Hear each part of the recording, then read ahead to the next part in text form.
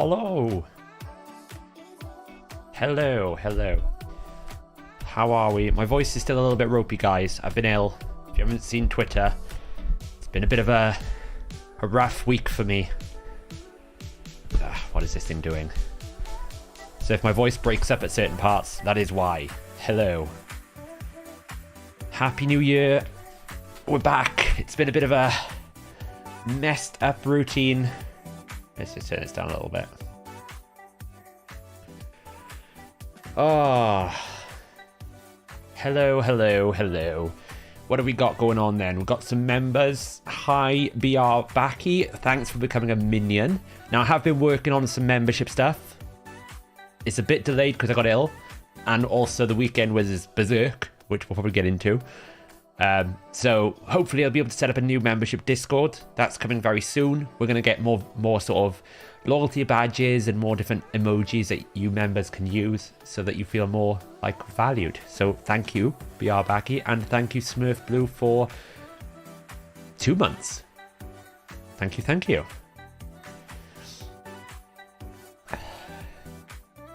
So yeah, I'm still a little bit under the weather. I'm much better than I was on Monday. On Monday, it was looking pretty rough and grim. But today, my voice is sort of back. How many channel points? I don't know. Maybe in the new Discord, you guys can roast me for my bad gear. How was everyone's New Year? How was everyone's holidays? Christmas? Did anyone get anything fancy for Christmas? My brother, who is in chat, got me some fancy vegan treat chocolate things. I don't know if anyone's had them, like the Monty Jack stuff. They're really nice. They're like little truffle little things. Awesome. How many Plarium points for a gear cleanse? A lot. 500 voids. Does flu count? I got the flu. Yeah, it's a great experience. You got diabetes? What? You didn't.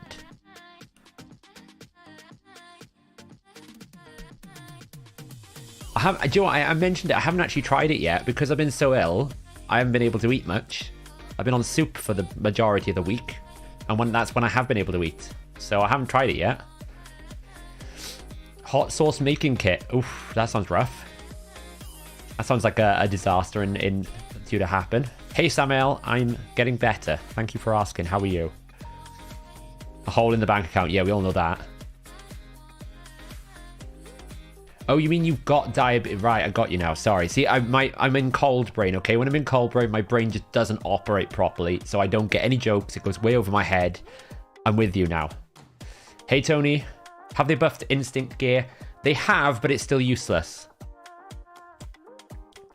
My mum did get me this like fancy little teacup, which, you know, is both womanly but quite cool at the same time. I quite like it. I have to say,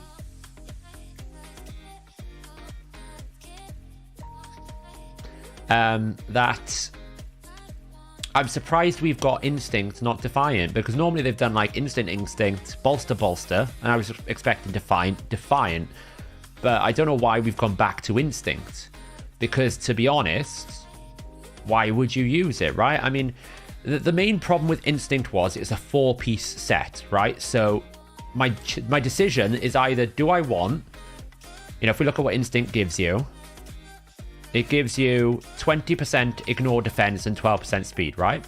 Which is decent. It's not terrible.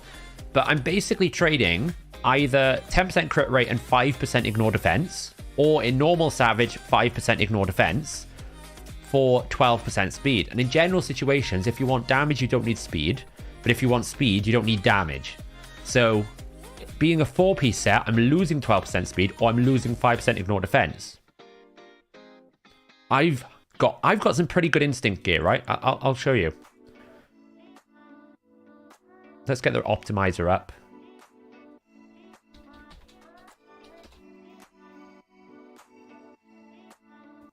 And if I go to this, let's just make sure my buttons are working properly. No, they're not. They go, see. Let's just make sure this is on the right screen. Primary, there we go. So if I go into the artifacts here and I basically say, show me all my instinct set. Right? I mean, I've got some decent pieces here. I've got some speed boots that have rolled crit rate and crit damage. I've got a triple roll speed chest here. Okay, I don't have any attack percentage chest, but I got a crit damage gloves. I've got another triple roll speed here, double crit rate. The optimizer with this level of gear has never given me a recommendation for instinct set for damage, because it's just not the highest damaging set on my account, and it never will be. So, yeah. So that's it's not so much that it's useless. Where it's good, right? And I think this is the big thing that I want to point out. If you're in the mid game, it's actually very good. Not necessarily because it's the best set in the world, but because you're going to get access to a lot of 6-star damage-based gear. And normally when you're in the mid game, getting speed and damage together until you can start farming dungeons properly is quite difficult. So in terms of a set to help you transition, it's pretty good. The problem is it's never going to be useful at the end game or the late game. And that kind of is a bit of a problem. It doesn't have a natural transition, because in all eventuality, you're going to end up going, I'll just have, you know, you're probably going to find lethal is going to be more accessible once you start farming Dark Fae. And you're also going to find that just having speed sets are better for speed. So you're kind of in that situation where you don't need it. So, yeah. So there we go. Hey, Seth, how are you? Quick question. Does Kurzad need accuracy to land his A1?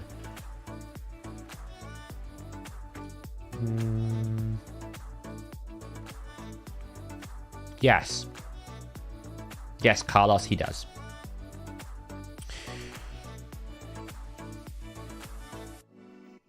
So for me, I've long argued this.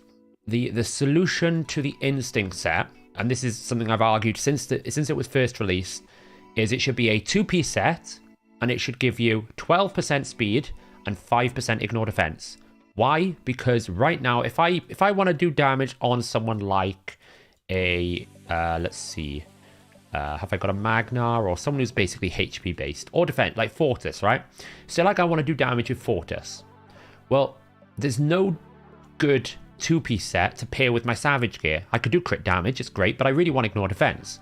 I have to basically pick and lose 15% attack, which is totally useless for him, to get that 5% ignore defense. However, if I had an alternative 2-piece to Cruel for my HP and defense-based damage dealers, that's a positive. That makes that instinct set very good. That's what I've long argued should happen. Convert it to a 2-piece, make it 5% ignore defense and 12% speed, and it's good. It's totally fine. I think that's a very good piece then.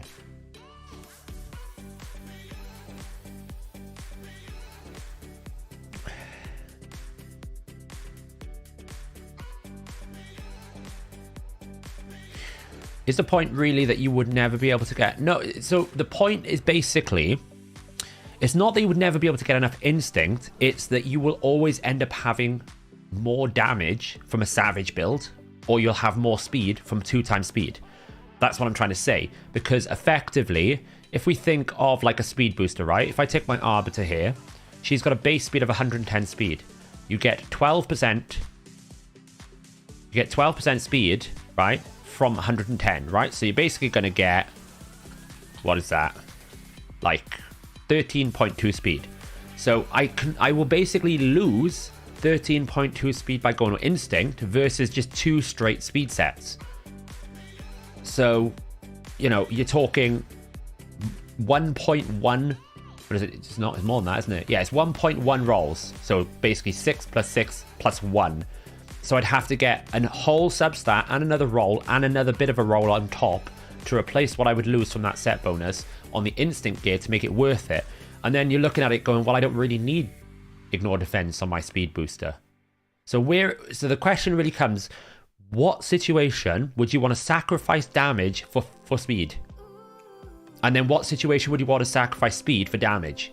In almost all situations, it's never going to recommend you a better build, because Savage is going to be stronger with lethal, or speed is just going to be better for speed, right? That's the problem. It kind of sits in this weird situation where it's good, but it's not the best. So therefore, it's not good at all. All the passes are the same. But I would say, to be fair, The issue isn't with the pass. I still think if you're in the mid game and you want to spend any sort of money on this game, this pass is really good for mid game.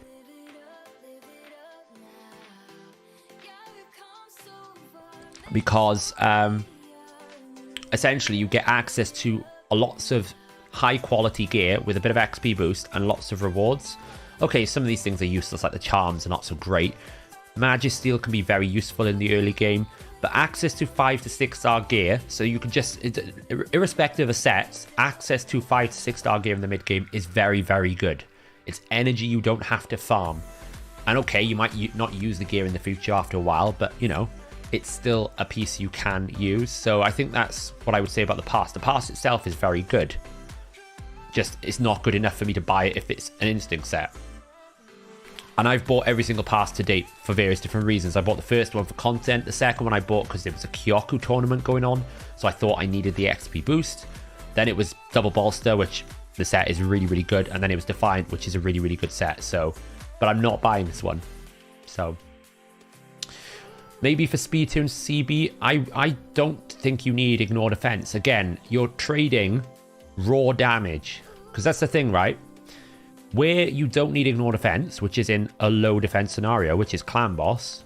Let me show you my Clan Boss nukers, right? I'm using Skrunk. He's got Cruel, not because it's got Ignore Defense, because it's got Attack. We're prioritizing stats here. We're not prioritizing sets. So in all scenarios, I'm either going to end up getting crit damage or Cruel because it's got Attack on it. It's still not going to be better to go to Instinct because now you're locking yourself out of potentially good other sets for a low defense target. And it's again the same conversation of, if I want damage, I'm sacrificing something to put Instinct in there, which, you know, I don't want.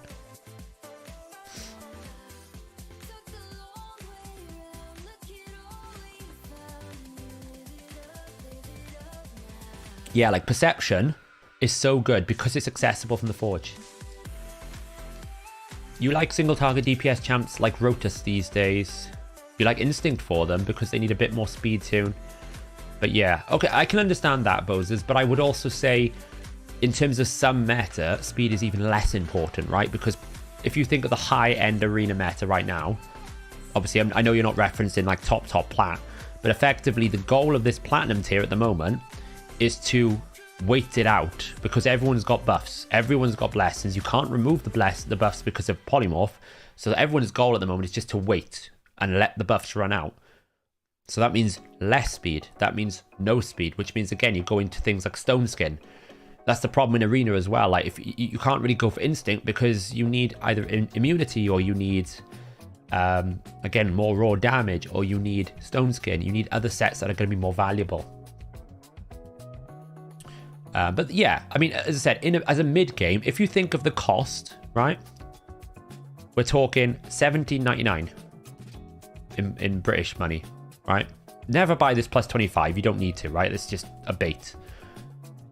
For less than £20, you're getting all of these benefits, right? You're getting 50% boost eventually, although I would say that's only for like 2 weeks because it's all backfilled. You're getting a bunch of Magisteel. You're getting around about 205 5 to 6 star crafts in the Forge.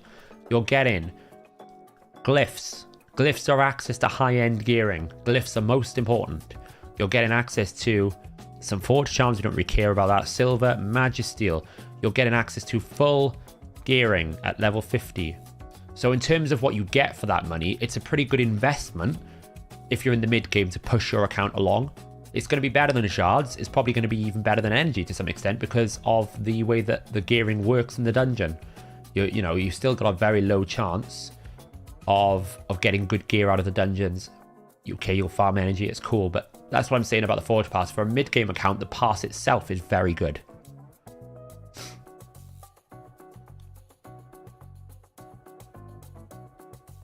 I think the problem with Defiant Smash is you need more. I don't have enough, like... I just don't have enough Defiant gear to make it into builds. But Defiant, so for example, on my... where is she? Godseeker. She is in Defiant. Why? Because Defiant for the Sand Devil is more... It's a lot more efficient than going Immortal.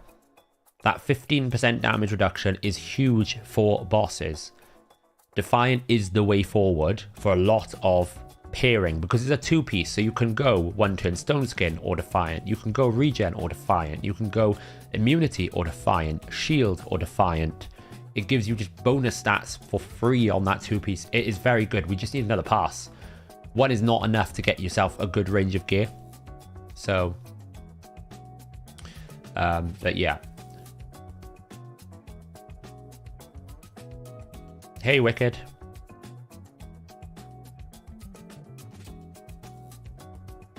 They could Elvish. I think if they made it so that Instinct was 25% ignore defense and 12% speed, then it's more viable because you're not sacrificing anything from Savage. You've got an option to either go more crit rate with lethal, raw but basic on Savage, or you can go for the Instinct and get yourself 12% speed. Then it's an option. But at 15% it was awful. At 20% it's a little bit better, but still not good enough. So that's my take on it.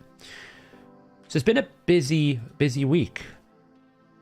Yeah, Kessel, I have had the cold for about a week now. Hence why there's been no videos. There's been literally like, I've been on death's door. My voice was completely croaky 2 days ago.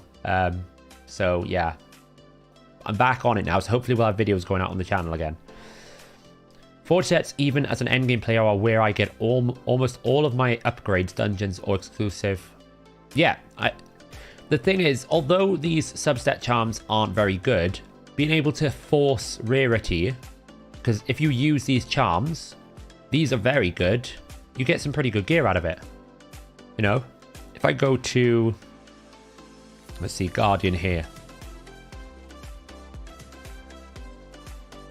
6-star legendary is very hard to get. Okay, it's flat stat, right? So you get some RNG. You also get in silver back.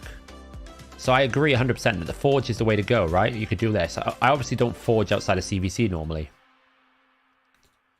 But these two charms together make it very valuable. Obviously, if you don't have those, then it's not so good, right? We're talking a lot lower. But again, we're looking at this going, that's pretty good, right? That's pretty good. If that rolls 6-star speed, 6 in HP, that's exactly what I want. This here, not so good. But hey, do you know what? I don't need to keep it all. 6-star speed boots with crit rate, brilliant. Attack, flat, probably sell that. That was okay, but it's 5-star.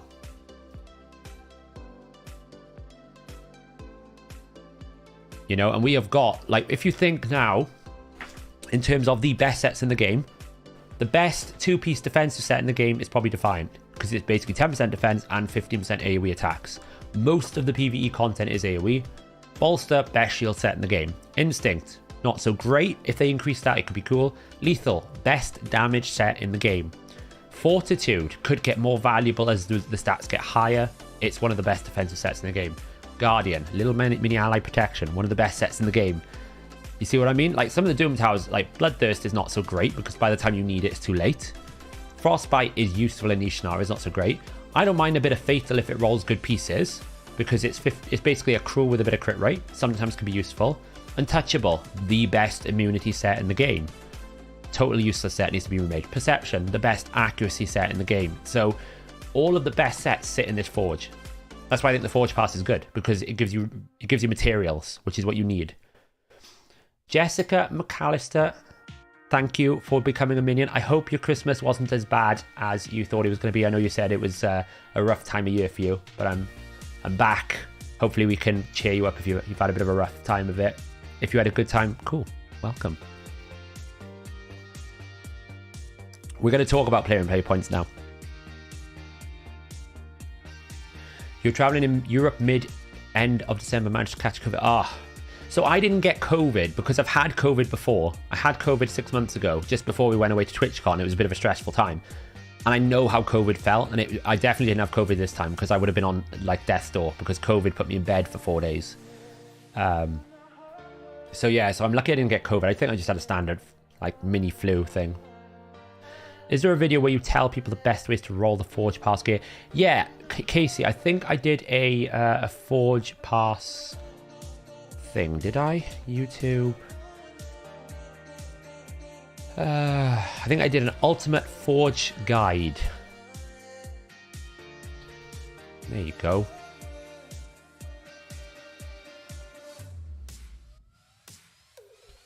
Ultimate Forge guide for you, Casey Palmer. Patches, thanks for joining. Welcome as a minion. You got Tyrant, Jessica. Nice. Tyrant's actually a solid option for some things these days still.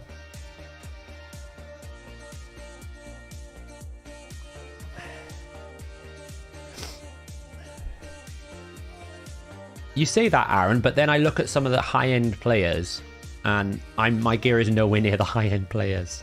I think Hellhades has a video coming out soon on some optimizer data that I pulled out in terms of like fastest champions, best teams. It's going to blow your mind, some of the stats we've seen. This is Earl Grey tea. I know it's a bit womanly, but you know. My diet this week has been soup and tea. I'm kind of bored of it. Oh, sounds like you've had a rough time of it, Kessel. Being ill is all... Like, what annoys me about being ill, it was at a period of time when I got a lot of work to do. I'm so glad we've moved the free-to-play, because I was really sitting there thinking, I can't get well enough in time to record it and do the video and content prep and everything. So I'm so glad... I'm so glad that we pushed it back a couple of weeks. And I'll explain a bit more why and what we're doing in a bit. But it means that I can actually create it now without stressing out, because I was sitting there thinking, there's no way that I'm going to be able to record a video, create my account or anything. It's just not going to happen. I was on my feet. Like, I was off my feet. I just couldn't do anything. I couldn't focus. I couldn't think. So yeah.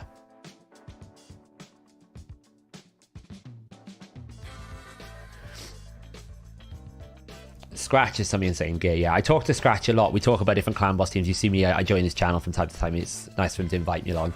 And we come up with different crazy ideas. His +4 Turvol teams is insane. I think he's actually got a +4 Turvol. I don't know if he's done the video yet, but he's going to be doing a version of the clan boss team that we built on this stream with Turvol at +4. It's going to be mental.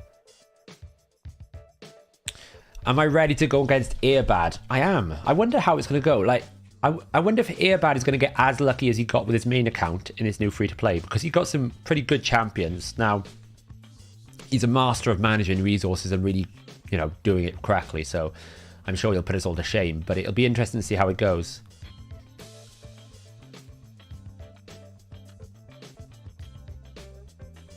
You got your van robbed for 10,000 specialists. Oh, wow, that's... On Christmas as well, you'd think people would have a bit of heart and, like, not be absolute arses. I'm sorry to hear that, Nick. Have you got any way of sorting it out, or... Oh, February, March, that's a nightmare. It feels like the world is burning at the moment, isn't it? Like, the UK is terrible, everyone's on strike, nothing works, all the NHS is falling apart, everyone's dying in ambulances, you know, Prince Harry's against Prince William and all this. It feels like, can we all just, like, chill out for a bit, guys? It's 2023. It doesn't need to feel like everyone's in a hurricane. Like, can we just chill? You thought you got Kaimar. Oh, yeah, I know, I still haven't got Kaimar. The game was kind enough, though, to grace me with a 2-star soul for a Kaimar. I didn't get the actual Kaimar, but I've got the soul for it when I eventually get it in 2025 or whatever year. So... You got Marichka. Do you know what? I fought a Marichka the other day. I think I fought Marichka, Duchess, something, Necret, and someone else. And it was the most toxic thing I've ever seen, because you killed everything, and then Marichka revived the team. Duchess revived Marichka, and you kill Marichka again. Marichka revives the team, because her cooldown on her passive, this thing that she's got, where is it? This passive revive is no cooldown on it. So whenever you kill her, she keeps reviving everyone. It's really annoying. You had to basically kind of like kill her and then stop the Duchess somehow from reviving her again. It was so annoying. So annoying. So the free-to-play series, guys, is going to be starting on Friday the 13th. I don't know why Hellhades has picked Friday the 13th of all days, but he has. So we are going to be doing some pretty cool stuff with this free-to-play, because... I was speaking to, before Christmas, I was speaking to Hellhades, and I was basically saying to him, you know, he's doing it for the third time. Wouldn't it be cool if like I got involved? Because I was thinking about doing a new account, have been for like months. I even created a new account, I just didn't have time to do anything with it. So I thought it'd be cool if I created a free-to-play with him and we have a bit of a challenge standoff. And it's kind of grown a bit more. So now we have actually 10 people involved. So all of HH Gaming are going to be involved, including Lady H. Somehow has managed to get strong-armed into making an account. I don't know whether she's going to enjoy it. You know, I hope she does, but at the same time, it might not be her cup of tea, right? So she is going to be taking part in making an account. We've also got Earbads joining, YST is joining. If you haven't seen YST, he's just hit 20,000 subscribers on YouTube. Well done, YST. He might make an appearance later. So you can remind him that I said well done to him here. We've also got Odd One Gaming, who is joining as well. So it'd be good to get him involved in an event. And we also have, of course, the clan boss Jedi himself. Deadwood is now also joining as well. So it's going to be 10 of us. But we had loads of people asking us, you know, how do we get involved? Can we join you? Can we make accounts with you? Can we join clans? And we were sitting there thinking, how can we manage it? You know, we want people to enjoy it and get involved. Obviously, there was a demand for it. But at the same time, we knew we couldn't micromanage it. How do we make sure that everyone's playing fair? You know, there's always bad people in the world that will just find a way to cheat. So we've managed to make a way for it to be possible for people to be able to sign up and join in. And we're going to have essentially progress trackers. I'll probably leak a little bit of the visual in a second. But the idea is you'll be able to go to a website page. You'll be able to see everyone who's taking part. You'll be able to follow them, check out their latest videos. We're all going to have Optimizer share links so you can see everyone's like progress on the Optimizer. And then the Optimizer is going to track our progress. So you're going to see on that web page when someone hits like the first 60, when someone completes a campaign stage, you'll be able to see who's doing the highest damage key. You'll be able to see things like where's everyone at in dungeon progression and stuff like that. So it's going to be really cool. And hopefully we'll be able to have like a community tracker. So everyone who signs up to join along with us, they'll be able to see kind of like, you know, if you go to the page and you're signed up, you should be able to see your position amongst everyone else who's taking part, which I think is going to be quite cool. Yeah, so that's why we delayed it, because we had to obviously build the technology to be able to support that in the Optimizer. And Teach, who is like the genius brainchild behind the original concept and does all the sort of fun, complicated stuff for us, he's been working like a trooper this week to try and get all the stuff set up. And we've got a draft thing working in the background, so we're nearly there. So we do have some rules that we're going to be doing with it. Obviously, like, I think we've decided to ban link referrals because it's a bit obnoxious to be starting your free-to-play with Kale, Tyrell, and then one of the power starters like with Deacon. So we've banned the link codes, but everyone's going to have a starter and everyone's going to be able to use a promo code. But what Hellhades is going to be doing on Tuesday probably is we're going to make it a little bit more challenging and we're going to randomize it. So there'll be a bit of a special Tuesday stream on the Hellhades channel where we're going to be talking about, you know, planning it ahead. All this information I'm telling you now will be posted probably to the community on Monday when we finalize all the details and all the instructions. But yeah, so how do you make sure people make a new account with no promo codes?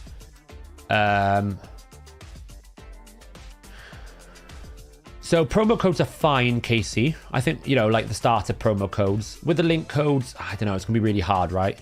It'll be difficult for us to know. We could probably check on new account. For the community, the rules are less important for how you start your account, right? That's just up to you. If you want to do that for the community, I think that'll be fine. It's very difficult for us to enforce it. But obviously for the challenges, there's only 10 of us, so we'll know whether you started incorrectly because you'll be able to see pretty quickly on their accounts, right? So that'll be fine. Can you check if they spent? I don't know if we can like check it fully. Like we don't want to check anyone's payment history or anything like that. But we're gonna do the best that we can to enforce the rules to ensure that anyone who's participating don't break the rules, right? So this stuff we can track in the background in terms of like reading your account data, like your the way that Plarium stores information. So it doesn't really track any personal information, it just tracks stuff. So we'll see what we can do, right? So but yeah, I mean, the community details we're still hashing out, right? We don't want to make the community thing a micromanageable nightmare. We want it to be a fun experience for everyone. So so yeah.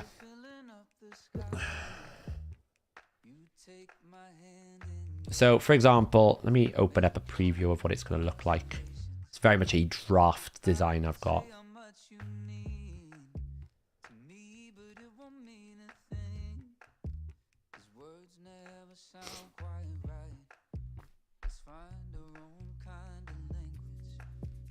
Yeah, like obviously if someone is like way ahead of anyone else, then we'll know about it pretty quickly, right? Because we'll be able to look into their optimizer account and go, yeah, that account is clearly cheated. So, you know, there's things that we can do there.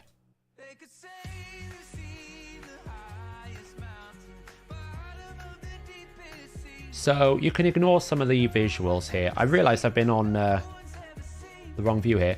So you can see here's some of the visuals I've been designing out. I can prototype it here, I think. There we go. So look a little bit like this, right? So we're going to have like an ability for you to see who's taking part. And then we're going to have progress trackers, which kind of like shows you who's at what position. You'll be able to view their team.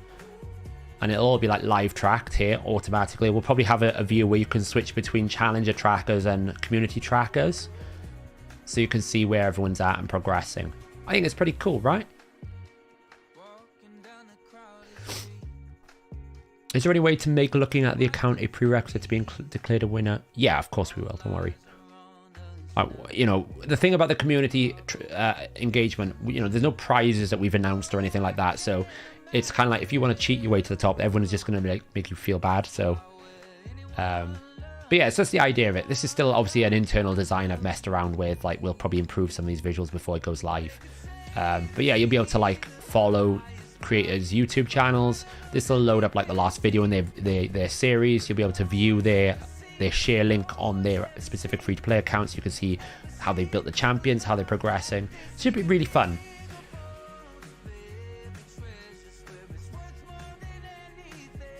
Do you know what? My Stream Deck thing has been very slow lately. How long will it last? What's the end goal? I don't really know. We haven't set a deadline. I can imagine it's going to last several months. I suppose it'll last like Hellhades ones does, right? And when everyone gets bored of it and it stops getting engaging, then we'll probably look to end it. We could end up adapting it as we go, right? We might decide we want to add another challenge into it. We might decide we want to make it more competitive. We might pull a challenge out of it. It'll change and adapt. But it'll be good to see like people do some content around it and stuff. For me personally, I'm hoping just to improve my context in my head. So basically improve my thought process when I look at things for people who are early to mid game and maybe not spenders and not able to push to the numbers that I can on my main account, right? To actually look at it from a different perspective and try and recalibrate my brain, which I think is also, I think is important, right? Here he is.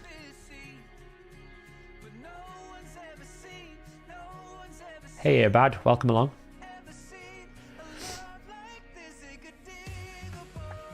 Oh, you pulled a Heffrack patches? Oh, that's rough. That's rough. I guess you're playing the 3 accounts now then, right?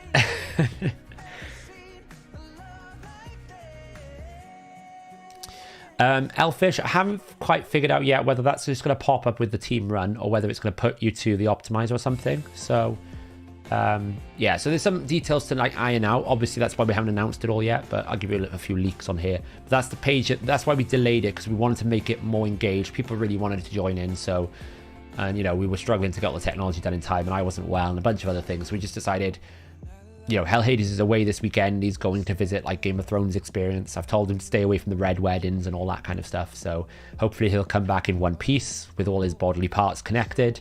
And then obviously it would make more sense for him to start next week rather than kind of start it, then not have game time, then start again. So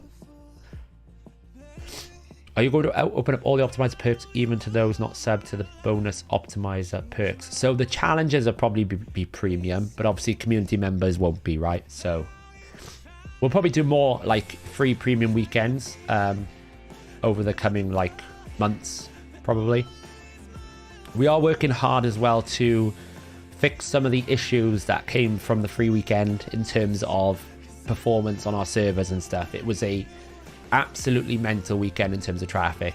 Like I can't tell you how stressed it has been being ill and then watching the servers burn, because it was literally on fire at one point. We've had so many people use the optimizer past weekend, when it was the free weekend, we had so many people on the website, it was just insane. So we're working on sorting out that so that doesn't happen again, because I know there was a couple of members who've been paying for a while who were like, you know, it's great that you gave everyone free access, but now I can't use the optimizer, which I empathize with. I think it would have been broken anyway, because I think so many people were using it regardless of the premium. But we do want to make sure that the experience is good, so we're working on solutions for that. So hopefully going forward we'll have more people can get involved and more people can use the tools without it going down. So yeah, it was rough. You're not alone here, bad. I could tell you right now, we had about, on the optimizer alone, we went from averaging around about 40,000 optimization requests per day to 170,000 over the weekend. Like, some people were saying, oh, you needed to predict that, and I'm like, no business can predict that much difference in usage. It was just absolutely insane, because obviously we can track things like how many people are on the website and how many people are using things. Like the optimizer now, we haven't had, it's gone back down to what it normally was. So it just goes to show you how these free weekends, we've obviously had slightly more than normal because people are still playing the game. But comparatively, if I look at the 24th of December, there was about 30,000 optimization requests sent to the server to build champions. On Saturday the 31st of December, so we went from 30,000 to 166,000. You know, that's not just doubling it, that's like tripling it and throwing more extra on top. So it blew our minds how crazy it's been. So yeah, so we are looking to solve that going forward, but these things aren't as, you know, you can't just turn it on and off again. There's different connections and conflicts and different things you have to do to improve it. So it was a stressful time. You can imagine me there sitting on the weekend ill, kind of going, why is the server on fire? It wasn't fun at all. Obviously Fiction was involved in it as well. We called in a couple of other people to help us out and figure it out. We had to basically increase the capacity of the raid optimizer servers, which why we restarted it, and then the restart caused everyone to log into the main servers, and then that corner, it was just a nightmare basically. But yeah,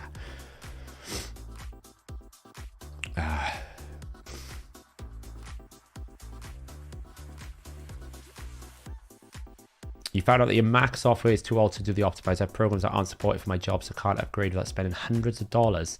What version of Mac are you running, Russian? What version are you running?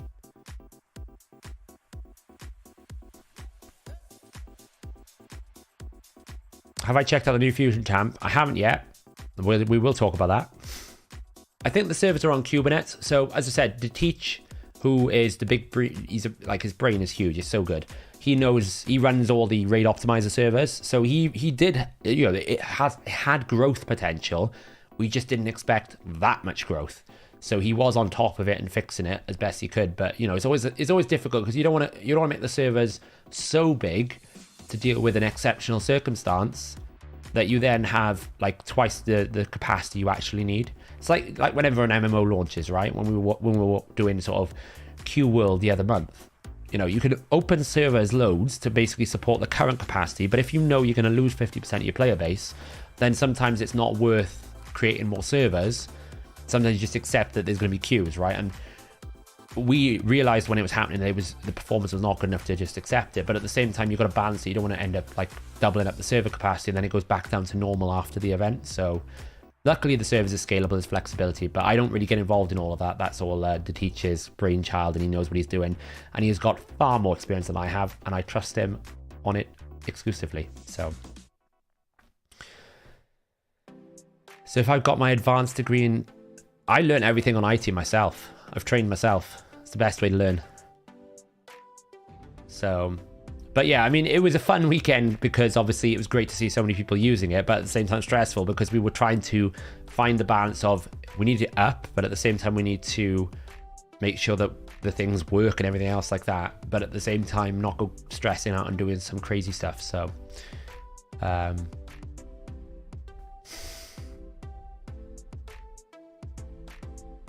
oh wow, that is super old. Yeah, Russian. Yeah, unfortunately, like some of the extractor technologies requires advanced OSs and more up-to-date OSs. So if that's the case, not much we can really do. We do try to be as supportive and sort of compatible as possible, but sometimes you just got to draw a line somewhere. So, but yeah. So we've also got this new Plarium points thing, haven't we? Which is a bit of a weird thing. It's weird, but it's also very clever on Plarium's part, right? So I think the context we have to understand with Plarium Play. They want you to play on Plarium Play, not on mobile. Because if you're playing on mobile and you buy something, they lose money. Because they lose 30% of the cost, right? Because of the iOS and Android store fees. Now, obviously, sometimes they'll pass that cost on anyway, but effectively, the more people they can get playing on Plarium Play, the better. So this program is designed to force you onto Plarium Play. And it's a very clever way of doing it, because technically you can get this champion for free, but it's going to take you an insane amount of time. Now, what I would say, I've seen some people saying it's going to take years and years and years. It could possibly take a very long time, but like with clan quests and clan XP, and like with the Iron Twins, they're going to probably start dumping it into events in places. I don't know in what capacity, but if we look at the coins, if we look at any sort of tournament these days, pretty much every single classic arena tournament has 750 of these coins at the top now. So the extra input of these different currencies in the events means that it probably won't take you years to get the champion, but if you don't buy anything, it isn't going to be quick, which makes sense, right? It's an incentive for you to buy a champion. It's exclusively earned in this place. That's what they're trying to do. I would say the reward track is pretty good, right? If you think you're getting gems, get a champion, you get an avatar, okay, epic book, energy, more gems, more energy, a legendary book. Over here, we're getting more energy, we're getting gear. Multi-battle's not really worth anything. More gems, artifacts, okay, not crazy. Speed gear. The reward track is pretty good. And we even get souls, like, 4 mortal soul stones, 20 essence, split souls. So we're getting good stuff along here. But it's going to take a long time if you're not spending. But if you're spending, then obviously you're going to get a little bit of bonus everywhere. So if you look at it from a free-to-play person, you're sitting here going, okay, what have I lost? I probably lost the ability to be able to get this champion. Right? That's where you kind of go into it. If I don't spend money, I probably won't get this champion very quickly. Now, what does this champion give you over any other epic? It's actually not that much better than Mordecai. Okay? If we think, right, if we compare it to Mordecai is a champion now you can get for free with a promo code when you start an account. That's why I'm using him as an example. Mordecai, he has a chance of decreasing the turn meter by 10% of the A1, and instead 60% if it's under a burn. He boosts everyone on your team by 15% and decreases the enemy by 15%, and he does 100% AoE burn on a 4-turn cooldown. Right, that's his skill set. If we compare that to a legendary champion down here, she's going to extend the burn on the A1. She's going to do an AoE burn on a 4-turn cooldown. So the burn is AoE on both champions on the same cooldown. And we've also got a 15% reduction, and she decreases by another 15% if under burn, which is effectively the same thing as his ability, right? He's going to fill your team by 15%. She's just going to drop it by 30%. It's de facto the same amount of turn meter gain. And then she has this passive. This 15% is so low, I wouldn't even bother considering it. Yes, you can boost it up to 30%. It's just such a low chance that I wouldn't worry about it, personally. I don't think it's... Actually, I need to check if that's on the website, because I think they've added that since. It wasn't in their visual. So I think at 30% chance to activate a burn, it's a bit like Bulwark's passive, right? Bulwark, a rare, it has a 30% chance to extend. It doesn't really happen when you want it to, and that's going to be the case here. Now, where I think this champion is very good is probably in Iron Twins, right? Because what she'll be able to do is extend HP burn. So if you run a team like mine, which is basically Geomancer, Aox, and buffs, she's probably very good for that, right? You put her in there, disable all her other abilities, and just A1 extend that burn. So as long as he doesn't use his passive and clear those buffs, you can just keep extending the Geomancer burn. You probably get it down quick. So that's option one. I think in Sand Devil, she could go into stage 25, probably, and try and get some value out of that. It wouldn't be very quick, but she could do stage 25. But outside of that, she's not, like, you're not losing too much, okay? So that's what I would say first. If you're a free-to-play, you're going to lose the champion, but you're not losing a big champion. It's not like you're losing a Rotus or a Ninja. You're not losing a huge champion. So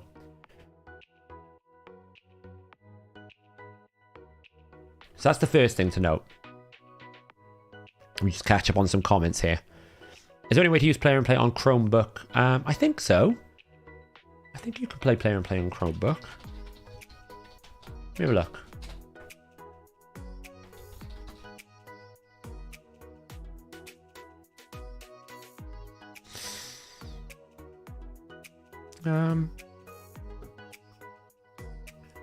Gotta get to their actual Plarium Play downloader.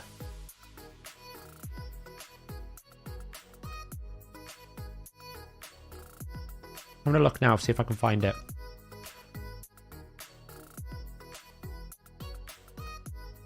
You might be able to do it like through an Android emulator on there.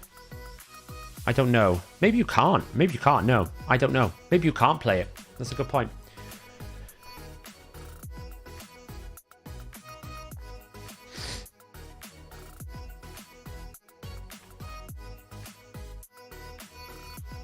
So I'm just looking at here. Honestly, Wicked, that's the question. What are they going to take away? Yeah, I mean, as long as they don't take away from the events and just add them in addition, that's fine, right? Do you think Big Whales already have a big pair in it? No, I don't think the whales will go for her that crazy. They might go for some of the rewards. I don't think they'll go that crazy for her. Hey, Elliot, we haven't started the gear cleanse yet. We've just been catching up on things, so we will get to it. Does anyone know if the fragment champion will be able to be completed by completing only one of the summer rations? We don't know until it goes live, Elfish, but because it's a fragment, fragments are normally the most flexible, Sump Fusion. Normally with fragment collectors, you will you'll be able to skip some things. You can win tournaments. They normally have like 35 fragments spare, so there's flexibility there, so it's possible.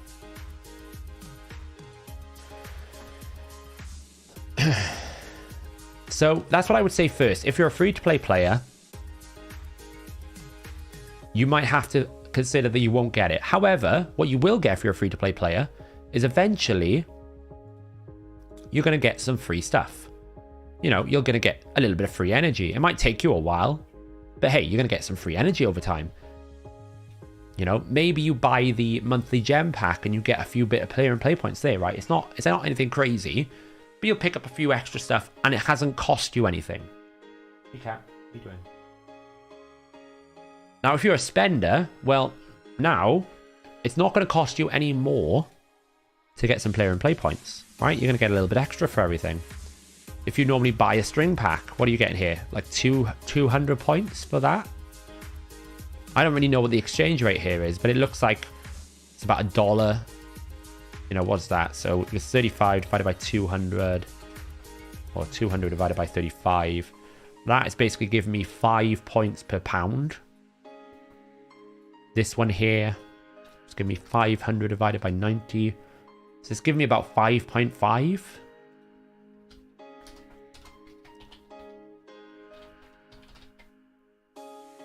5.7. That's what it seems to be giving me. I haven't really looked into the conversion yet. So it's about 5.5 to 5.6 Plarium points per pound that you spend. By the looks of it. Yeah, it's about 5.5. It's about 5 to 5.5, right? So if you had a monthly budget of £50, then you're going to get about 250 Plarium points a month. On top of your daily, which is what? I think you get 3... plus 6, you get 9 a day. I think that's how it works out, right? Because this gave us 3 today. So you get about 9 a day. So over 30, you're going to get 270. So you're going to get around about 520 points a month. You need 25,000. So it's still 48 months. It's still an incredibly crazy amount of time. So I'm guessing there's going to be a substantial amount of additional events that we haven't seen yet, right? So That's how I would look at it. It's not a crazy champion. It's not the end of the world. There's some nice rewards on the track. None of these rewards are going to be like meta breaking. You're not going to like miss out because you didn't get those rewards. But if you do spend a bit of money, you're going to get some free stuff. So. Oh, is it 12, is it? So.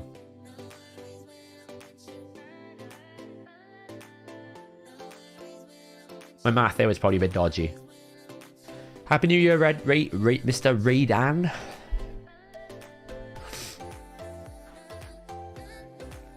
Probably around that, Dander. Yeah, so it's a crazy amount of time, but it has been designed, I think, for it to take time, right? That's the thing. I think they've designed this system. They didn't want you to do it overnight. It's going to take you a while to get your way through it. But if you're a big spender, it's probably not going to take you more than half a year, right? We just have to see how it goes. But I like the concept, right? Because I think what they've tried to do is create a system that encourages people to use player and play, that rewards a player, but also doesn't exclude any player. Okay, it kind of does exclude free-to-play and mobile players, but it also doesn't, because you will eventually get it. I'm sure they'll adapt the system over time. It's like Clan Quest, right? We knew going into it that it was going to take an awful lot of time to get to level 20. Years. But because they dumped personal rewards into clan versus clan, that became a lot more accessible. And they'll do similar things like that in the future. They'll probably give player and points into different events and different things over time. I think it will change.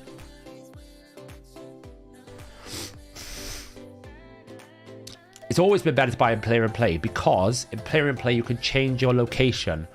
So if anyone doesn't know this, if you are in the European Union or in a country that has the euro right now is very expensive to buy stuff in Raid, because Apple increased their costs for euro microtransactions, which means all the other developers did as well.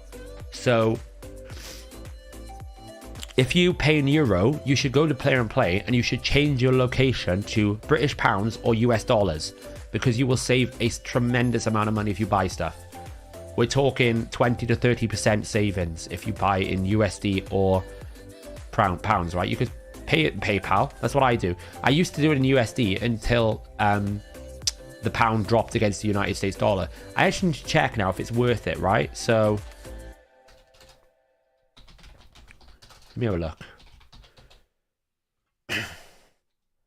So if we've got USD, so like for example, 44.99. So if I bought this right now in pounds, it's about 45. Has anyone got the monthly pack open? How much is the monthly pack in USD right now? This version of the monthly pack, like the 2 sacreds. Anyone got that?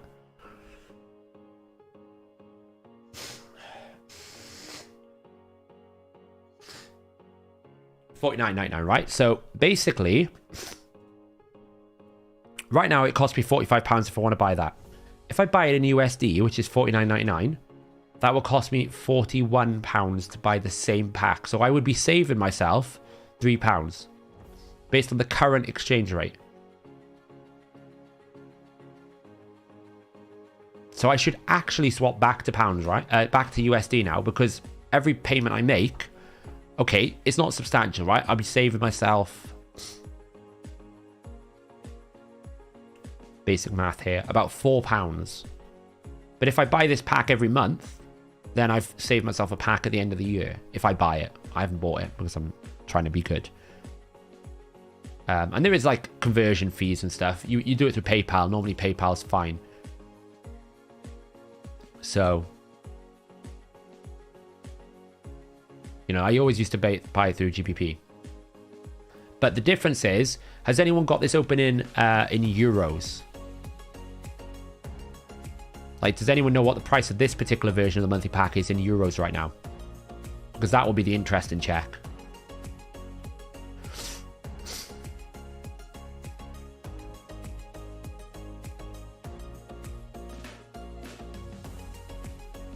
$59.99, right?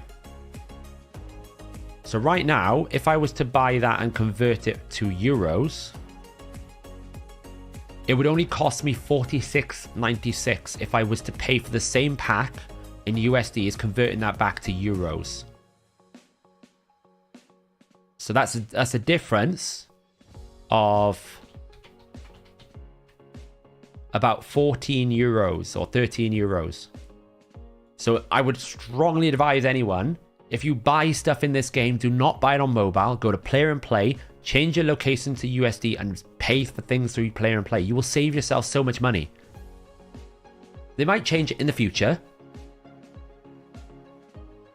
So, you know, basically $50, $49.99 in USD converts to $46.96 in euros. Obviously, you'll pay a bit of transaction fee for the PayPal conversion. But if you were to buy that straight in euros, that's like 60 euros. So it's because Apple put a surcharge on certain currencies and the euro for some reason. I don't really know. I guess it's because the euro is pretty weak against the dollar at the moment or something of that similar nature.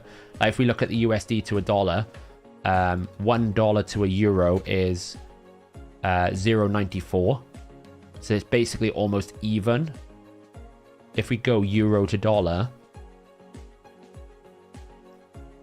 it's only 1.06. So because it's almost 1-to-1 and Apple trades in dollar, they basically go in, we're losing out because of the exchange rate. So they've charged more for the products, so that it's more in line with what they would want to charge in USD. It doesn't quite work out like that. It just basically works out that if you've got the euro, you get screwed over. That's why I like say go to Player and Play and do it. You can do it in Player and Play by basically going into your profile and then into settings. And I think if you go to, where is it? I think it's preferred language, is it? Oh no, you go to payments. And then at the top right, it says country. Just change your country from whatever it is to like America. And you'll save a lot of money.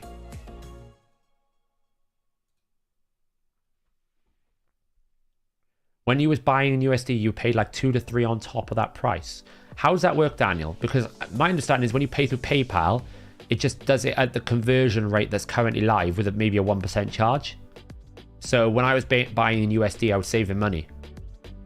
Obviously, when the pound dropped, it was actually not better because the $5 extra that it would cost me wasn't saving me money in the long term because it was not close enough because of the exchange rate.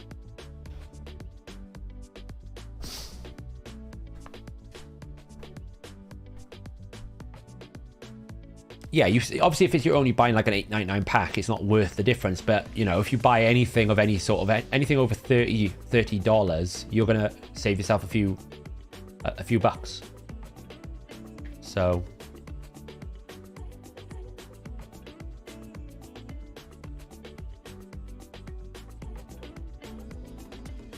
oh, it's weird. As I said, that's all I've done. If I'm paying for anything, I basically have changed the location and I saved some money.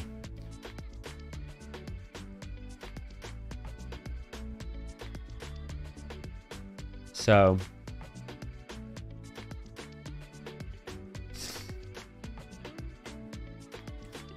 oh, right, okay. I only ever pay through PayPal, so maybe it was PayPal that was managing it better for me. That's how I pay for things normally. I'll just buy it through PayPal, and then it gets processed that way.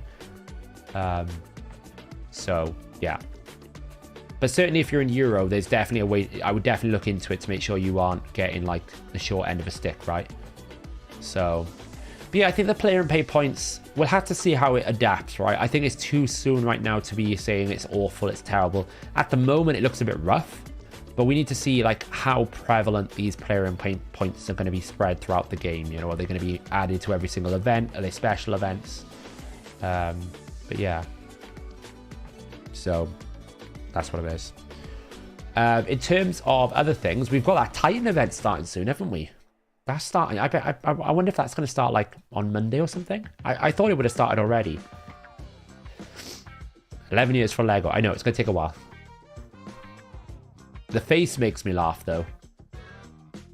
Like, it's almost like she saw how long it was going to take for you to get her, and she was like, shock. Because it's like it's a state of permanent shock.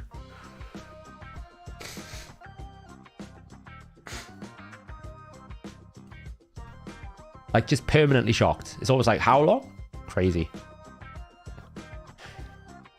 So, yeah. But, on to other news. This new fusion is probably the craziest fusion of the year, right?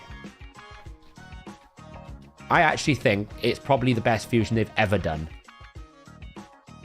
If I'm being honest. What's it called?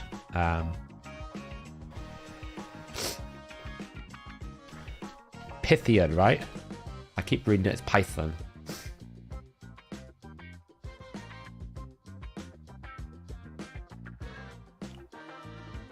Here we go.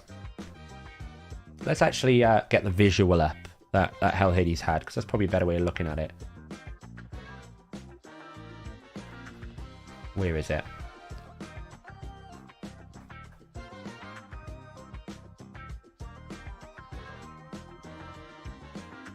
There it is.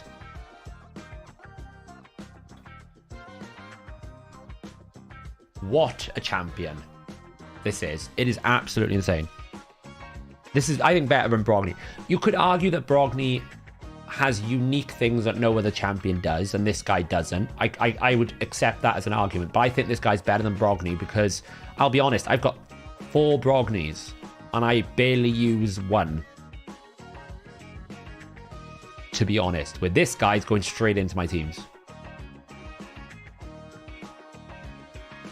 Yeah, I think he's huge. I think he's massive. I think he's huge. And I'll explain why, right? No, fusions are going on exactly the same schedule they've been going on since the last 2 years. It's just there's more other things going on which makes it feel like this is coming. But if you look at the schedule, I basically looked at the last 2 years and I was talking with the guys over Christmas and I was like, I'm expecting the fusion to come on the 12th.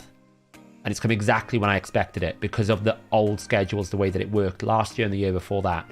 So we're not getting more than what we normally get. We're just getting lots of things going on all at the same time.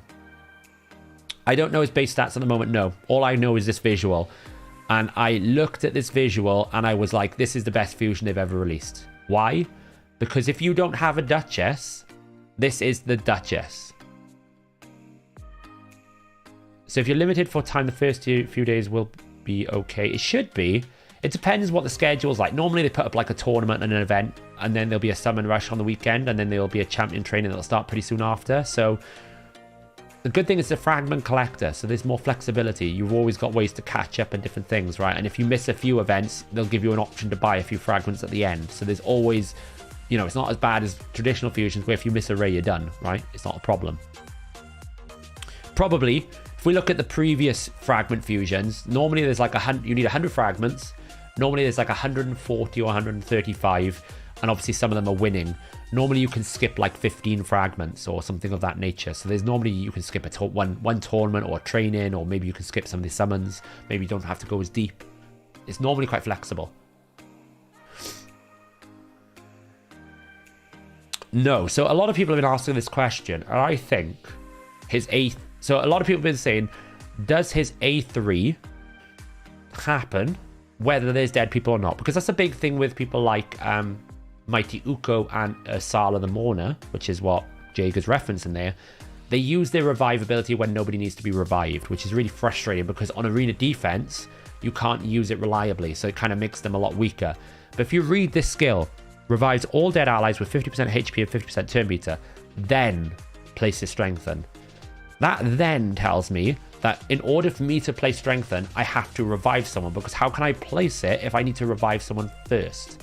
I won't know until I see the code, which is only going to happen on the 12th. But that tells me it feels like it's coded where it goes revive then strengthen, not strengthen on its own, which makes his value much higher. Daniel has become a minion. Thank you. Welcome, welcome. Welcome along to the minion crew. We've got quite a few minions now. It's growing nicely. So why do I think this guy's the best fusion ever released in Raid? And I'm talking since the first ever fusion in the game way back in 2019. So the A2 removes all debuffs from all allies, then heals them by 10% of their max HP. He then heals them by 5% for every debuff he removes, then places block debuffs.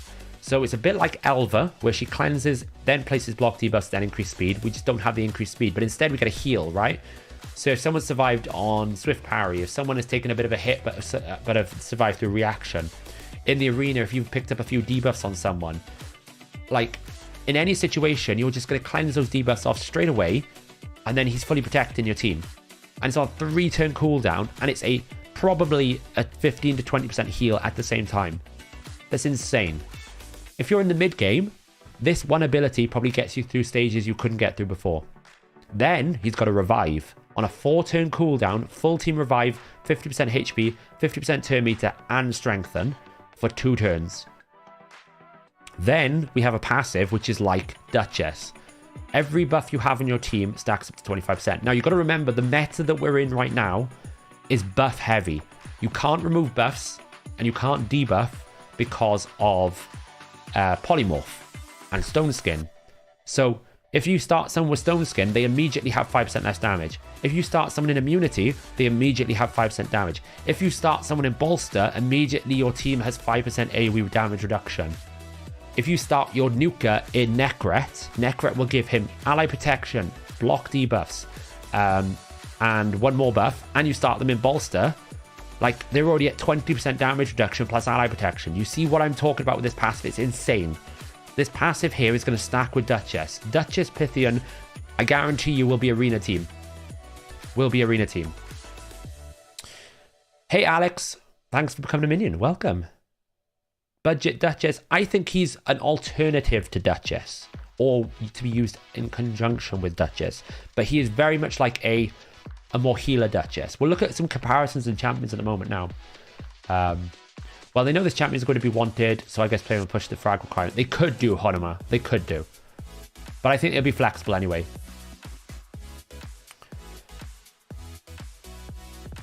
Auto battle presets in Scarab King are not working. Auto battle? What's happening with that, Russ? Do you think they might skip champion chase again due to... No, there'll be a champion chase in there. I think it'd be fine, which is good because if you think about it, we didn't have a chase in the last one, so people have probably got some more heroes built up in their fragment collector, maybe. The passive doesn't work on A1, does it? The passive? What do you mean, Dutchy? But yeah, Alex, I agree. I think it's a budget Duchess. I 100% agree. I think... So the two negatives that I have with him are he's a Force Affinity, which is a bit negative against some of the champions that are being used in Arena right now. If you think you've got Cupidus, you've got Mortimer Macabre, they're all spirit-based damage dealers, so being Force is a little bit negative. So I think that's a problem. But I also think as well, he doesn't bring, like, his A2 doesn't bring like a damage in buff, like there's no increased defense or increased attack, which is another problem. But if you pair him with Duchess, you get a cleanse, right? That's the difference. So yeah. Compare with Sify, right? That's the nice thing. They're already starting 2023 badly. Wouldn't be surprised if the fusion hard as fuck. Yeah, I mean, it depends how you say badly. I think there's pros and cons. What you got to remember with Plarium is whenever they release something new, they always release something bad with the new, right? So there's good things they release, and then there are things that are bad. That's just the way they do things. So we'll have to see. Him, Duchess, Asuga, and Candy, good 3v3 team. Agree. But this agree exactly, G-Man. Duchess will only work for AoE. This guy works on all incoming skill damage. Is the A1 a skill where he reduces damage? And A1 isn't a skill. Yeah, A1 is a skill. It's fine. When it says from skills, it basically means the champion's direct damage, right? So if I attack someone, it's the damage I deal whilst attacking. It won't reduce HP burn. It won't reduce poisons. It won't reduce bombs. It might not work with things like reflect, which is damage from a debuff. That's what it means by skills. It means the damage that I deal by attacking someone, will get reduced. The A3 reads like Asala's, does it? Let's have a look.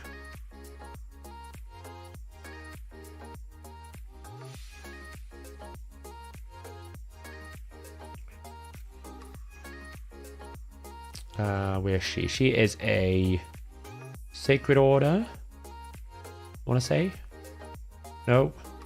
Bannerlord. Bannerlord. No. It's different. It's different. Revives all dead allies, then fills the turn meter. Also places. She's not doing the turn meter fill unless she revives. But she is placing these two. Also. So that's different. Also tells me it does things in addition. Whereas then it tells me it's tied, right? So, like, for example, I'm trying to think of another example that will... Does Raglan do it? No. I'm trying to think of if there's anyone who's got another ability that is conditional.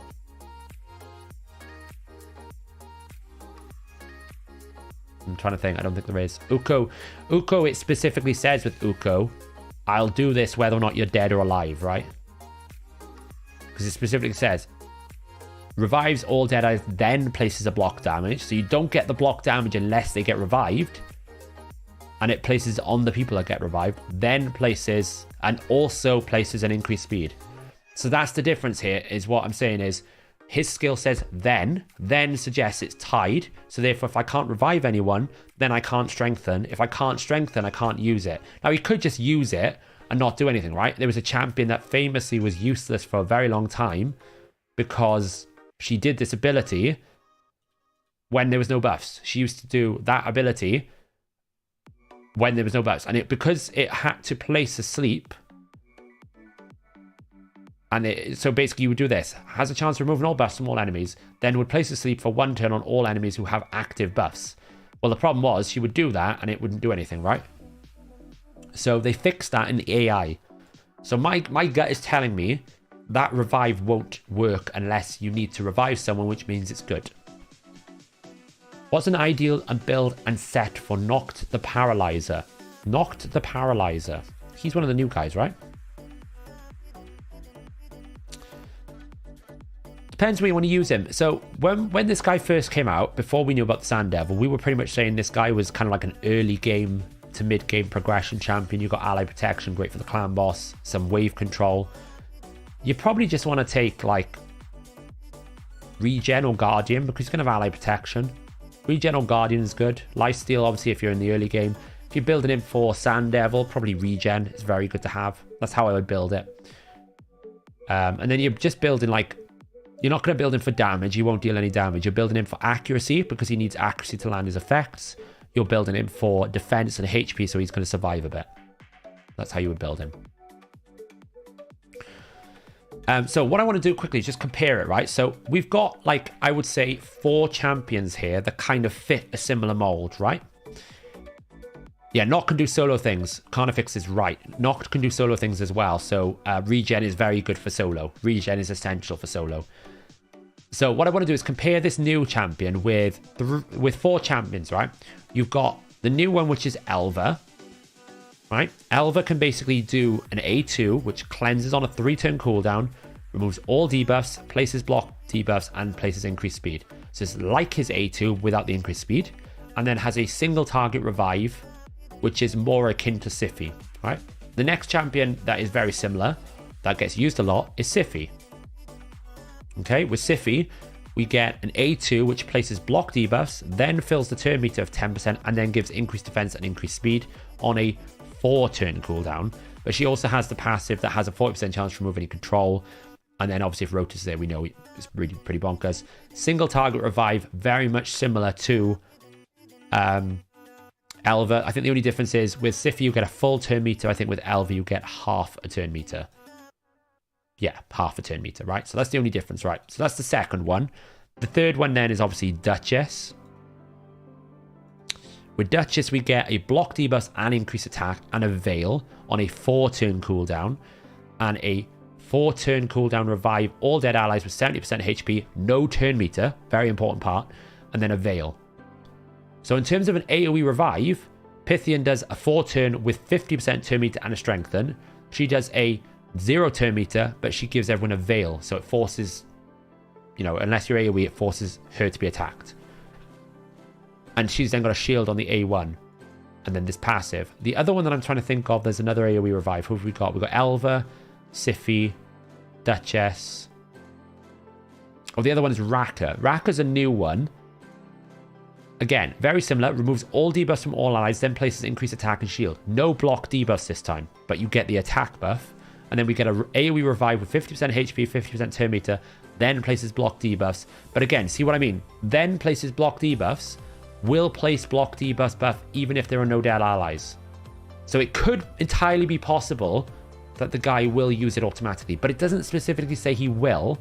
And the recent champions they've released, they're very explicit about whether or not the champion does it if they're dead.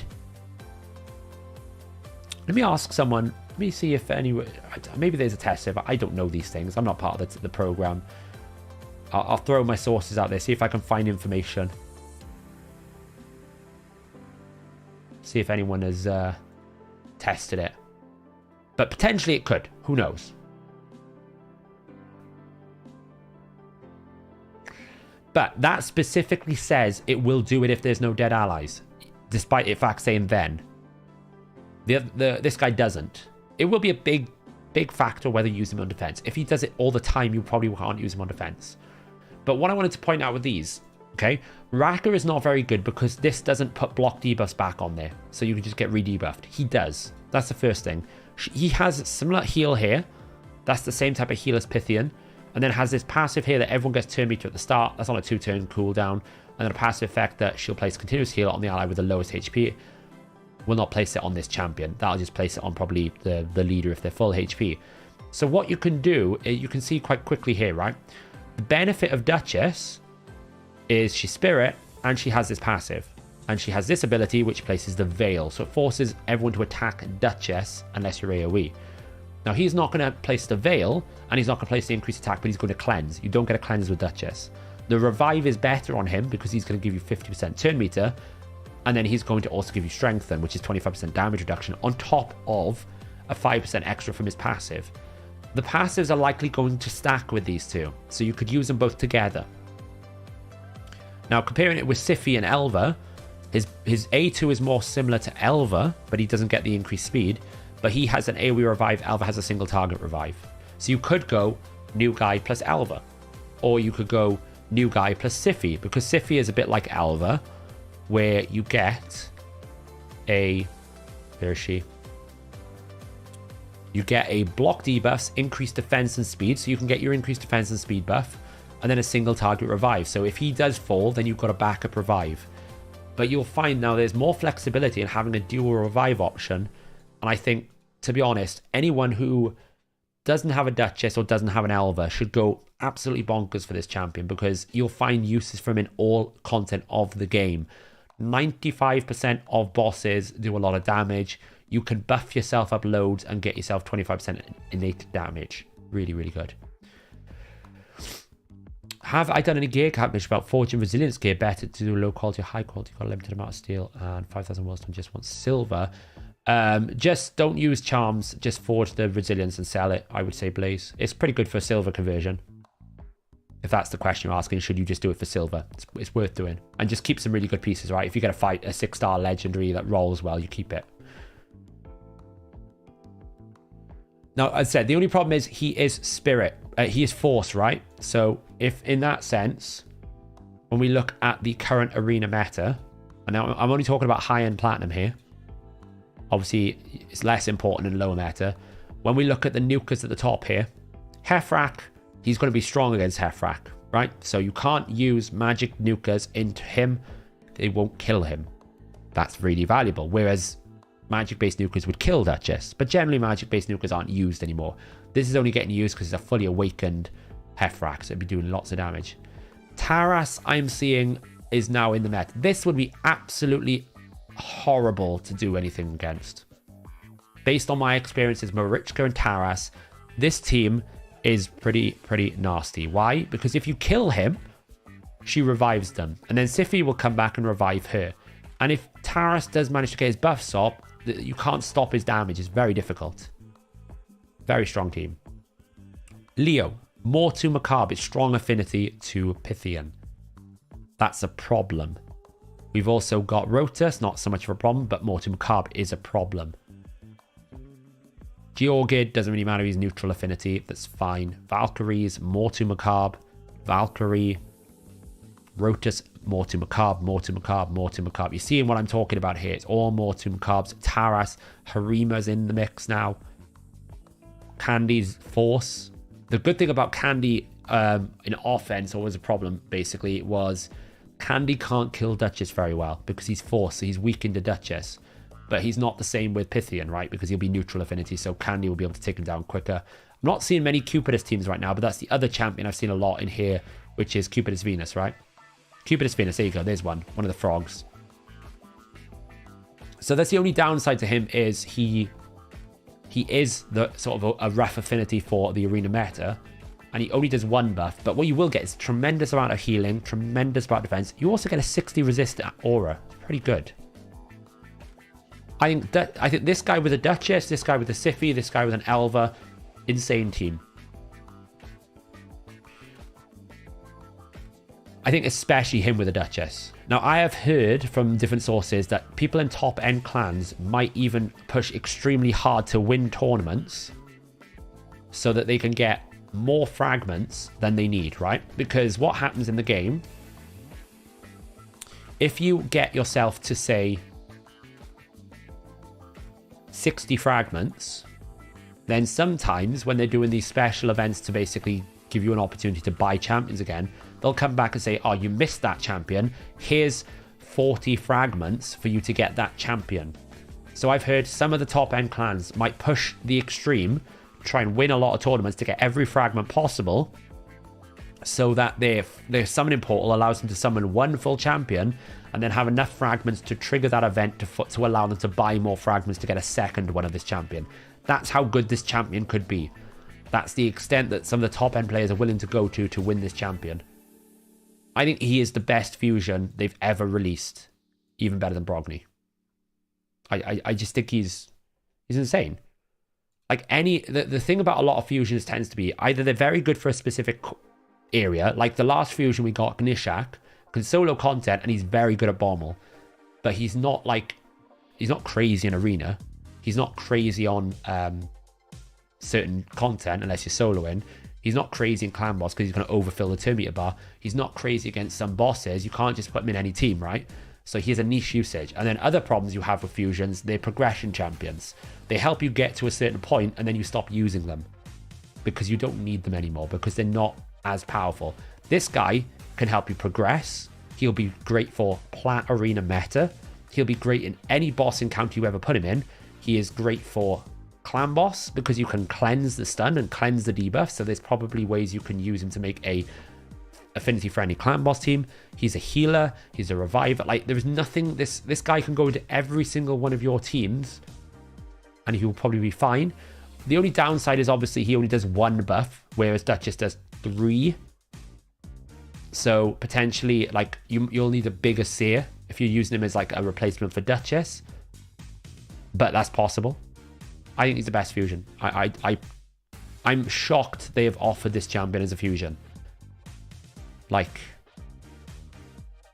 that's how crazy. I'm very surprised we've got this powerful of a champion in a fusion.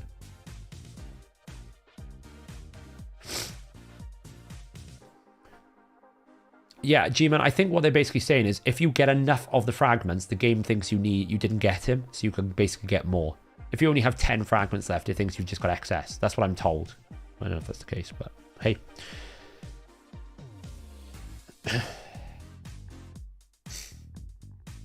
Yeah, Gnishak has got some decent damage multipliers. All I'm saying is, in Arena, he's not crazy because bombs are not meta. He doesn't deal enough damage for him to make a difference. So, like, I've summoned Gnishak already. And where is my Gnishak? There's my Gnishak. Why? Because I don't solo any dungeons. He won't fit into my clan boss team. I don't need him for arena, so the only time I'm going to need him is for Bommel, and Bommel is 3 months away. So he's going to sit here, enjoying the vault for about 3 months, and then I'll pull him out and make a very fast Bommel team. And then I'll put him back in the vault for the next 3 months. It's not to say he's a bad champion, just for my level of account, he doesn't add anything. He doesn't go into any of my teams. So, yeah, 50 fragments. So they'd have to win literally every tournament. They'd have to go hard. I don't know if it's going to be possible. It depends on how many fragments there are. Do you think there will be a way to have enough damage mitigation with him and other champions to tank Sand Devil? You can't tank the A3 at higher stages, but certainly he could go in instead of your Duchess, and then you could use your Duchess in Arena, right? It's going to give you an option to have one or the other in specialized for each area. At the moment, Duchess is being put into a lot of Sand Devil teams, but you have to run her in a suboptimal build for Arena. So you could end up putting her into there. Now, she would be better in Sand Devil because she's strong affinity at 25. So therefore, she's going to take a lot less damage. But I don't think there's any way that you can tank the Sand Devil's A3 because he ignores everything. He ignores defense. So it's designed to kill you.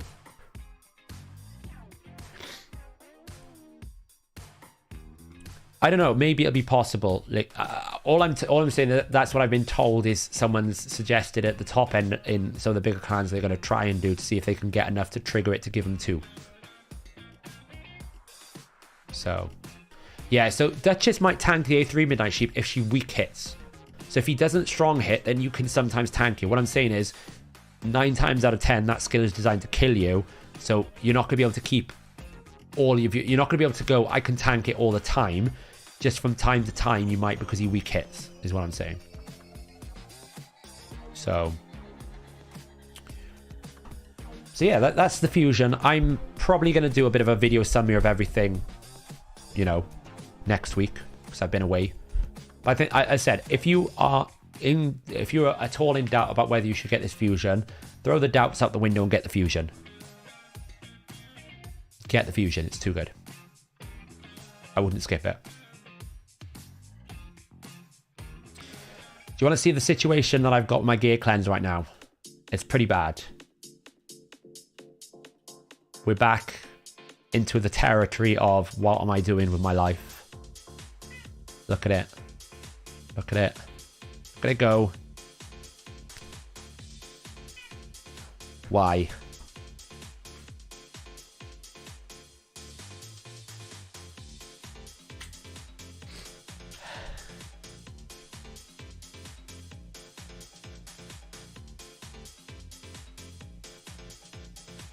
We were thinking that Carnifex. All of us were like saying, I wonder if the free-to-plays can, if we start it now, can we get it? And I was like, it's just probably not going to be possible. Like, you need the summons, and it's just no way that we're going to have enough resources on the free-to-play to do it, which is a shame.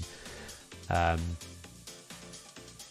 would you rank him compared to Duchess? I'd rank him on the same level as Duchess, Sebro. I would rank this guy 5 out of 5. In fact, when we were talking about the ratings in Pythian, I was almost ranking him 5 every area of the game. Because he's almost like... Sometimes then you would rank him low if you're running a specific team, like Ice Golem. If you're running like a suicide comp where you basically kill the first 2 waves, then everyone dies, and then you have a solo champ. He's not very good for that, right? Because he's going to stay alive. You don't want to do that. But in general cases, for most people in Ice Golem, he's going to be 5 out of 5 because he'll help carry you through the progression. So there's no area of the game he's bad at. Like, you know, if we think like I think I was looking at the his champion guide. Right, if we look at the ratings that Hellhades has done, and we look at the bosses here.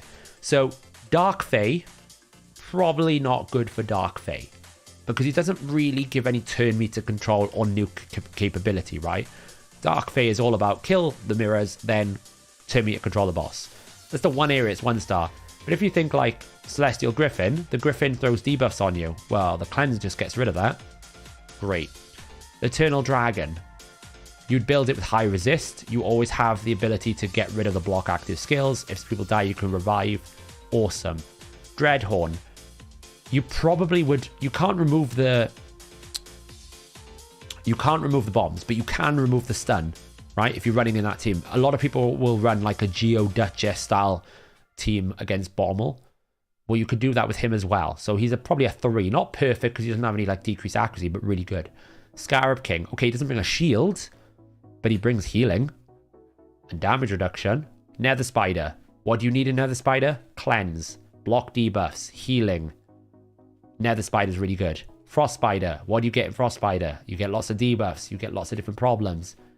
Amazing for that boss. Magma Dragon. you can cleanse the burn, the hex. Okay, no provoke. That's why it's not got a full star, because no provoke there. But you can see then you go Iron Twins. Yeah, you'd probably use it in Iron Twins, because the Iron Twin strategy is you put Geomancer and then you buff and you keep people alive. Great. Ice Golem. Keep people alive. Great. Dragon. You can use it as a save buffer. And then when you get to the dragon, you've got some healing with damage reduction. Awesome. Fire Knight. Double hit is important. Helps you get through the Fire Knight shield. Spider. Cleanse those poisons and then you can tank for days. You've also got to revive. Some of these ratings are based on like progression as well. Thinking like you haven't got a super fast team. Arena defense, 5 out of 5. Arena attack, probably 5 out of 5. Clan boss, you can cleanse stuns. You can make yourself affinity friendly. If you're in a traditional team, ally, damage reduction. Crazy. Healing. Hydra. I mean, against the poison head, that A2 is amazing. You get instantly cleanse. It's the same thing with Elva, right? Against Hydra, it's really strong. AoE revive. Reduce the amount of damage you take. 5 out of 5. Doom Tower, wave control. Everything is just in my head 5 out of 5. I don't see how you can't rate it 5 out of 5. You need what? 1, 2, 3, 4, 5, 6. You only need 7 books if you can avoid the A1 to get yourself booked up as well. It's crazy good. Crazy good.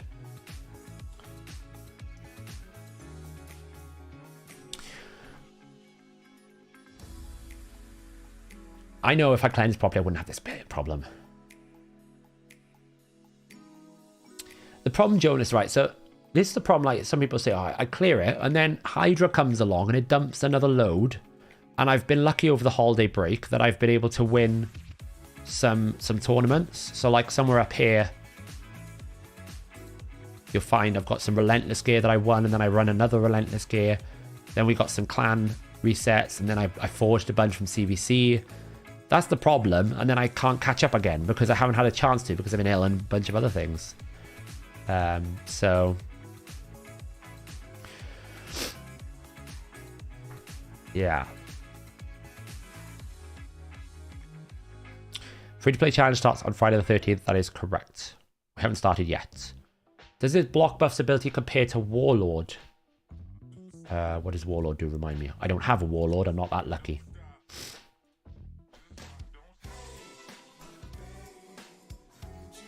Yeah, it does a bit. Warlord's heal is potentially... Warlord's heal's base level is stronger because he starts at 25. But if you cleanse more than like 4 buffs on the other guy, he's going to heal more. You get a shield, which you don't get with the other guy.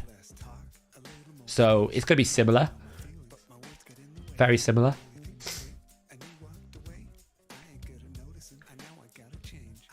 You've seen an empty Jedi using a file to auto-sell his gear. Is that safe? I think he's using RSL Helper. I personally don't want to do that. I'm not saying it doesn't work. I'm just saying I don't trust things to do it, not delete my account. So I wouldn't use that. HH was talking about if you have enough shards. I'm free to play and don't have a lot of shards. Around how many shards do you need for the fusion? Dionyman, how many shards do you have? And how much champions do you have in like this situation here? Like you can see for me, I've got 1, 2, 3. So I've got 1,500 plus 250 points there. I've got 1,750 chase points just sitting there. How many of those do you have, Dionyman? And how many shards do you have? And then I'll be able to tell you. Hey, Jeans. Happy New Year. I hope you're doing well. Where are my priorities? Everywhere, Craig, at the moment. You wouldn't even believe.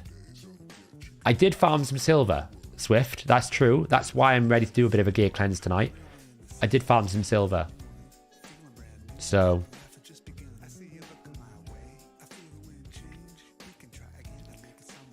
you have 2 epics saved and 60 green shards. Yeah.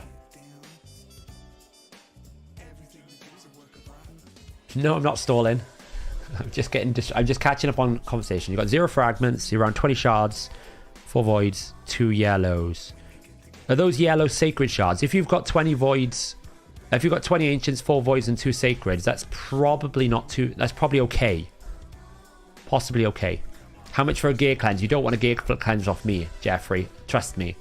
Ask chat. You don't want a gear cleanse off me.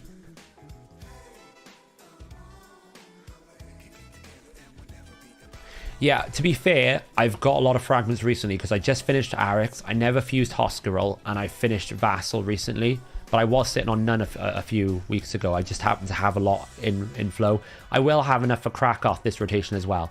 If I start climbing normal, which I will climb in the next day or two, then I'll have enough for Krakoth this rotation, and then I'm never doing a normal secret room again in my life, because what's the point? Yeah, Broadmoor, you can do, permanently you can do Broadmoors as well. You could farm this. You got some of these if you want to make them up.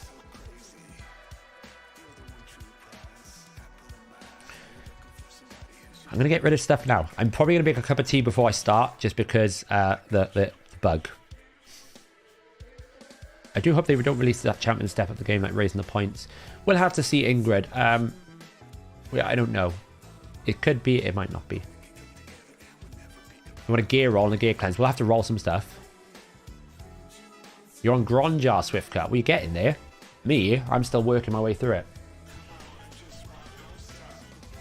How much for a Ice Golem takeover? Well, as you remember, when I set up this new Discord that I'm going to look at tomorrow and over the weekend, you'll be able to ask, we'll be able to talk in detail. But for an Ice Golem team, it depends what you've got. If you DM me, I can give you some details. Just DM me on Discord. Do you think it's worth trading up the Razin Fusion Rares epics during the Fragment event to fuse Razin with Pendulum Champion Chase? I think fusing Razin is worth doing. But just see what happens, right? Let's wait for the news on the 12th before we make any decisions about what we should and shouldn't do. The point is, don't pull any shards this weekend. Don't pull your fusion fragments. And if you've got some of these voids, then maybe build up a few for your Broadmoors, right? Just for 3 points. I'm almost certain there will be a summon rush and a champion chase, and I'm almost certain normally you will be able to skip some of those fusions, either the second set of fragments in the event or the whole event in entirety if you do everything else, right? There's always some flexibility. So I pulled a 5-star soul a month ago. Since then I've got offered 6-star Allure split souls and not a single seer. I know. It's painful, right? Right now, look at my soul merchant right now. 300 for a 6-star Cantra. 40 for a Godseeker. I'm not going to be able to get that. It's disappointing. I basically traded in a bunch of my tier 2 essence to get the 6-star Seeker, because I just feel like 300 for a 6-star legendary is just so much. I just can't see I'm ever going to get to a situation that I'm going to have 300. Like, I've been farming Iron Twins since it came out, and the most I've ever got is about 140. It's so painful.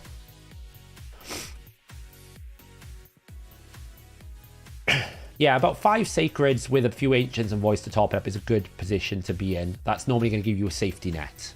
So, right, guys, I'm just going to go make a cup of tea, and then we're going to do about 45 minutes to an hour of gear cleansing. So I will be back in about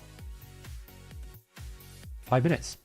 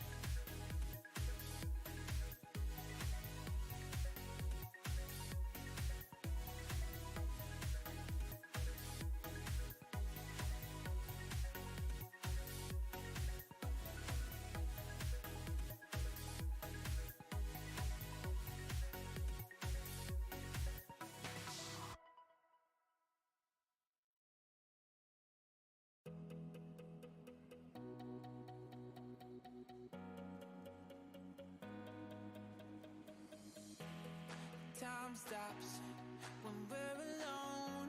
You got my love, don't let it go. Feels like we're paper thin, one step away from caving in. When you're out where all the wild roams, and you're looking for a way back home, I'll be light that only you can see. You can see. I'll be here when things go south. We can take our time just to figure it out. Oh, I'll be here when all gets lost. We can count on hope when there's rivers to cross. Oh, and I know our lives will always change, but our hearts forever stay the same. I'll be here when things go south. We can take our time just to figure it out. Oh.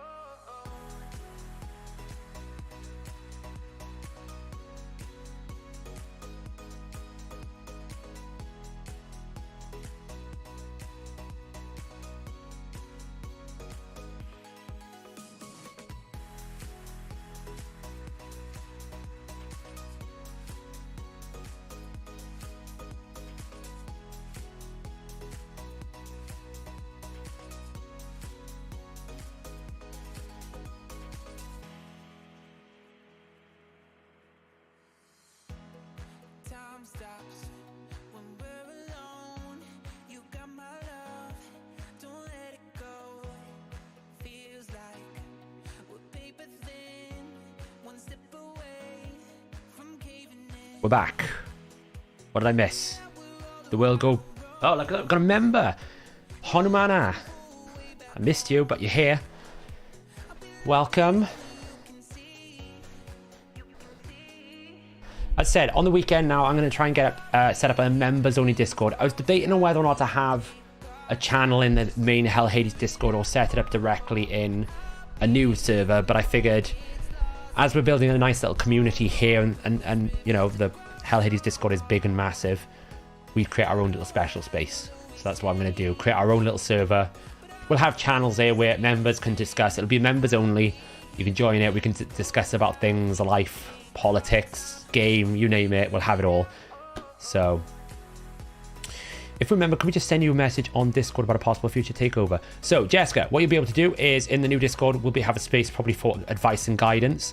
I'm probably going to be looking at doing a special members only stream soon in terms of a takeover, but I don't know all the full details yet. The only reason why I'm hesitant about saying I'll do a takeover for you is just one, because of my own time, and two, because of the commitment and responsibility involved in it, right? I've got to be very clear about what we're doing. We also have a takeover service on the main website, which is obviously paid for with real money. I don't want to charge people for it either, but we'll probably have spaces on the member Discord where we can help sort out your problems for you, and we'll figure it out together. That's the idea as a community.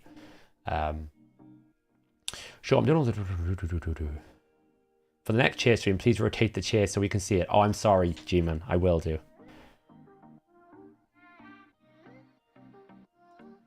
No, I'm not doing an OnlyFans.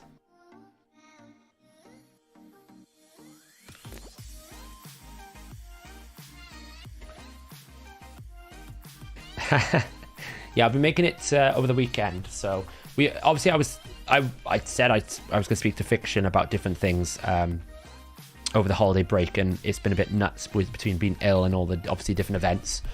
Yeah, the time we allocated to focus on that kind of got pushed onto other things, and I've only thought about it the last day or two since I started getting better. How do you cleanse your accessories? What are the stats you focus on the most? We'll probably do a bit of that now, Wrath. We're here now to do a gear cleanse. So what I'm just going to do first is I'm just going to restart my game, because I've had it open all day and it will lag to hell and back unless I restart the game. So let's do that. Bill Johnson, have you done the math on how long it will take to get the Plarium plate joint? It's going to be years. Bill, in some situations when I do math, you basically decide that the math isn't worth doing because it takes so long that you can just say too long. And that is the case of the new champion. But also as well, I feel like the events must be pretty substantial because it feels way too long without the events. Like, even the extent of whaling is like, they're talking thousands and thousands of pounds. It feels like that there must be more ways to get Plarium points. So, but it's not a crazy champion anyway. Ironically, Jeans, my my accessories are quite clear. I have a lot of accessory space. I just haven't rolled half of it because I've got space to. So banners. To answer the question of how do I focus on accessories, it depends where you are in game progression, right? Right now in my level of game progression, I pretty much sell anything that is 5-star, even legendary, because I've got so much 6-star gear, I don't need 5-star. The raw base stats you lose from a 6-star, from a 5-star is not worth it, right? Let's turn that down a bit. So, for example, I do have some 5-star gear that I've got equipped on people. But like, if we look at this piece here, the base is going to be too low. And then the rolls that I'm going to get are going to be low as well. I've only kept this piece so far because it is revenge. Otherwise, I would have sold it. So my priority in terms of accessories. Banners, I'm looking for one of 3 things. Okay, I'm looking at this piece, I'm going, I will keep this piece if it rolls a lot of speed or a lot of defense. If it didn't have any rolls on speed and defense, it's a sell. Why? Because I either want banners with speed, or I want banners with the primary matching the secondary, or I want accuracy and resistance with speed. There's some niche scenarios where no speed is good, but then I'm looking for multiple rolls in the primary stats. Right, so this piece here is probably a sell for me now, because the other thing you want to look into is roll ranges, right? A perfect roll piece here would be 12. It's -1, not good. A perfect roll here would be 14. It's 12, so it's mid-rolled. And it's flat rolled and attack. And I've got defense mixed with attack. It's not a very good piece. I would keep it if I didn't have an awful lot of defense 6-star banners. But for me, it's a sell. Okay? This piece here, I've kept it. Why? Because I've got a double roll resist. Now, technically, I should probably sell this as well because it's low rolled. The maximum here should be 18. It's 15. I've low rolled every single time. So actually, I'm going to sell that piece as well. Not good. I always keep all reaction regardless of whether it's good or not because reaction is too powerful a set, okay? Whether you have reaction or not, whether it rolls well or not, just keep the piece. Sometimes if it rolls lots of stats in the right direction, in the right quantity, like you get triple rolls, you reforge it. Reaction gear is a good chaos or usage. In this piece here, I'll just keep this piece in case I need something with these stats. They're not a great roll. Like, I've got resistance with attack. Resistance and attack together is bad. I've got flat defense and then a low roll speed. It's not great. Sometimes with your gear on accessories, rare pieces are better than epic and legendary because rare gives you the best opportunities to double roll. So in this scenario here, I might want a very fast accuracy banner. So I'll roll it to 8 and I'll go, okay, it's split rolled, it's a sell. But if that rolled perfectly to an 18, then I don't really care what the rest of the substats are because I've got an accuracy 6-star banner with 18 speed. That's good. That's pretty much top tier in terms of what you need, right? You'll use that banner all the way through to the very end game. So you can see here what I'm looking for is, can I roll speed? I rolled it, I low rolled, but I'll keep it because you never know if I need it, right? Here again, you can see the types of pieces I'm keeping. It's split rolled, that's a sell. It's good to do this during an artifact enhancement because you will pick up a load of points. Same thing here. I've got defense with speed. Now, if it doesn't triple roll speed, it's a sell. It's avoided both of them on 8. It's a sell because I've got really bad stats.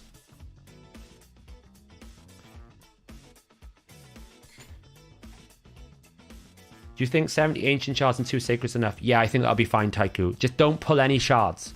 And obviously keep doing Ultra Nightmare. There's still a whole week before we start the fusion.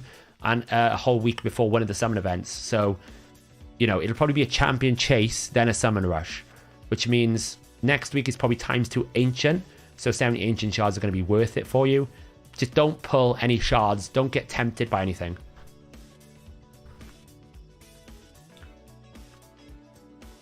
Honestly, Gene, the reason why is because there's so many different artifact sets you need to keep now where accessories it's still limited to factions. There's not as much. No, speed rolls to 6. 5 and 6 on 6-star. Genes. Speed is 5 to 6. Percentage is 5 to 7. So Swift is right on 5 on percentages, but not on speed. Speed is max capped at 6. Do I keep attack amulets, Carnifex? Yes, I keep at least 1 or 2 attack amulets per faction, but I'm only keeping attack amulets that have accuracy substat rolls. Otherwise, I'm not bothering. Amulets are a bit more complicated. I'll explain why now.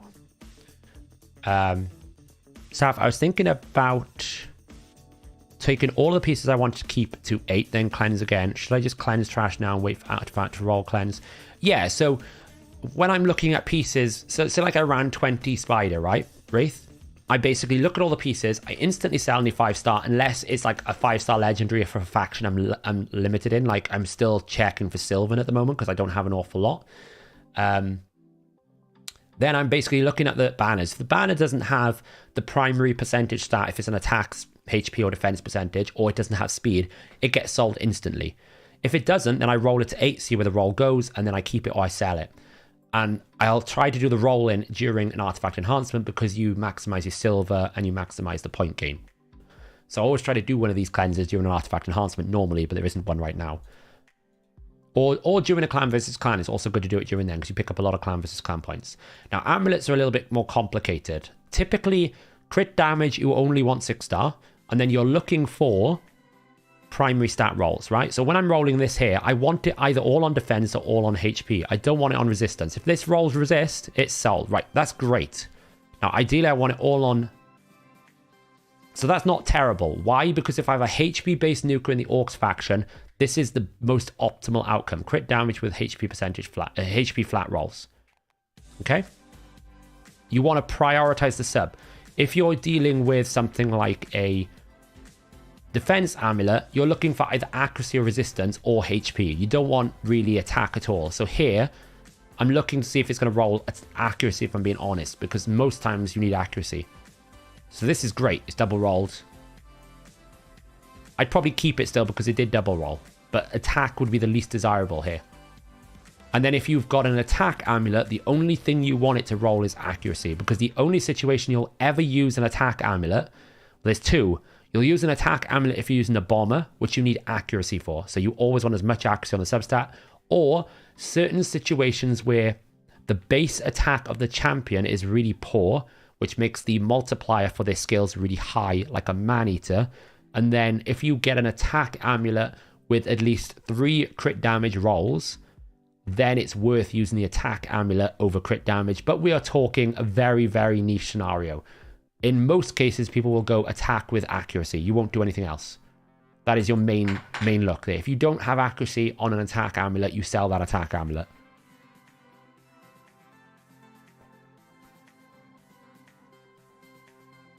Okay, Taiku, so you've done very well then.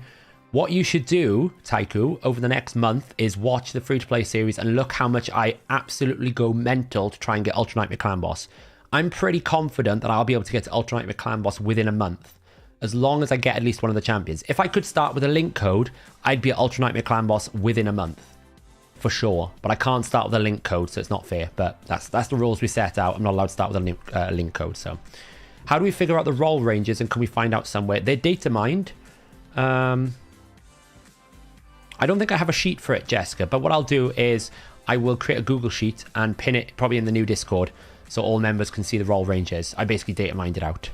I don't know if they show it in the game code. I don't think they do they? They show the stats you can get, but they don't show the range. Good lord, whoever did that UI needs a brain test, because that's awful. Okay. Yeah, that's cool. Yeah, so it doesn't show you the roll range, but I'll make a Google sheet for you. Speed doesn't roll to 7, no. One last question, I think, on the HA website. Aren't the champs recommended for stats in order of priority? Yeah, we tried to do it in order of priority, Wraith. So when you look at it, it's like the most important stat is on the left to the least important stat. That tends to be what you do. You can keep an attack amulet with 3 or 4 rolls of resistance if you're going for high resist builds. That's a good shout as well, Sebastian. But typically, in terms of stats, amulets with accuracy is the best source of accuracy. So you want as much in there, right? If you can't land your bombs, your champion is pretty useless. So unless you're running Astrolith, like Astrolith's the one champion that you would say probably a high resist build is good, but you would need a very high resist to be relevant. So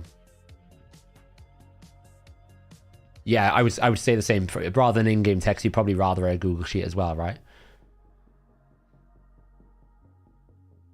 Exactly, Jeans. I don't know what the hell they were thinking. It's awful. It's awful visual. But in terms of like percentages on a 6-star, right? I think, so for a 6-star, roughly, just to explain it, these stats here is 9 to 12. Accuracy and resistance is 9 to 12. HP is much wider. It's like 275 to something. I think percentages are 5 to 7%. Speed is 5 to 6. And that's the main ones, really.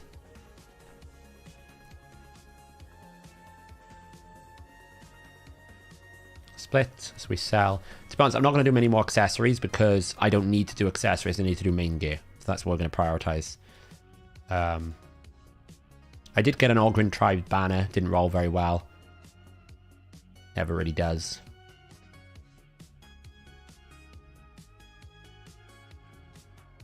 Like this here, for example. Not really great. I've kept it because it's revenge.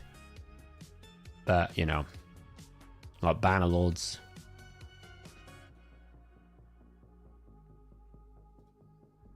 So when you've got a primary stat of defense percentage, you really don't want crit damage substat rolls. It's the worst substat roll you can get because it gives you no benefit. Because if you're going defense, you're not looking to do damage.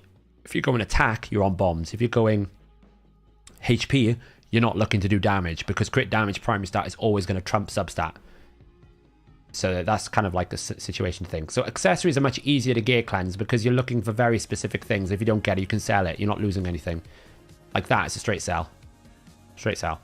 Now, sometimes you might want to use Chaos Ore, but I would only use Chaos Ore on accessories, on reaction, revenge. Sometimes these types of banners are pretty good, but it's very rare that you'll find them on the these sets because it's so hard to get good quality. Like that should really be sold.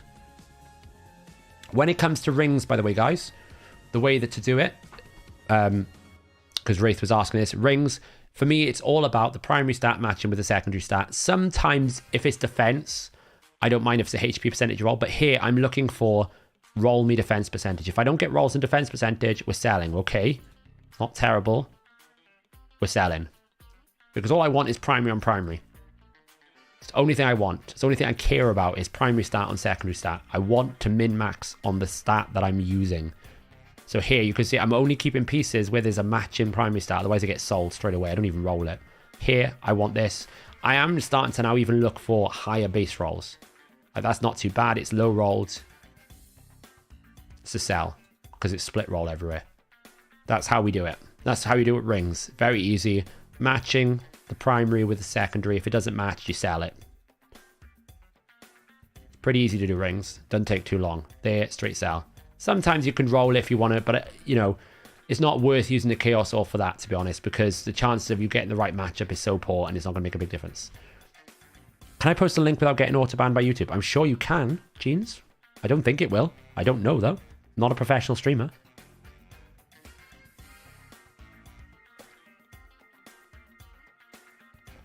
Do you know what? I picked up a Tamizia over the weekend.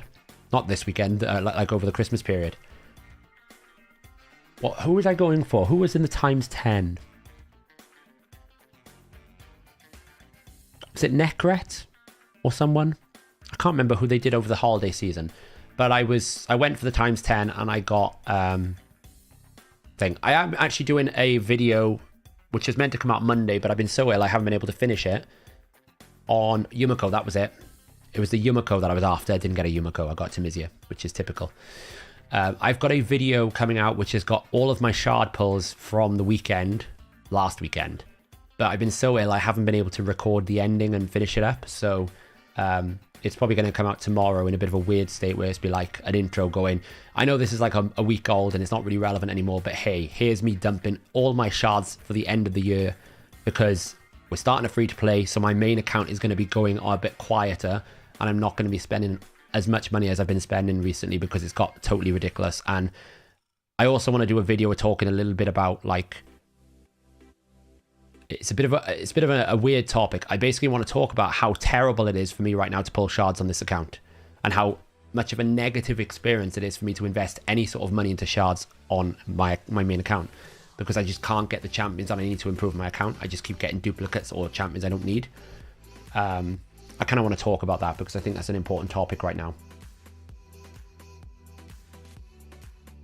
Because it's really depressing to try and improve my account and get some champions. Yeah, Tamiz is good. I don't know whether I'm going to build it though. I don't know if I've got a use for it. In regards to what you say about ore, are you saying that you only use ore on accessories, or that you're saying you only use ore?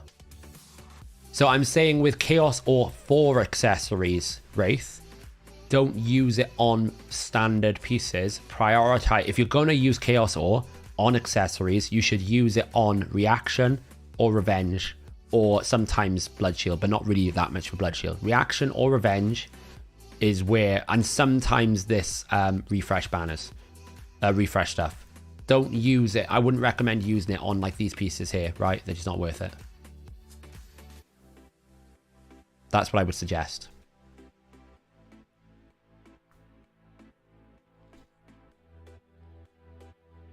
Yeah, I mean, that's the problem, Sebastian, right? I've been trying. I still don't have a Kaimar. Like, my account would desperately want a Kaimar, and I pull a Basilius Ranus. I have no use for a Basilius Ranus. What was it? I think I pulled a... He did give me 10 speed in High Elves, which is kind of cool. What champion did I pull? I pulled a Duke Clizea.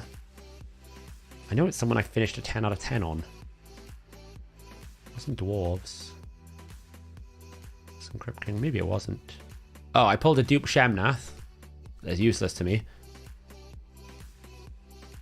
So I'm really, like, my account is in a bit of a difficult position because I've been trying to push to try and do more arena content.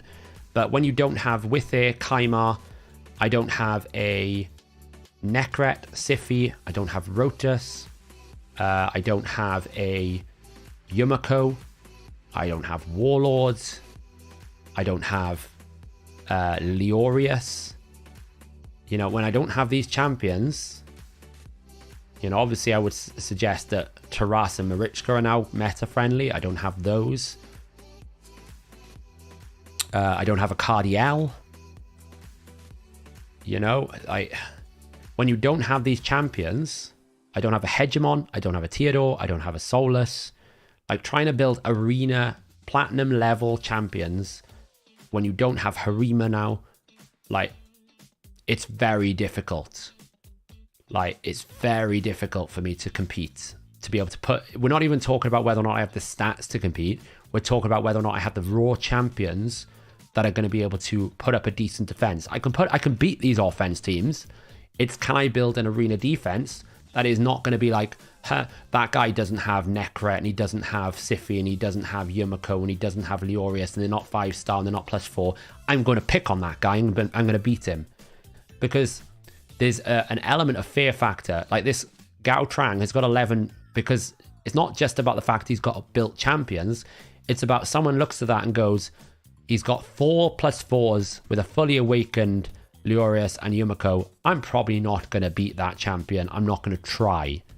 I'm going to be afraid. Versus this top one, I'd look at those two there between Sui and Gautran and go, I could probably beat Sui. Can't beat Gautran. Wouldn't even bother trying. And that's the problem with my level of account, is pulling shards means I might get one extra champion of something, but if it's not the champion that I need, it doesn't have any benefit to my account. So therefore, in order for me to get there, I have to invest an awful lot more. I'm just not willing to do it.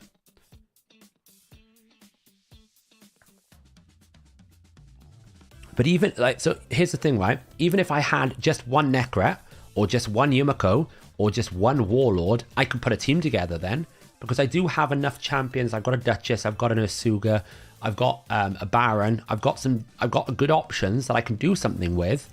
I've got an Uko, but because I don't have at least one of the OPs, it's very difficult. You know, a lot of these, like Cupidus, I have to run Cupidus in Stone Skin because I can't run him with Necret, because I don't have a Necret. If I had a Necret, Cupidus becomes a lot more flexible.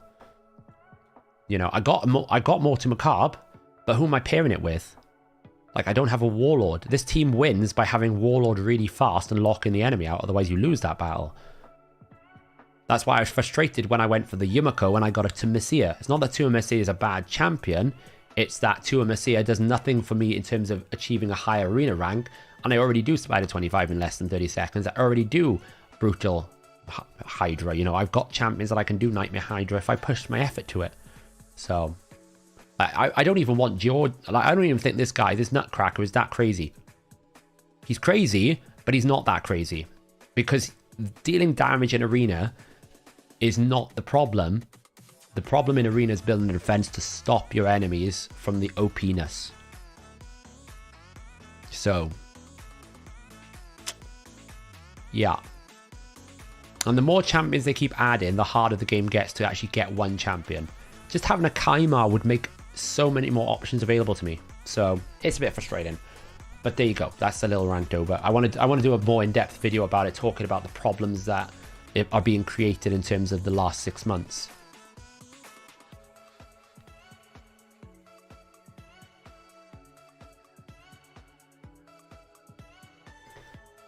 But I think, Jacob, the issue is we need like times 15.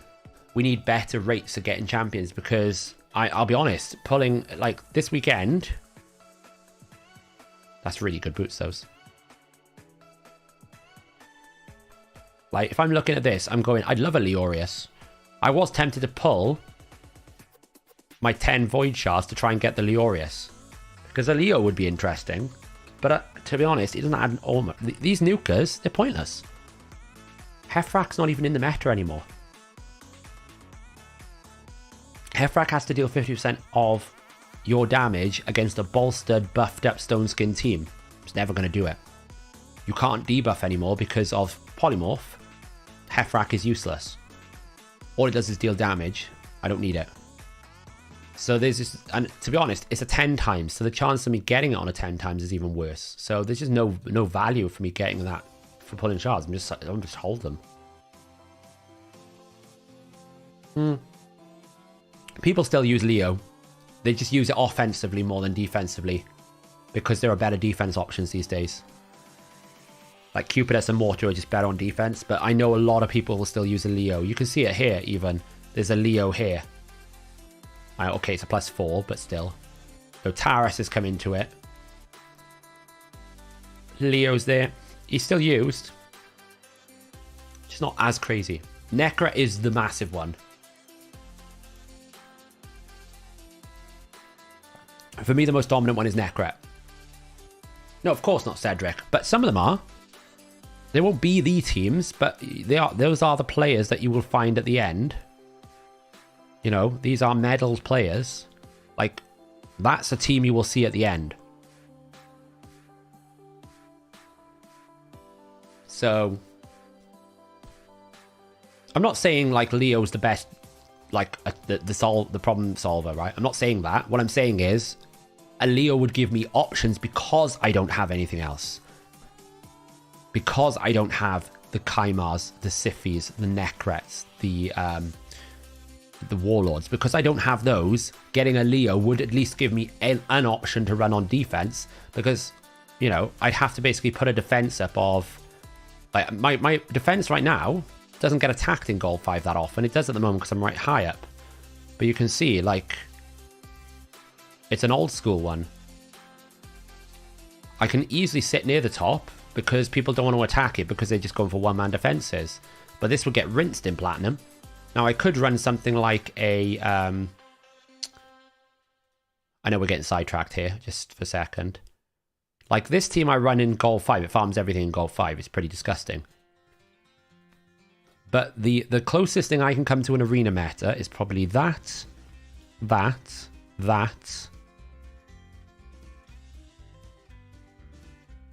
Probably that.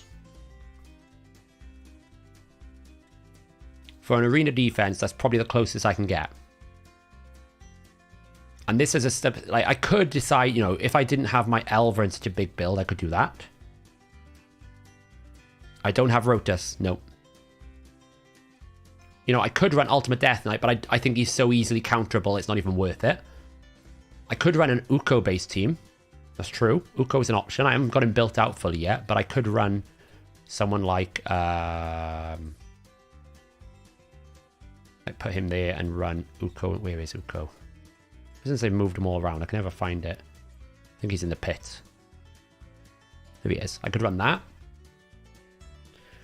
Provoke Uko is the way to go, but I don't have any provoke sets. And probably my stun sets are not good either. So I could run that. Can I show the Asuga build? Yeah. I think she's built in Stone Skin. Probably not the best Asuga build. I haven't looked at it in months. She's built in 6 out of 6 Stone Skin. 4.8k defense, 82k HP, 190 speed. I like to build 100% crit rate as close as I can on her because actually her base damage is quite good. So you could run that. So yeah, you could run an Uko and stun, which is useful. Like, I'd lose against this team though. Because Mortu Macabre is just a nightmare. I know everyone runs Mortu, but man, I hate him. He's so difficult.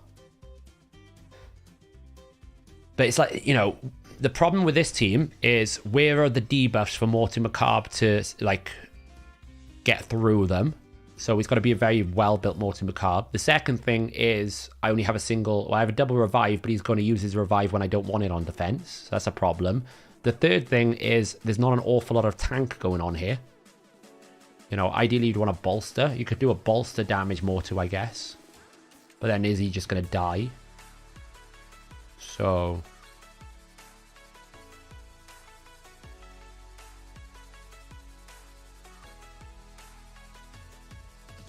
But yeah, you see that this is the problem, right? My flexibility of champions. I've got loads of good champions, but not the meta champions. And I have so few of the meta champions that I can't even like throw together a very strong team of the meta champions. Like, I can't make one really good team because I don't have 4 of the really good ones. But I do have a 5-star Baron, right? So like this team here, as long as I beat it in terms of speed, which I should do because I've got maxed out Faction Guardians.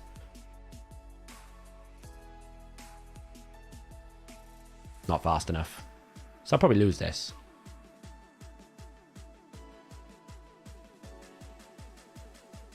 That's a pretty fast team.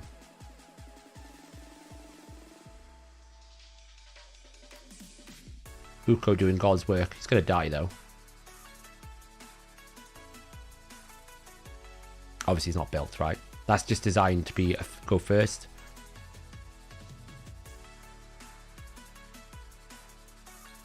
It's a very fast team.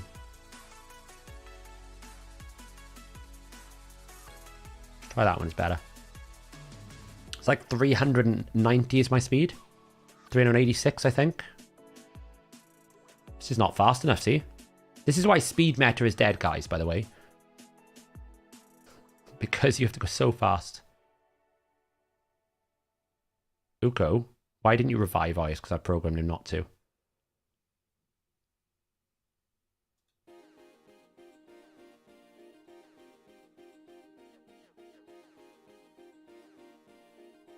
My Arbiter is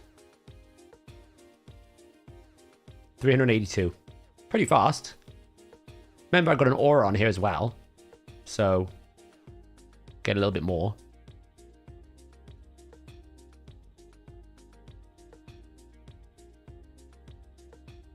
I don't have Gothred either, Cedric. I've been using Uko in my team just because I found that the A2 is good to just deal with like Swift Parry. Will you stop doing your thing? Oh my god, why is he counterattacking so much?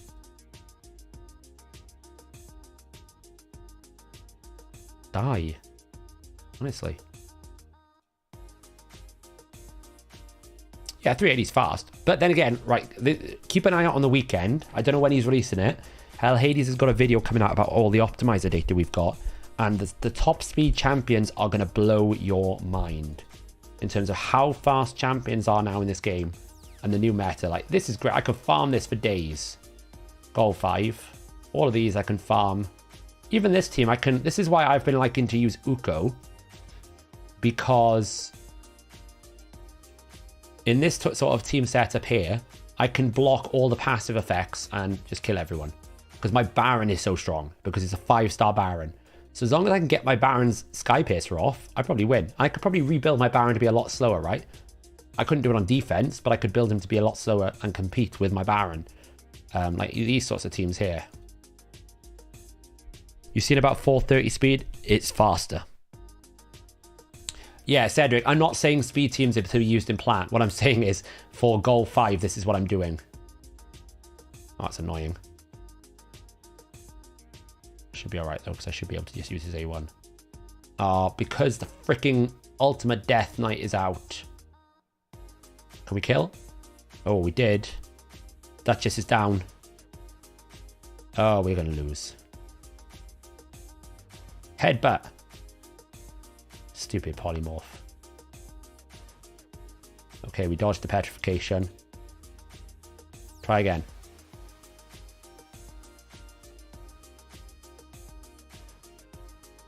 There we go. Oh, you're Sponge Bozers. Yeah, like you can't farm. Like, speed is dead in Platinum Arena. Speed is not the meta. The meta in Platinum Arena is buffs, polymorph, and unkillable like Mortus. Like, this is the type of team you're dealing with. Rotus is back just because Baron is strong. Baron, you know, Rotus and Baron get into problems.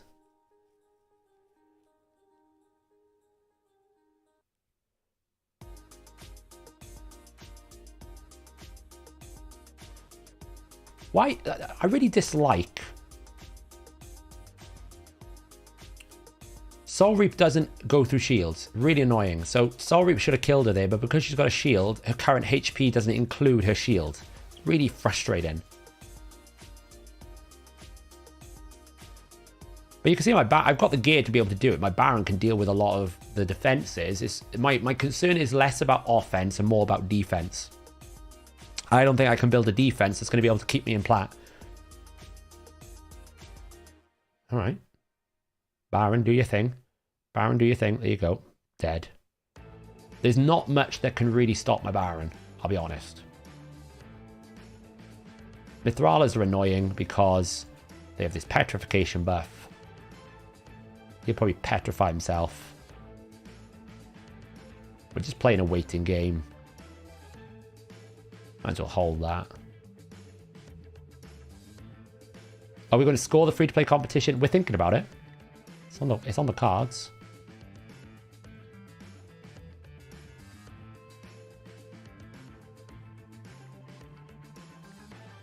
Like, I've seen 800 accuracy, 400 speed warlords die. So my Baron is like capable.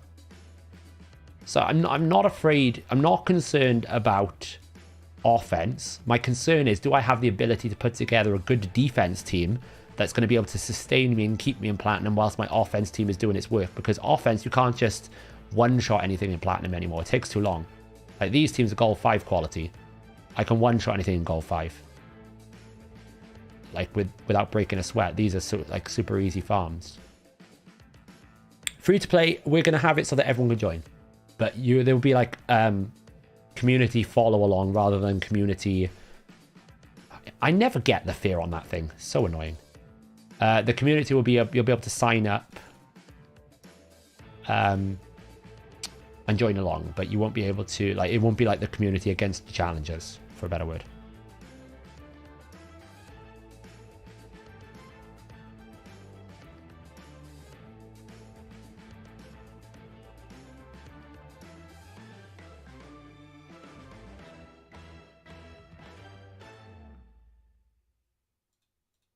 Oh, we're still waiting.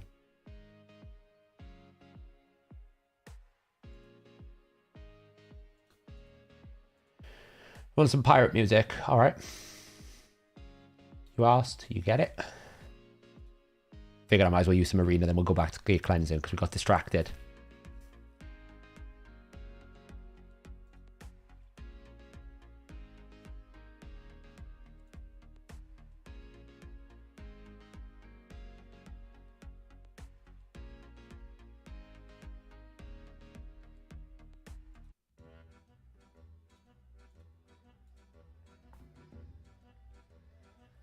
Yeah, the thing is, people are saying Defiant are very good, like earlier. Defiant is really good in Arena because it just kills it. AoE damage dealers even further.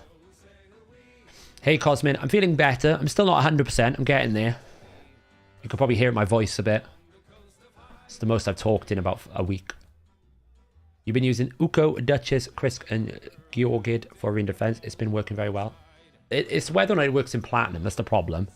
Like, it's so difficult to actually play your defense in Gold 5 because unless you get to this level, nobody attacks you, right? Like, I'll probably beat this team even though Rotus is in it because my Baron is so strong. Oh, actually, never mind. There's like 3 stone skins. Can we strip any? No, we stripped 2.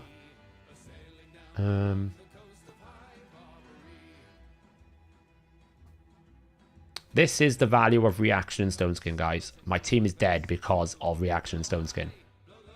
We'll probably... No, we weak it. Uko takes over. 1. Here we go. 2. Here it goes.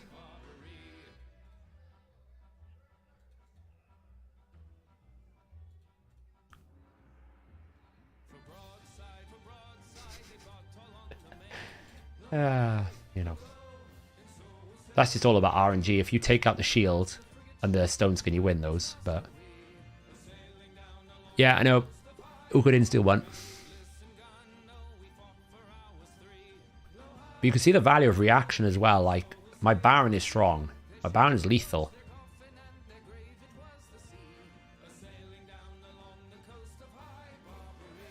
You know, if we look at my Baron here, he's in 5-star, so he's getting an extra 20%. 6.7k attack, 288% crit damage. Not the craziest. I've seen like 9k attack. And reaction just stops him from killing anyone. So...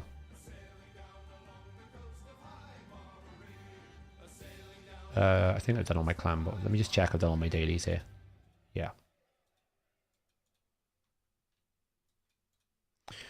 So, that was Arena.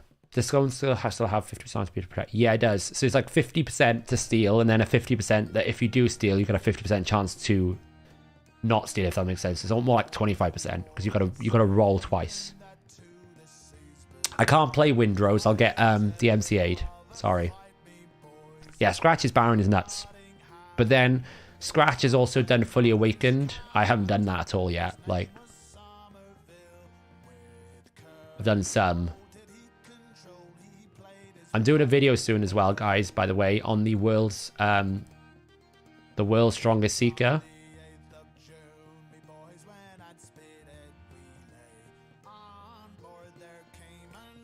Anyone spot the number that I'm looking at?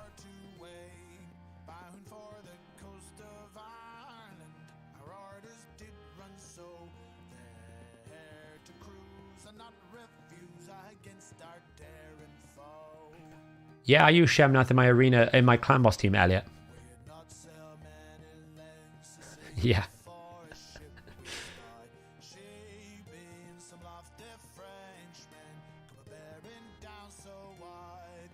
It's kind of nuts, right? I've got this disgusting gloves. It's a shame it's on the better set.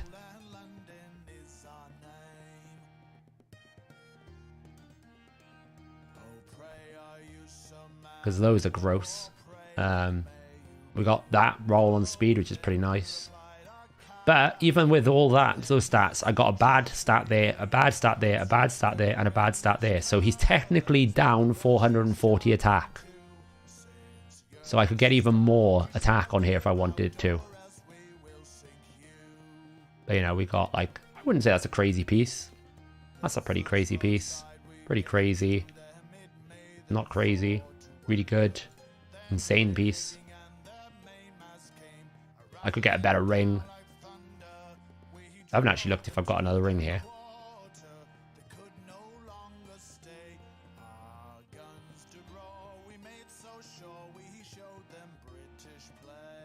I have him in Cruelty. Because I use him in Clan Boss, so my Clan Boss team gets full 20%.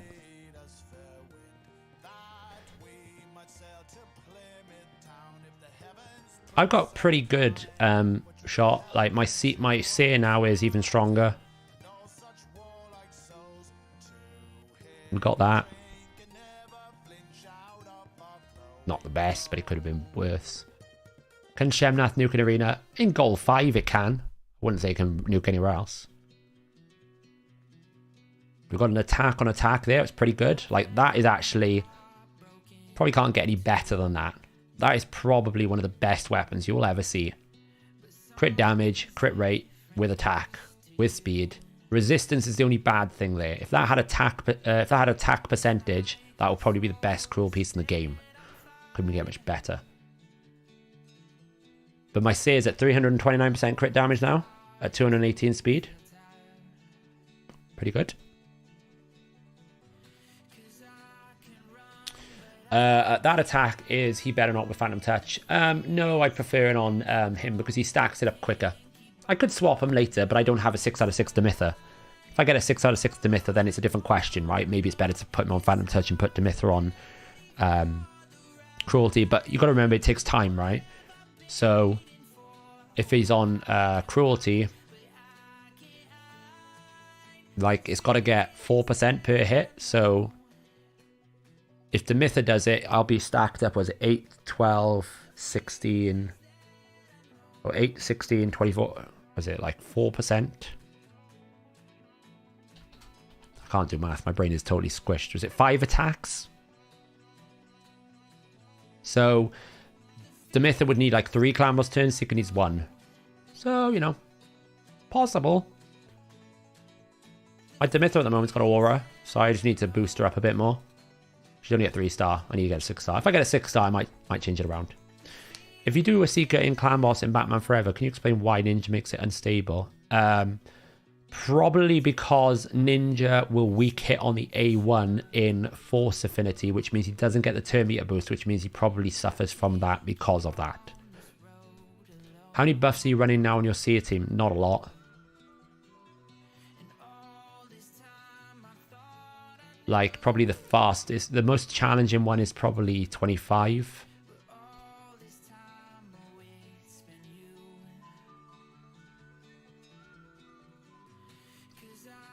So 1, 2, 3, 4, what is it? 3, 6, 9, 10, 11, 12, 13, 14, 15, 16, 17. 17 buffs.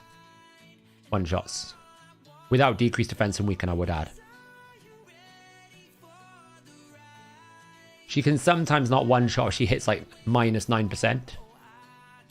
But in this build, she pretty much one-shots everything with low buffs. That's what I said with the new fusion. Just because he doesn't have more than one buff might be okay because of all these different awakenings that we've had recently. And like, if you can get your Seer as big as this.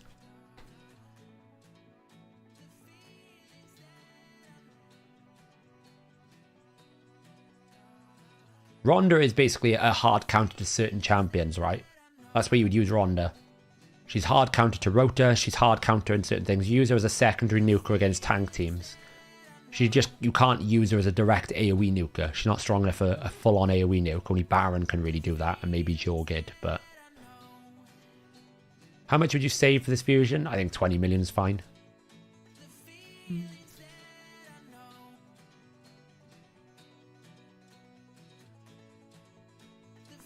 I haven't even used this, I haven't used the 3v3 quality of life change.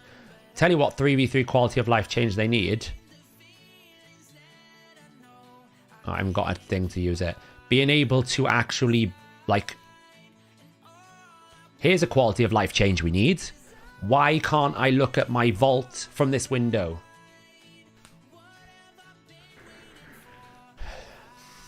I have to keep my arena defense champions in my main... list of champions because I can't look at my vault. Why can't I select my preset teams here? Like, I don't really care about switching up and down. This is the problem that 3v3 has. I can't remember the teams that I set. I can't save them in my save teams. I have to rebuild them every time manually. Take champions out of the vault and rebuild them. It's so stupid. Your Seer is similar. Is your Seer in Savage Cruel though? Lethal Cruel. Kessel. Is your Seer 327% crit damage in Lethal Cruel and Crushing Rend and War Master?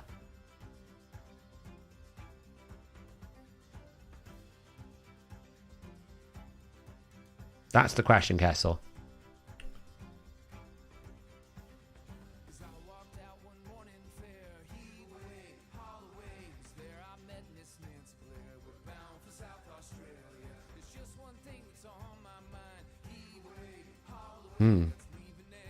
It might be. I'm not saying my say is the best. Right, so gear cleanse, which we were meant to start like an hour and a half ago.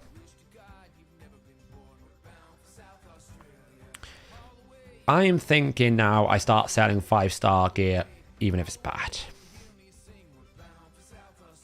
Time to be brutal, guys. We got to do this. I might keep that because actually it's okay. I don't have enough reflex to sell that, so that's going. That's going. This is not good. It's Defiant. I don't have enough Defiant, so we've got to keep that. No, I don't really use RSL Help an awful lot because I find it's too buggy for me, to be honest. The only few times I used to use it was auto climb in Doom Tower. I don't need to do that anymore. Or in clan versus clan if I've run out of multi-battles.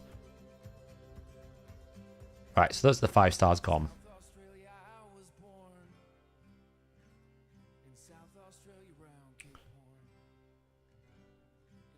It's these pieces I think I'm going to have to start selling. I just don't think I'm ever going to use them. But I don't know, like, what's your opinion, guys? Do you think that piece there is sellable, or do I keep it?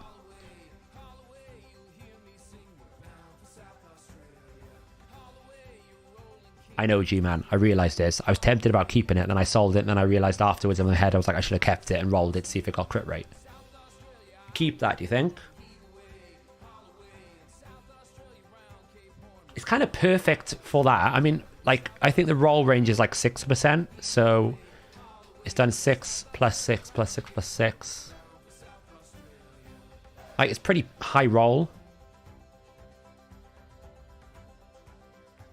Savage plus Cruel plus 2-star Awakening War Master. Oh, well, nice, Kessel. Welcome to the club. Pretty strong. So, that's a keep, yeah. That one, that should be sold. Wait, what about this piece, though? Crit damage of speed. I feel like it's worth keeping if I ever use it in Clan Boss. Again, that's a perfect role for Clan Boss. I've been keeping days because I don't have a day set, and I might need it for something in the future. So I'm trying to build a set. I'm trying to build at least one good set of every set in case you need it now these days, because you have to. You're telling me to sell the Fury. I like Fury, though. Again, you got to remember, guys, your rules about selling are not the same for me because I will use it for content. I might use that in a like a Clan Boss team if I build it. I never want to sell it, so I don't have enough regen gear, so I have to keep these. That's what I've discovered. I need to farm. Do you know, it's actually insane. This is going to shock you. It shocked me. I thought I had more. And this has been a real problem for me when I've been building the Sand Devil.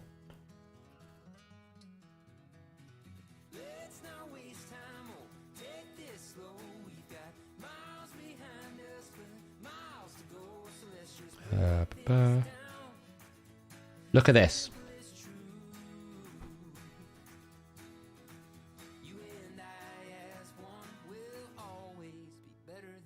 I have one singular piece of regen chest piece that is either health percentage or defense percentage with speed substat. One.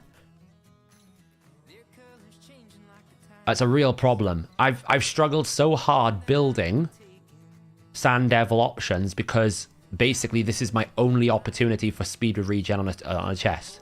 I tried to build like regen Defiant, and I just don't have the regen pieces. I'm looking forward to the like a ×3 regen or something because I need regen gear. Like, that's so bad. I thought I had more. I must have been selling them without realizing. But one piece with speed that's either a hit health or defense percentage primary regen. That's all I've got. It's brutal.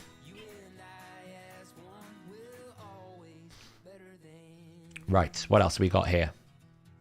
I feel like that's a worth a keep, right? I don't think my 5-star gear is like overly bad. Like, I feel I've been keeping that because it's like got 28 accuracy. Accuracy and immunity is good.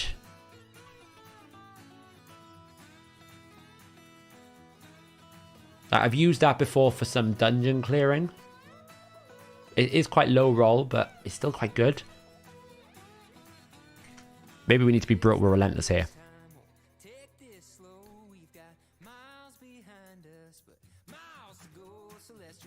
I think about the Glyph and Ascending, which will be both lower than 6-star values. It's true. It's true. Relentless is difficult because you might want to build a high resist team. Like these pieces I'm keeping are not terrible. They're all triple roll. That one's probably a sell for me now. That one's probably a sell. That one's definitely. Like a triple roll, I should keep that. That's pretty poor. Poor.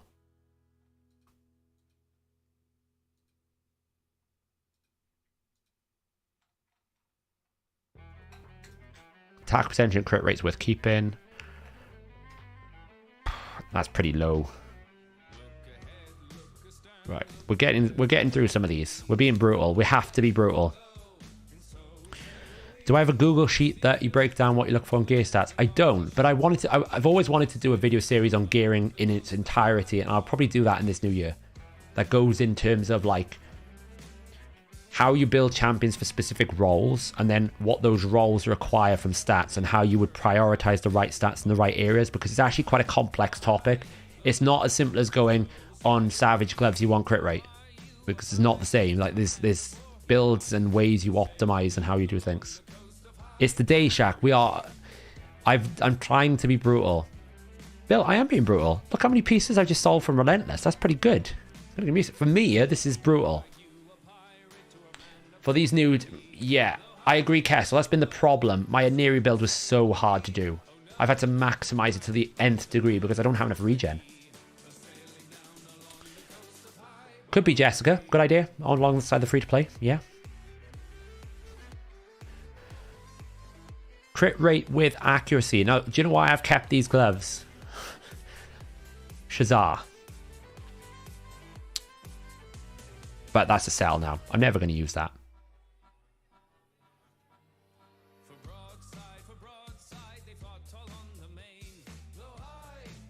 Poor.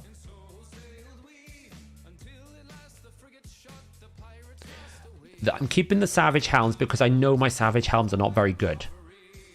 But the weapons and the shields can go. It's pretty good. It's a triple roll. I'm keeping triple rolls because you never know when you need them. Toxic, I just care for speed. If it hasn't got lots of speed, I'm selling. Crit rate's not bad. Speed's okay.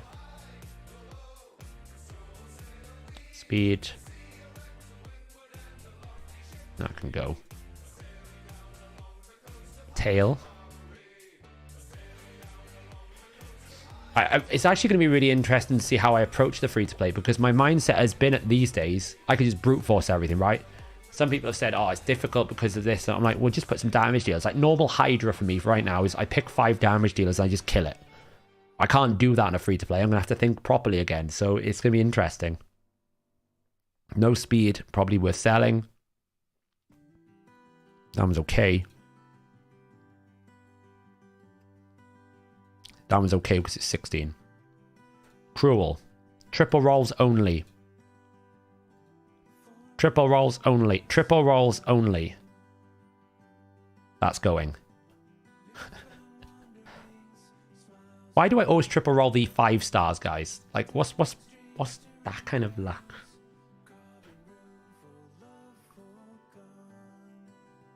That's poor.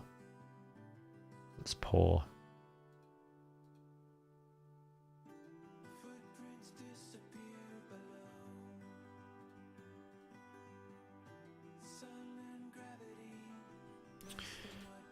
We've got 21 pieces to be sold here. That's pretty good going so far. That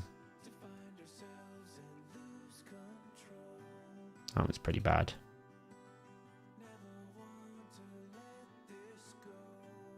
That was bad.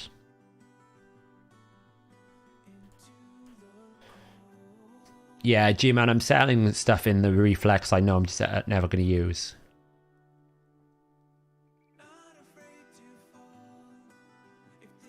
Yeah, the problem I think a lot of content happens these days is that it tells you the answer before it's giving you the fundamentals, right? Sometimes you just want content that people go, like, you know, champion content. Is this champion good? Here's how I built the champion. It's good, right? That's fine. But a lot of the problems with Raid has become that the fundamental game aspects are very difficult to understand, and people will draw themselves to the answer and then not understand why it's not working, right? The amount of people I've seen said, I followed this video to the exact and it's not understood, it's not working. It's like, yeah, because you haven't understood the concept. It's the same thing with team suggestions. I've seen a lot of people go, I built a team, I don't know why it's not working, because they don't understand how the team is working. The idea with suggestions is meant to give you the concept of a team that does work, and then you understand what it's trying to do and then build your team around it. It's not designed to be a build this exact team and it's going to work for you. Whilst it should work, it's not designed to do that. So trying to do more content, that's what I want to do on the channel, is give people the base knowledge and understanding of what is going on, so that then they can grow from that, and then the video content alongside it, which just gives you the end result, they're going, oh, I understand why he's saying that good, because I understand the concept of what makes it good. Not, I'm going because this person tells me it's good. It's not to say that people are, I'm not saying that viewers are stupid. That's not what I'm saying at all. I'm saying they're getting drip-fed information and then relying on that exclusively, and that information is not giving them the base understanding that they need to understand what they're being told.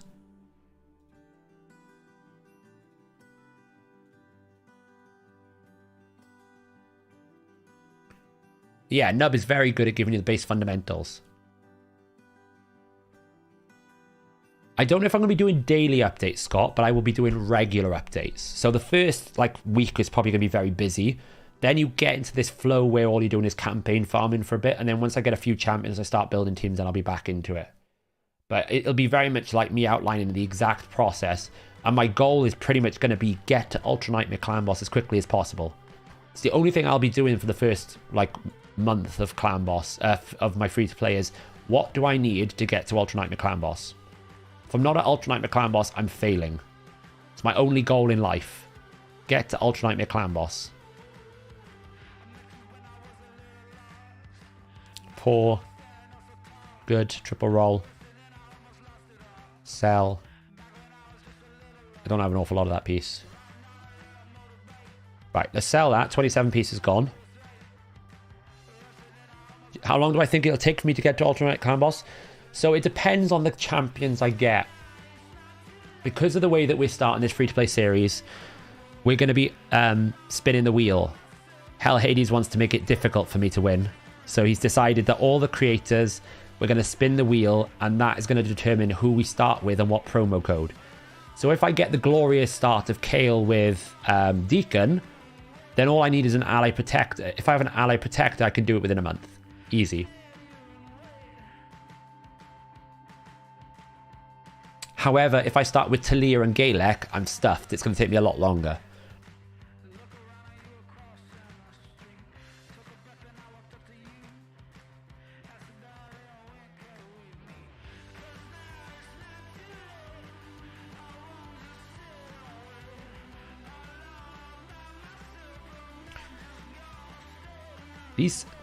I tend to find these Hydra sets are really difficult to build for, because you kind of need a bit of everything at times.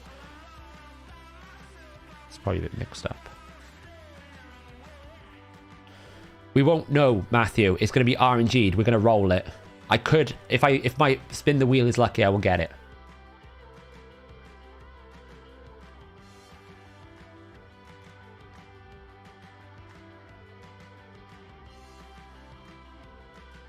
We all get Rhonda. Rhonda will be useful, but I don't think Rhonda's better than Kale to start with. If I had Kale, I'd 60 Kale before I 60 Rhonda. At least if I get Galek, I'll probably 60 Rhonda before Galek, because Galek is awful. Just got a 5-star Gaius Awakening. What would you recommend, Sap? Where are you using him, Kerem? If you're using him in Arena, the Lethal Dose one is pretty good, because you get attack and accuracy. Greg, I think they want to do it to make it a bit more fun. I'm looking at it as a challenge, but not all the challenges are like Dead. We're just going to look at it as a bit of fun and a bit of a challenge, but not necessarily competitive. I think Hellhades wants to do it as a content series and fun, but he's not going to be playing it 24/7 hardcore to get there as quickly as possible. So he wants to just shake it up a bit and make it interesting, I guess. Yeah, go for stats then. You could go Lightning Cage if you don't care for stats, but Lethal Dose will give you the best stats.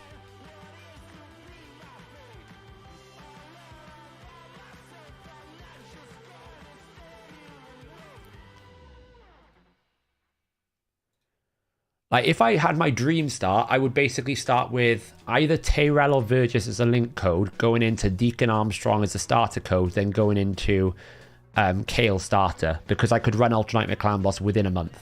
Easy, because I've got my Ally Protector, I've got decreased defense, and I've also got a Speed Aura, and I've also got a Poisoner.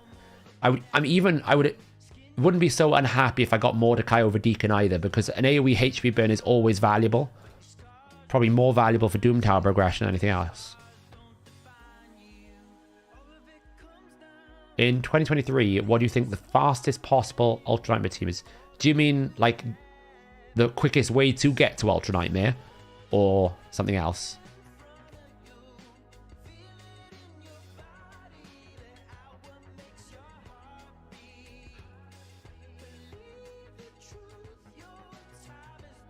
No, Tyrell's better than Deacon. Tyrell's by far, like, if you gave me an option between Tyrell and Deacon, I would take Tyrell every single day of the week. I know that is going to probably be a huge controversial thing to say, but Tyrell gives me decreased attack on a single target, gives me turn meter reduction for Spider, it gives me AoE decreased defense for wave progression, it gives me everything I need to be able to survive a clan boss. Deacon is just giving me turn meter control and AoE decreased defense. It's not giving me decreased attack, which is so important early game. So by far, Tyrell is better than Deacon early game, at least, for me.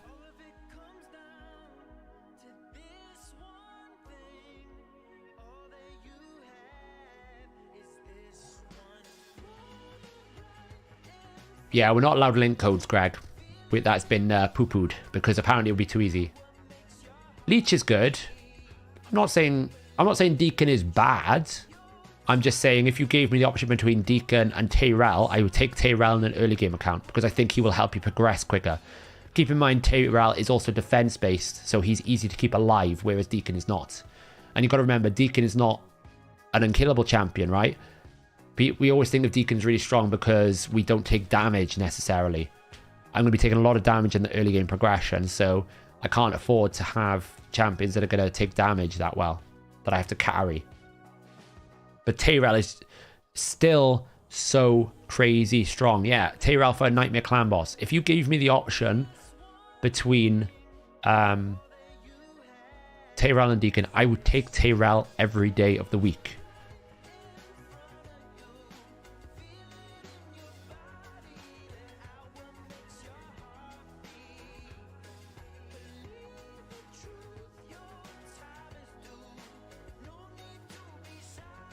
Oh, it's all very good.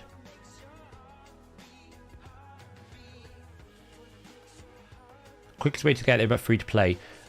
So you start with Vergis as a link code. You then will get probably Deacon as a starter promo code, and then you start with Kale. If you do those three and you pull up a decreased attack, you find a decreased attack champion, you probably will get to Ultra Nightmare Clan boss within a month, I would say.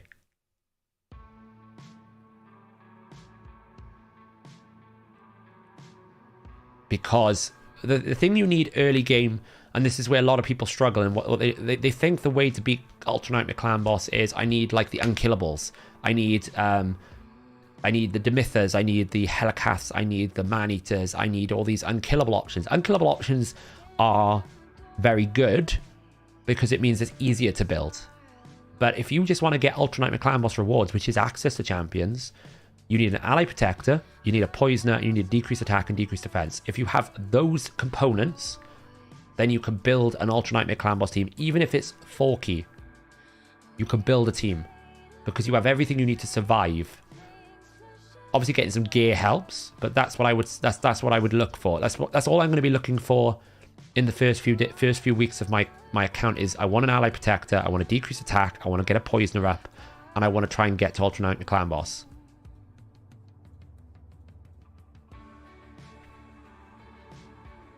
It's pretty poor.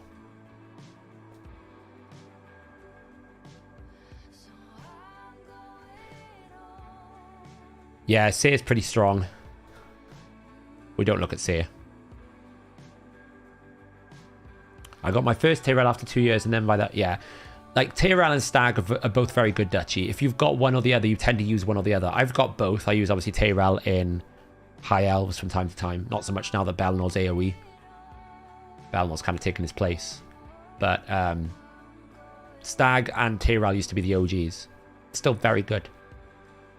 Still very, very good. Probably keep this because it's bolster.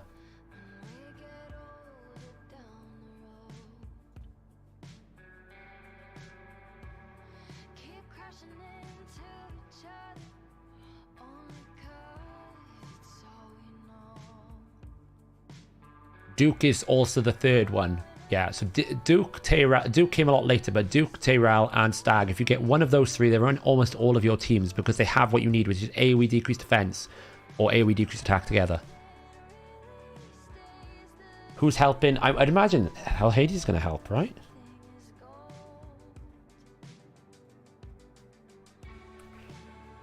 Who do you use in Stag? I would use Tyrell in Clan Boss because defense-based and also A1 decreased attack.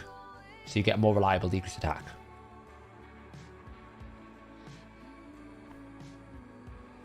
He doesn't know. No. But he has a single target, right? The AoE decreased defense is more important. But for actually for Clan Boss, it's better to have the Tyrell because you get a single A1, so there's less 3% risks. Just, yeah, exactly. Sniper on what's his face is important. Now, I'm going to keep all these Defiant pieces because you would think, why are you keeping these pieces? That's actually pretty bad. I'm going to sell that one. I just don't have enough Defiant. The challengers all have their own Discord. We'll have a private Discord channel, so we'll be talking with each other internally about things. We'll keep that because it could be good for damage. Yeah, crit damage with resist is pretty poor. I just don't have an awful lot of Defiant, so that's all right. I'm keeping some. We probably won't do CVC for ages because our accounts will take 6 months to even be relevant about CVC. We might like join it for like, I think it's good for the XP boost. That's what we'll probably do it for more than anything else. We'll just join it and just play normally. We're not spending, so we're probably going to start our own clan. I don't know what we're going to do with the clan situation, right? Because what I don't want to have a situation is, say like I'm on Ultra Nightmare Clan Boss. The last thing I want to be doing is in a clan where we're not killing Ultra Nightmare Clan Boss because that's not efficient. So it could be that we end up like leaving to move into different clans. But we'll see what happens. You think Lady H is going to kick us? Could do. Maybe she's like secretly been lying to us all the time and she's actually a genius raid player.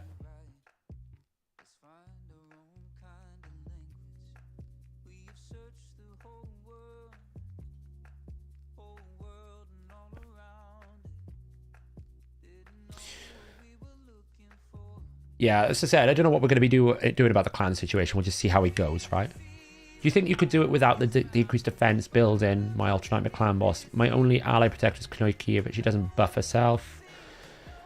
So I'm setting up 2 of it. Well, with Gnishak, probably, because he does so many poisons, you could probably just out-poison it. You will lose on the War Master side of things, and poison is a little bit limited in the fact that, you know, you only have so many turns that a poison debuff can happen.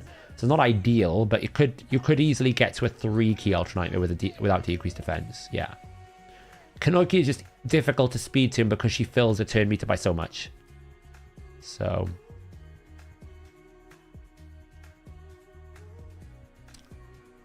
Airbad is taking part, yes. Which link co-champ would you have taken to get Ultimate? Vergis. I'd have taken Vergis. Because I can get Deacon now, right? If I couldn't get Deacon, it would be more complicated because it would be between Tyrell and Vergis. But now that you can get Deacon, I'd just go Vergis because ally protection is so powerful early game. Will you do self-referral? Yeah, I'm gonna use one of my referrals slots. I haven't even done the first 3 yet, so I'm gonna use it to get one of my referrals done. If that's the case, Matthew, you need to move clans. You're only losing, like, I get some people make friendships and things, but if you're losing a chest of Ultra Nightmare Clan Boss because your clan is not killing Ultra Nightmare Clan Boss and you're doing it, you need to move clans because you're losing so many rewards. Like, you're losing legendary books, shards. You could be losing the chance to do a fusion because you're not maximizing your rewards. You just need to move. There's no harm in saying that. Like, I understand people create friendships and everything, but ultimately, you can still be friends and be in a different clan. You know, I often sell a lot of mythical gear because you can't chaos or mythical gear. So often I'll sell a lot of chaos gear. What were the HH teams? What would the HH teams take on the fusion once you saw the kit? We all thought it was Giga broken, and I still think it's Giga broken. Oh, will I do that? You know, I haven't thought about that.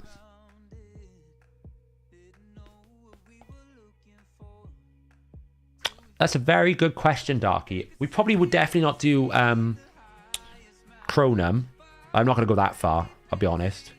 I have to ask the team that. I wonder if we're going to allow it, because, I mean, Jamasa would be a really good carry early game. So good. That's actually a very good point. I'm going to message I'll message Hellhades that.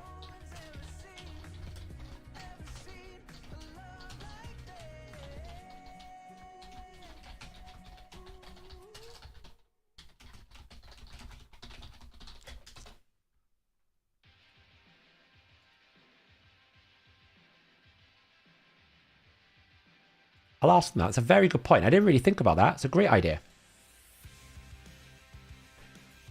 Will you get Jamas on your free-to-play account? That's what I've just asked Summer Play. Actually, yeah. I don't know. I mean, it's whether or not we allow it, right?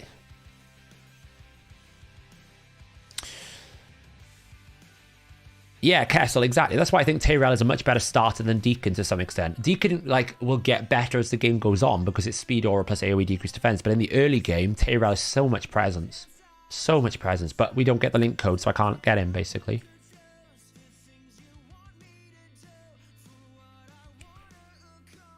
It probably will Jenga, except for negative affinity. He works like Ninja. He's just not as fast as Ninja. That's the difference. Because he can't reapply his own burn. So he'll burn himself out, basically. So you lose a burn. But apart from that, he's just as good.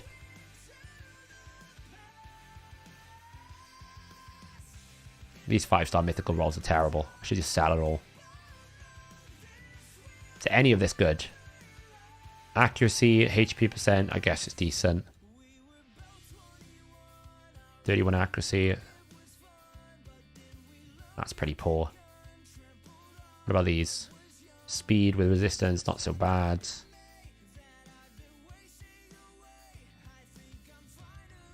Triple roll HP percentage. That's not bad.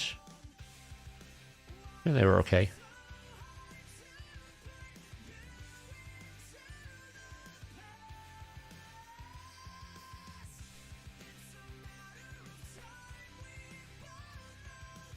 Yeah, I mean, Duo is the same thing as Solo, really, for that team, because it's Godseeker and DPS, right? Godseeker Neri, Godseeker Dreng, Godseeker Ninja, Godseeker Burner, Godseeker Sissia, Godseeker something of that nature. So...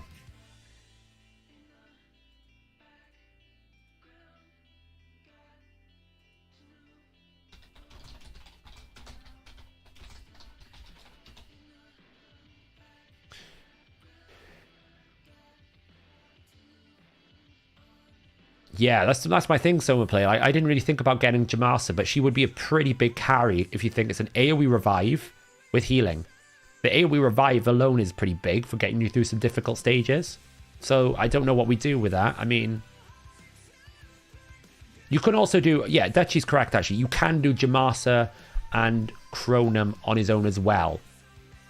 You could do Godseeker with Chronum or Jamasa with Chronum. And if you do it with Jamasa and Chronum, then you could do it with food as well. It's a very good point, Darky. I've been meaning to try... I need to get him for my account so that I can do that. Because to be honest, Godseeker Ninja is fast. But if I can do it like at 4 minutes with Chronum and food, that'd be better. And I've basically discovered that Dreng isn't that much faster that makes 25 worth it. The best I can get at the moment is about 5 minutes, even booked. If I got him to like high awakening and I get the brimstone on him, then he'll be pretty fast on 25. But I feel like 24 ninja at 3 minutes and 2 minutes is just better for me at the moment.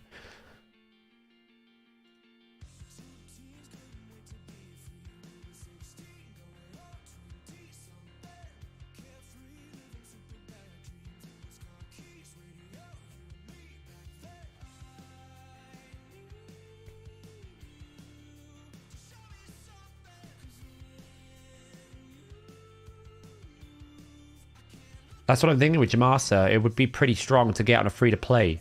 Will this be my first free-to-play attempt? This will be my first ever free-to-play. It will be my first ever.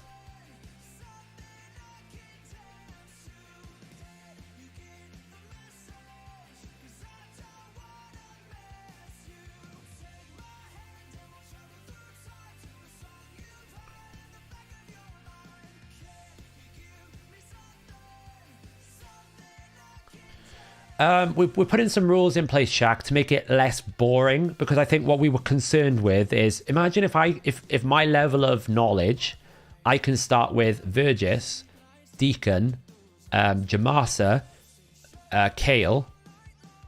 Like, I'm gonna like beat it so quickly, right? I think what we're basically doing is putting some rules and some RNG in there to make it a little bit more competitively challenging for players. Otherwise it might just be a bit boring. People go, oh, well, you started with all these.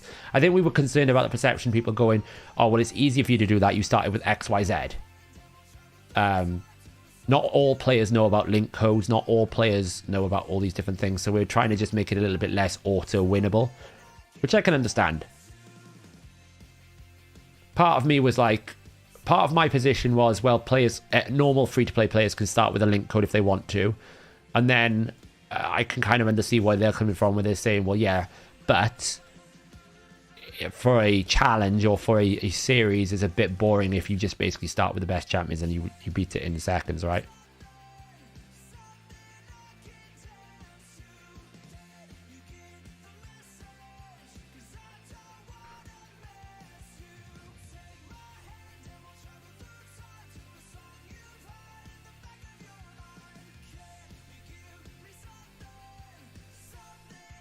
I really look forward to this feature play. I am as well, actually. I'm obviously having to restructure my time to be able to support it. So my main account, I'm trying to prep it so that it doesn't need as much of my attention. The good thing is these days dailies don't take so long to do as they used to in the past. You know, dailies used to take a way longer. I can pretty much do all the dailies within an hour now. Because over Christmas and the holiday period, I would wait till the reset at midnight to do all the stuff because I knew I wouldn't have time in the day. So I do all the stuff at night, like all the daily stuff, and then just do my clan boss when I woke up.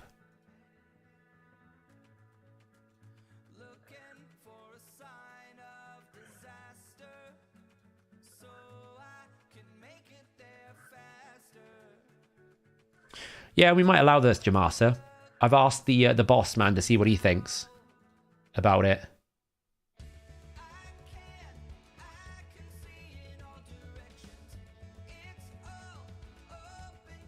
Yeah, the Relentless Club was really good, wasn't it, Scott? Yeah, but the good thing, Karem, is now that Rhonda's in the game, we should be able to bypass the Ultimate Death Knights. Like, I want to try and start earning gold medals as soon as possible, because gold medals will dramatically speed up my Great Hall progression, and just to get the initial accuracies.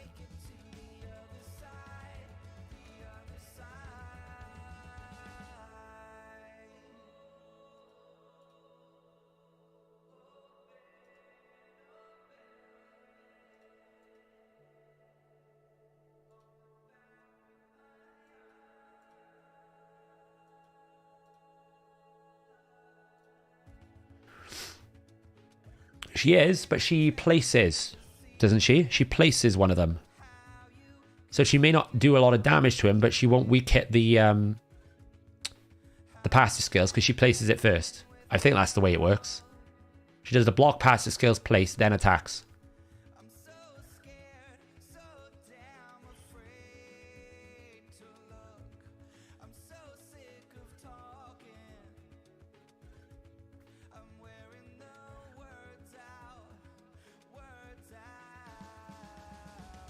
We're being quite brutal here.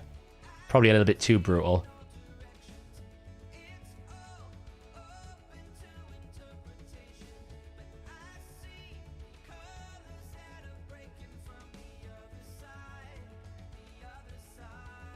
Yeah, so she kind of deals with the early game Ultimate Death Knight problems that a lot of people were talking about.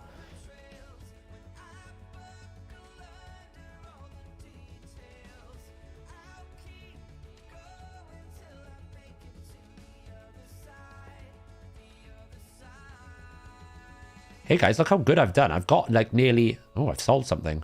I've done a weekly challenge. I'm not buying the pass, so it doesn't tell me anything, does it? Yeah, I've seen... Yeah, I've heard about it, our summer play. I just... It's my responsibility to manage my own gear in my head. So this is me just being... like a correct person. Oh.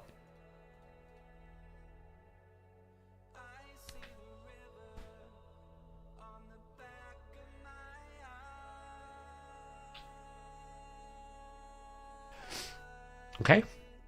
Well, that happened.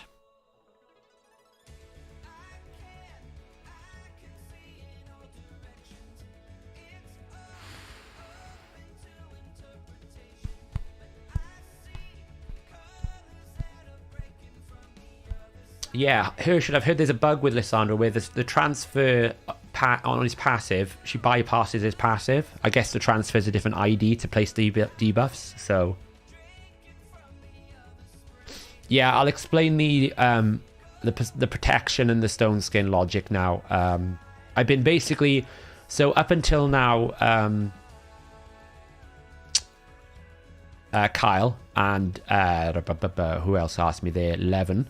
What I've been doing is I've been looking at the 5-star pieces where the rolls are all over the place. So normally when you're looking at gear, you want to kind of find pieces that make sense. So if you've got lots of HP on a build, you want it with defense or resistance. If you've got accuracy, you normally want it with speed. If you've got crit rate and crit damage, you want that with like attack percentage or things. So I'm looking at pairings. If I get a little bit of everything, I'm selling it. And these are all my 5-star gears, so I'm getting rid of trash basically.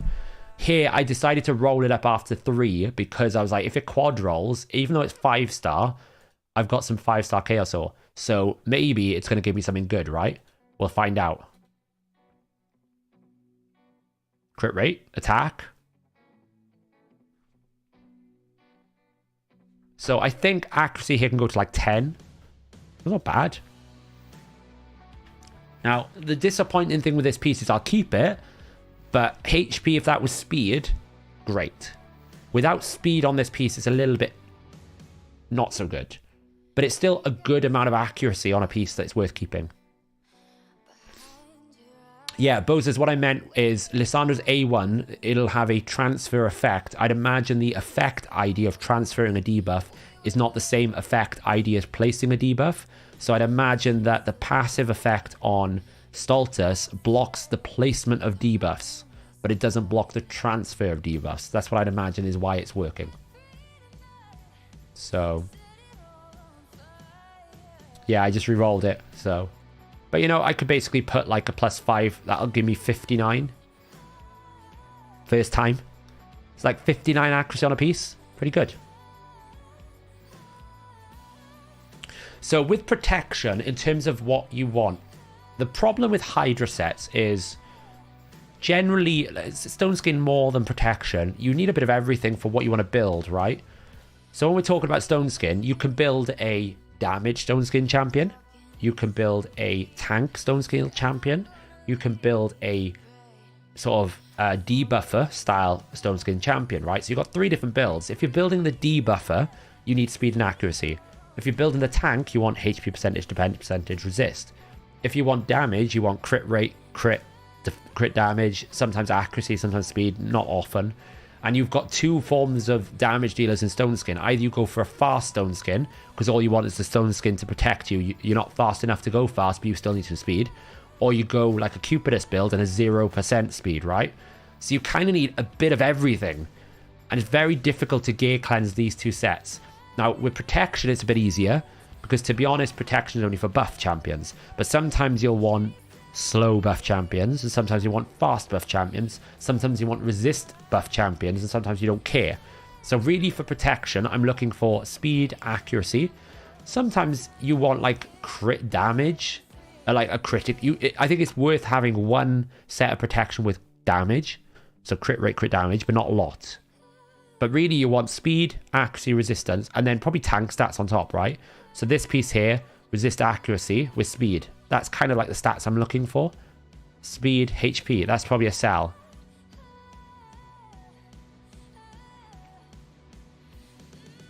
Here we've got HP 1.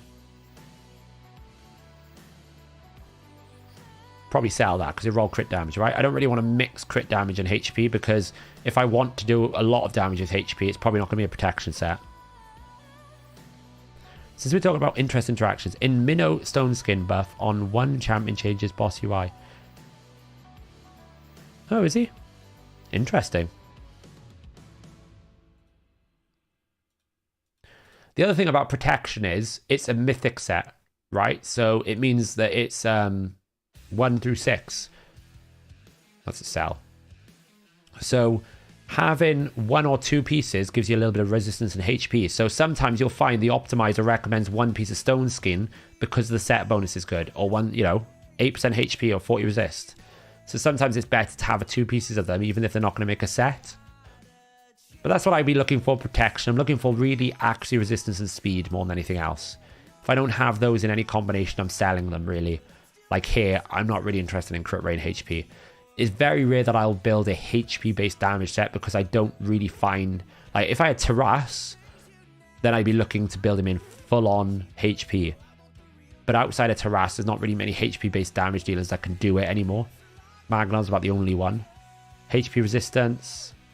Especially with 5-star gear. I'm being much more brutal with 5-star gear because unless it's 6-star, it's not worth it. That one's okay because it's got those, but the attack and the crit damage is not good, so actually I'll sell that.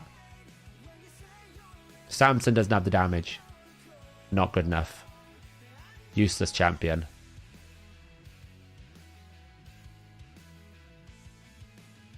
Yeah, crit rate is not terrible to add. And to be honest, I would say crit rate in general on non-damage dealers is better than anything else. If you get your champion to 100% crit rate, then they'll do a decent amount of damage as just raw damage. Like Asuga at 100% crit rate is a lot of damage. You don't have to build crit damage on her or anything. She just is going to hit basically hard because she's HP based. How much are you and your clan does? We do normal, hard, and brutal kill every single week. And we're talking about moving up to Nightmare. So I'm pretty much endgame with Hydra. When is the optimizer coming for Android? Well, interestingly, I heard some rumors that Apple are talking about completely overhauling a lot of their policies when it comes to their platform. They're going to be allowing other app stores. They might be allowing third-party access and developers. So if that happens, depending on the level of access they go to, it might make things more interesting. Because the biggest problem that we've got with mobile is generally mobile OSs don't allow you to access other applications because they see that as a potential virus, right? A potential, if you're hacking another app, they see that as negative. So if they open it up so that there's much more access, we might be able to do it. The other option we've got is kind of like having it so that you can redirect your mobile towards like an external server and then make that external server log you in, download your account and upload it. But the thing is, we're also going to have to make it so that the optimizer website is much more mobile friendly than it is right now.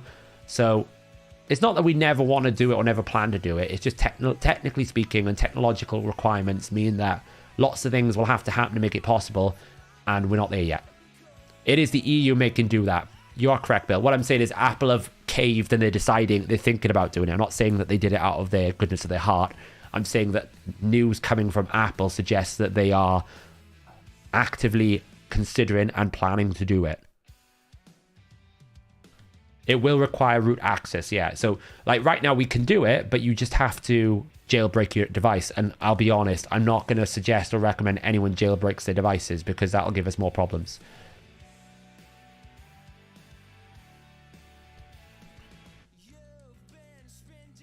Why is the website link status down? Is it? Mine says it's up. Make sure you update your extractor. We've done a few updates today, so if it says down, you might just need to update your extractor.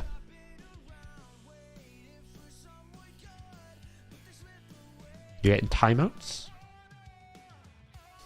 Let me check the servers. Okay.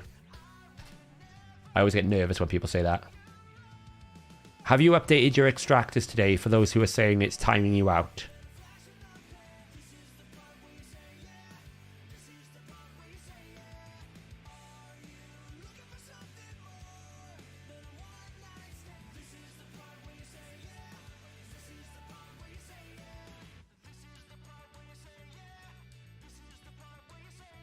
I'm just going to check the server now. Give me a second. The traffic's been okay today, so the server should be okay.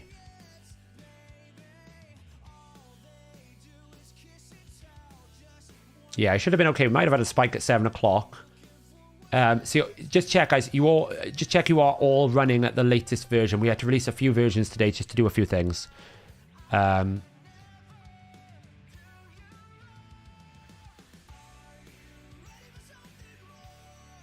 Oh, weird. I've had the extractor. Let me just check my log.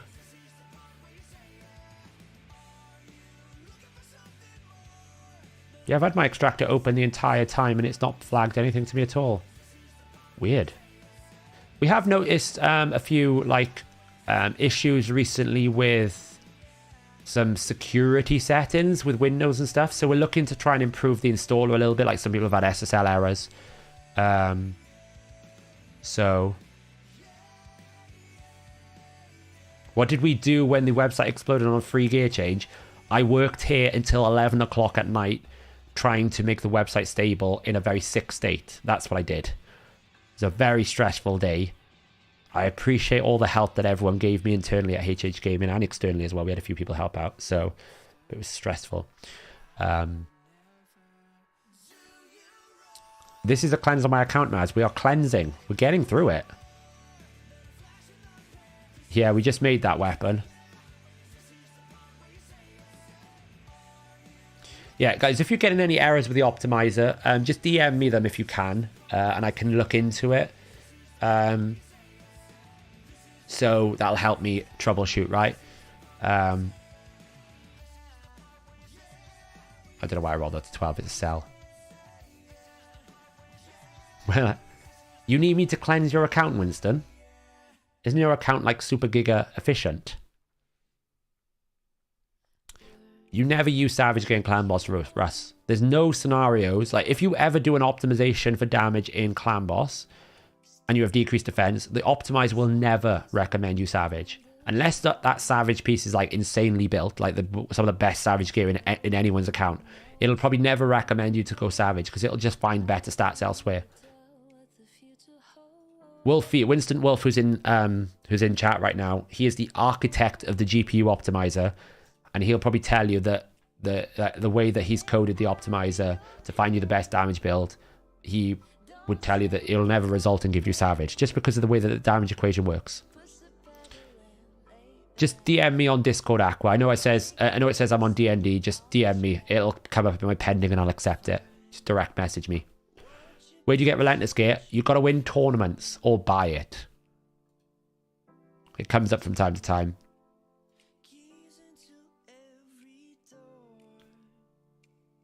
Two Lord of the Rings. Do you know what? I was actually thinking about doing a full Lord of the Rings marathon soon.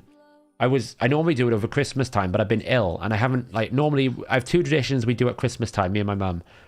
We normally do box set days on a Boxing Day. So we'll go to my nan's on a Christmas day, because we always used to, when I was younger, we'd drive over to my nan who lived about an hour away, and we'd have it at her house because she didn't have a car. And it's the same thing now, she's getting older. So I always drive up to my mum's, and then we'd go to hers for Christmas Day. And then Boxing Day, we used to have a second Christmas Day, for example. But now me and my mum, we kind of just have box set days in the house. And normally the other thing we do is we'll go watch a Christmas film. We couldn't do it 2 years ago because of COVID. And this year we haven't been able to do it yet because I've been ill. We're going to go see Avatar. So normally I also watch the Lord of the Rings extended trilogy back to back as well.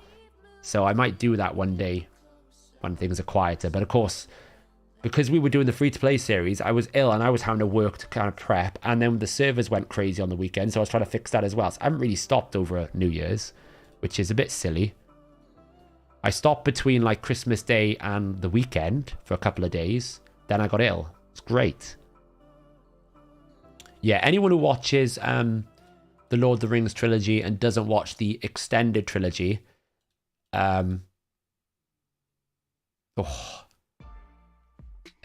basically you need to go back and watch the extended trilogy because the extended is better than the normal.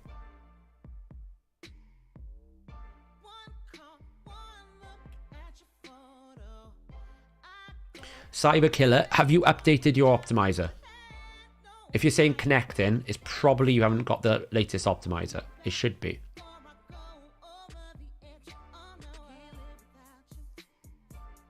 No, it's not HH, it works me. I work myself too hard. I don't, just in case it gets out there, they tell me all the time to stop working and I don't listen to them very well because I'm too excited and I get carried away. And I want to, you know, the free-to-play series was originally just going to be Hellhades doing a free-to-play series, and now I've kind of somehow started a chain reaction where it's like 10 people all taking part and it's a big thing and the community's getting involved and all this kind of stuff. So.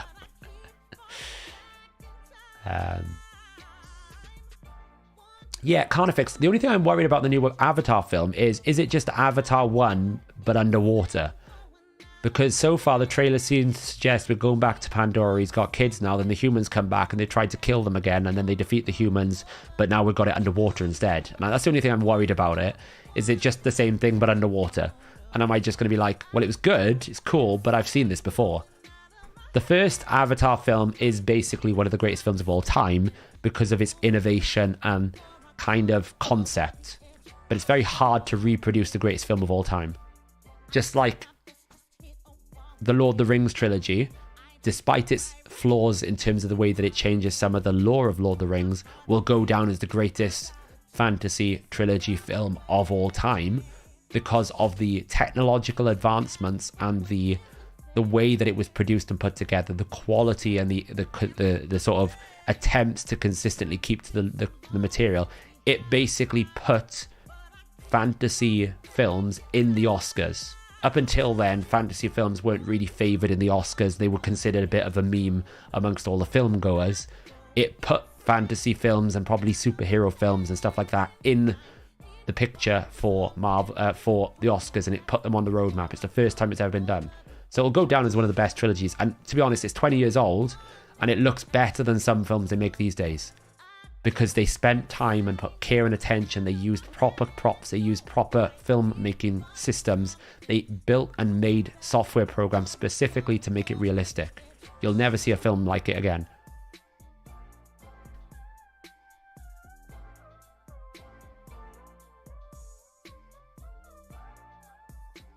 I think Renesh, I know what you're saying. When you think of the concept, like this, if you digest the plot line of Avatar 1, it's about some random blue monkeys that fight off the humans, and that's it.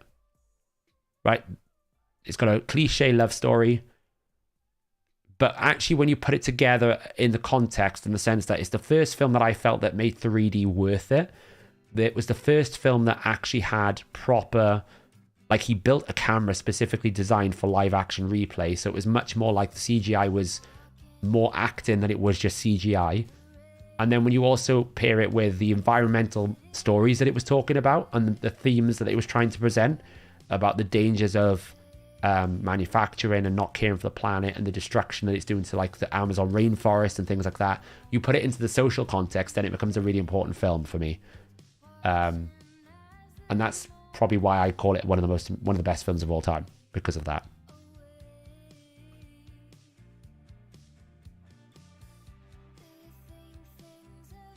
Yeah, I've watched all the behind the scenes films, Taiku. Like, you'll never see them make a film like that again, because not many actors will commit to 18 months of living in a country filming like they did. You know, they did, like, for example, for the people who haven't seen the commentary, he deliberately put the 4 hobbits, you know, the actors who played Sam, Frodo, Sam, Frodo, Peregrine and Merry, he put the 4 actors together for about 3 months before he introduced them to the rest of the cast, because he said if it's going to work, they themselves as human beings need to be feeling like they are friends. They are like almost like a fellowship within a fellowship. Otherwise, when it gets to the real film acting, it's not going to make sense. So it was more than just actors doing it. Those actors, like all of the original fellowship, have the symbol of the 9 in Tenwa. I think it's Tenwa. I always misspell the Elven language variant. They have it tattooed on themselves because of the bond that those actors made as part of the fellowship. So you'll never see a film made like it again. The way that they built all the stuff. Weta Workshop's technologies today are all based off the origins of the AI tools that they built for the Urukai in Helm's Deep. Those aren't CGI Urukais. Those are AI-defined objects who have their own brain and intelligence as to how they interact with different models side by side. They built that for that particular film. It took a lot of influence as well from the Star Wars original trilogy that was using somewhat similar technology as well. What do we think about these gloves, guys? Do we keep them or sell them? Is HP on HP? I don't know. I feel like I should sell it.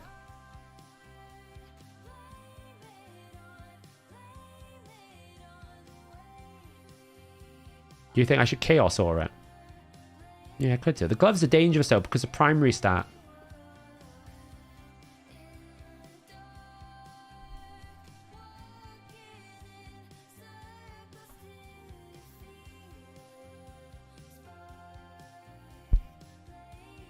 Keep it. I don't use I don't use Chaos on the bottom row often.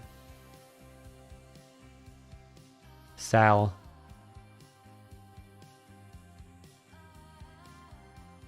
Six stars better. I know, yeah. It's the problem. The problem is it's 5-star and it's flat stat HP. Technically, it's about the same as a double roll HP.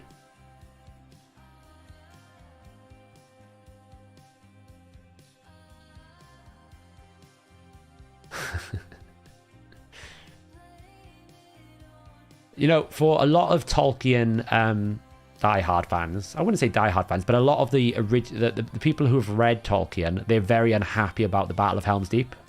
They feel like Peter Jackson messed up the Battle of Helm's Deep because he rewrote how it works.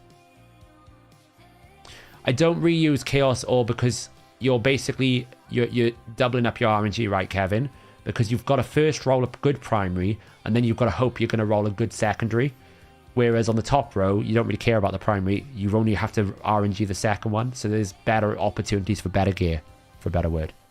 I'll keep it, I think. But yeah, so in the books, the Battle of Helm's Deep, Éomer is already in the battle. You don't have all this big cavalry scene that he goes and gets the Rohirrim. Erkenbrand is the one that saves Helm's Deep with Gandalf's help. They get split when the Battle of the Ford happens. The Ford of Eisen happens, where you see Theodred die in the film. That battle is much more substantial. It splits the Rohirrim, and Gandalf goes and collects Erkenbrand and brings him back, and Erkenbrand wins the Battle of Helm's Deep, not a last-ditch stand by Éomer and the Rohirrim that were banished. So he changed it a little bit.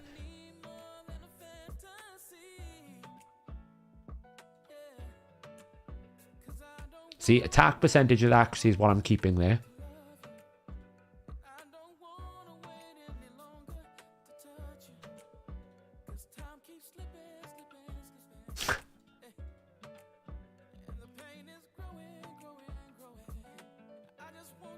What about that one then?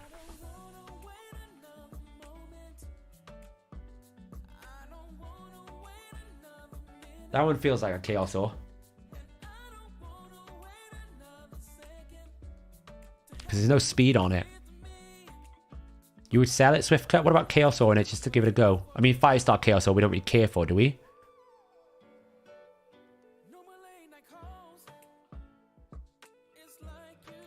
Sell. The problem with this is, for a debuffer, Dutchy, there's no speed on it. That's the only problem. Although I got Stone Skin, you still kind of want speed in Stone Skin.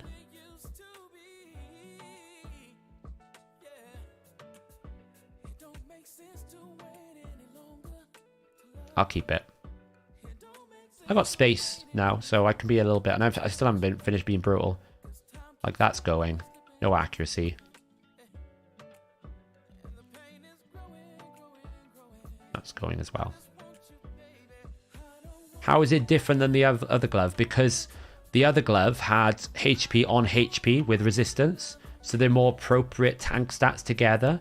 Whereas this one has got accuracy, but I'm lacking the speed, and it's only HP percentage, and it's rolled the attack. So the additional roll and the lack of speed that you normally pair with accuracy means it's not as good. Whereas this one, it doesn't need the speed because it's got resistance and HP, so it's just designed to tank. That's the difference between it. So that's the difference, G-Man.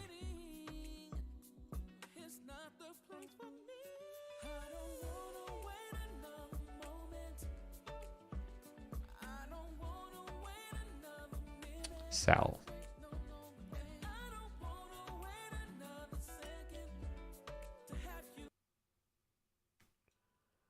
Okay, we're getting through it. Bolster, again, bolster's a weird one because you need HP percentage, obviously, because it's a shield. But sometimes you want bolster damage. So...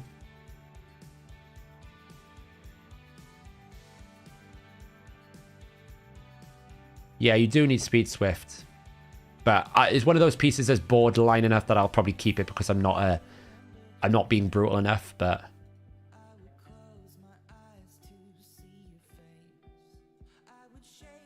it's like, here, I want the HP or the speed. I didn't get any of them, but I got accuracy and speed. So again, it's very rare that you would build a bolster debuffer, but considering bolster is difficult to get hold of, I'll keep that piece. If that was a farmable piece, I would have sold it. Like that one there, damage with a bit of shield, I'll take that. This one, crit rate and defense, no speed, so that's a sell, no HP percentage. I'm a proud hoarder. Crit rate and speed, I'll keep that piece because it's got HP with it.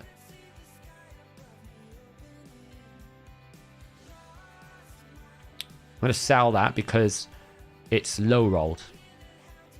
If something is double rolled and it's 14%, that's the same as a single roll 6-star. I'm not going to keep that. It's too poor.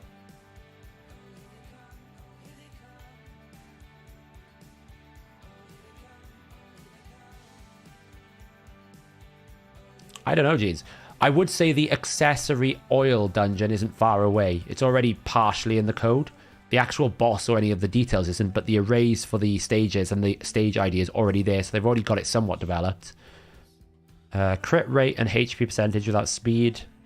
It's decent. So to be fair, Swift, I'm being a little bit more gentle with bolster just because I don't have an awful lot of bolster.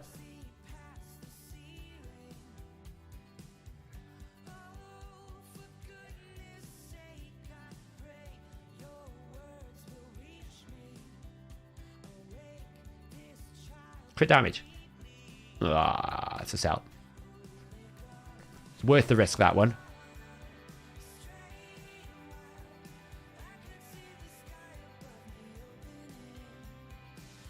Okay. The same thing with Defiant. I will probably keep pieces here that you would probably say sell. But because I don't have an awful lot of Defiant, I'm going to be a lot less stringent because sometimes the set bonus alone on a slightly worse gear is better than nothing. In fact, I'm probably not even going to cleanse them at all. Unless they're super bad rolls. Like, if they all roll flat stats, I'll sell them. But, like, you know, this is decent enough. Just because I don't have an awful lot of them, so...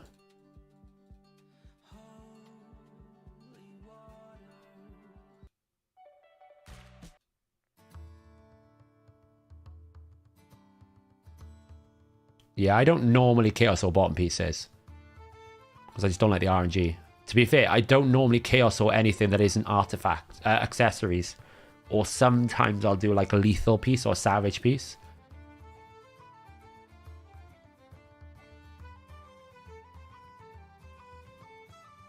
Right, I'm keeping all these pieces, to be honest. Okay, so that's cleansed. So, we've cleansed all the 5-star gear. And that's bought me about 70 spots. That's pretty good. Time to eat some gear and probably sell some of this, because some of this is probably trash that I've accidentally picked up along the way.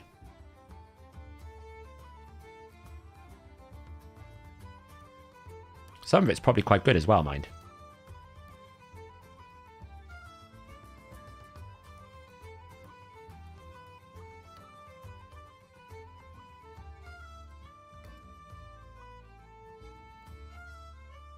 I have so much chaos, so I can afford to use it.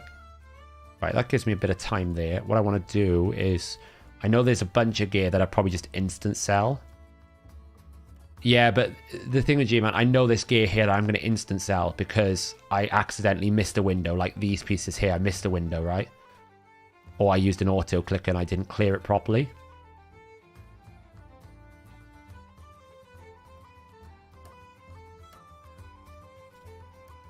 This is where the silver's about to get drained, by the way. I'll probably be ended up on like 3 million silver by the end of this.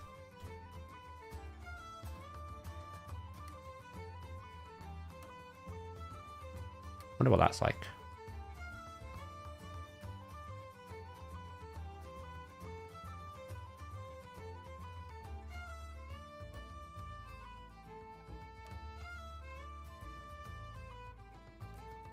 Like, you see there's some pieces that I auto-clicked in Dragon at a time. Probably overnight. That can probably be sold. I probably kept them because they were a star rating, but they're probably not very good.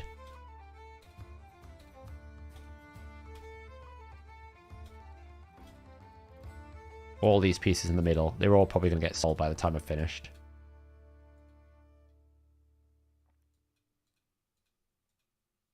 Hey, girl.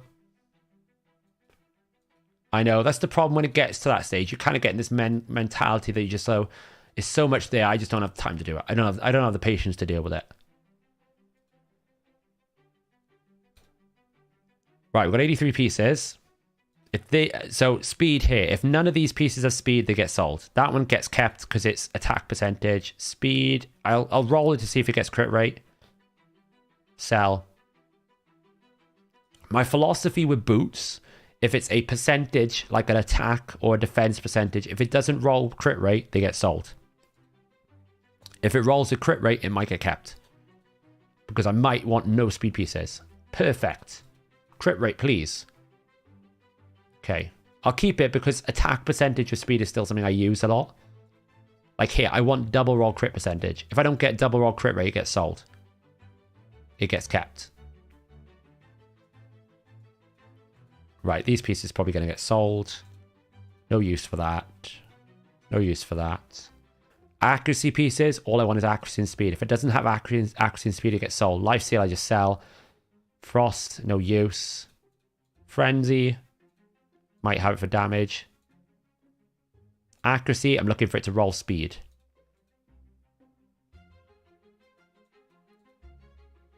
I want a good set for every single set now these days. There are some champions that this would be good. That split rolls, that gets sold. Again, resistance with crit damage is a poor matchup.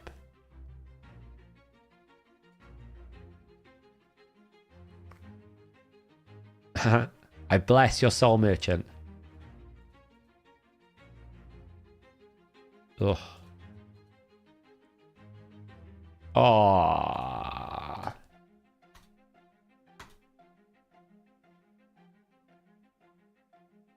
Rip.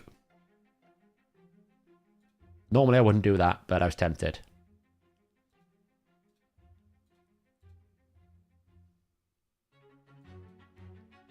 Right, 5-star gear. Sell. I hate 5-star relentless gear. Almost always is terrible. Any good pieces here? Ooh, look at this. It's pretty average, but I'll keep it because it's got a good bit of everything. In these situations, a bit of accuracy on relentless is not terrible if it's period with crit damage and speed. Ooh, these pieces are good. Are they going to roll good? It's okay. This is whether it's Chaos Horrible. No, sell. I know, can you imagine playing this game now when we had to watch the animation? I can't.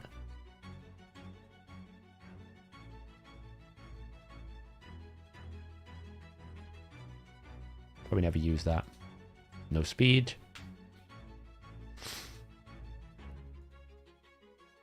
I probably won't use this. Yeah, definitely won't. Let's get it sold.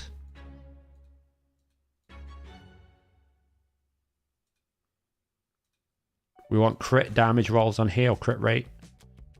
Didn't get it, it's getting sold. I know, like... You want me to turn it off?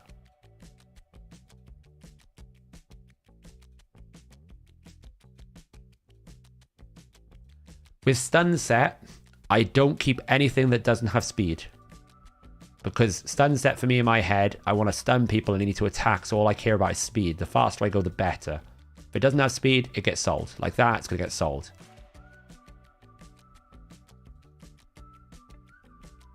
You want to see how it was? Okay.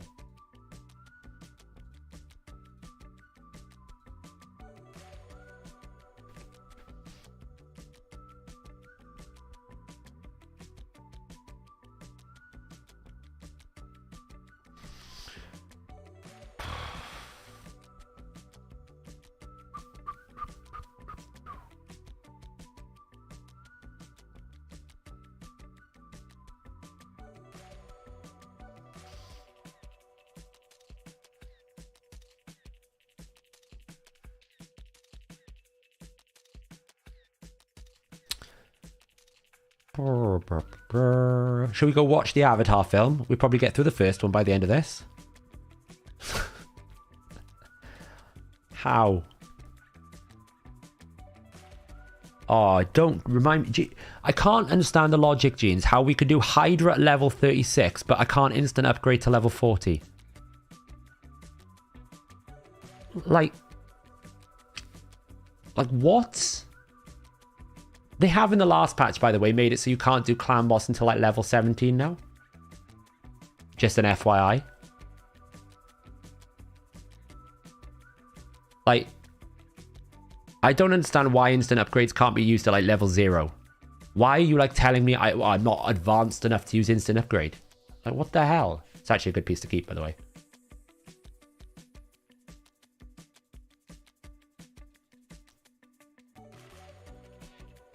Low rolled speed, so I'm selling it. I'm being very, very hyper with stun because I barely use the set anymore.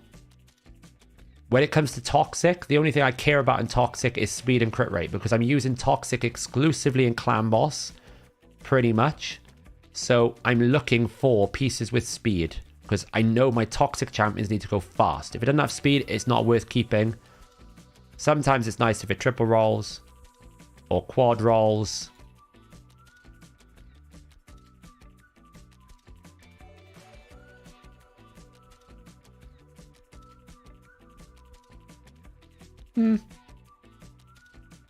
It's probably a sell.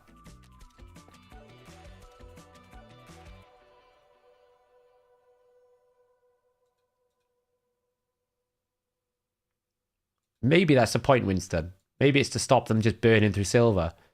But then again, they think silver's like worth a lot and they don't give you an awful lot of it, so...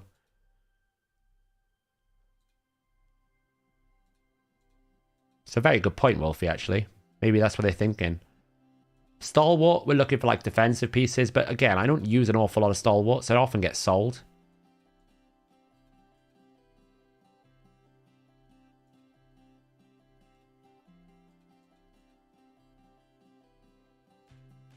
It's a sell. It's so hard to get good divine pieces as well from Arena. You just don't get enough of it.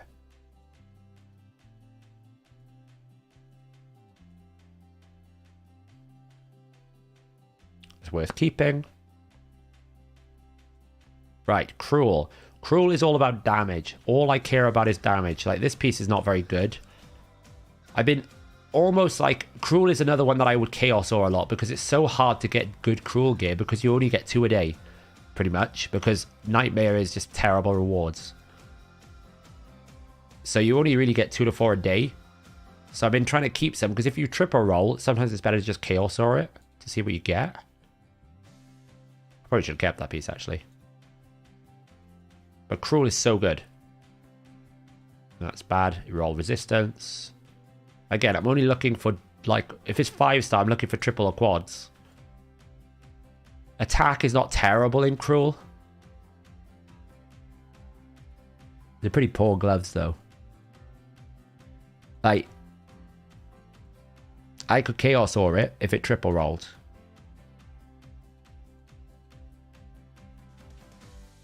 Because it didn't triple roll, I'm going to sell it.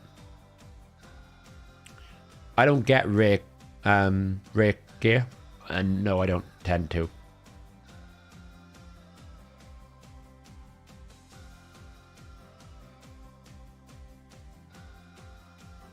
We've got all this to cleanse out here. I've been getting this kill stroke stuff just to see if we get anything good out of it.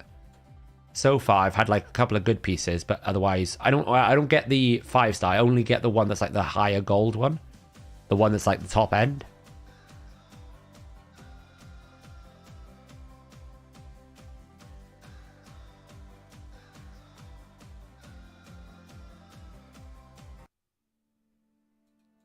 Right. So, Untouchable for me is all about speed and accuracy. If it's got speed and accuracy, it's great. We keep it. Otherwise, it gets sold. Speed, accuracy, it's all we care about. If it's doing that, it's a sell. Because Untouchable, to me, the only way I ever use it is normally on debuffers and they need speed and accuracy.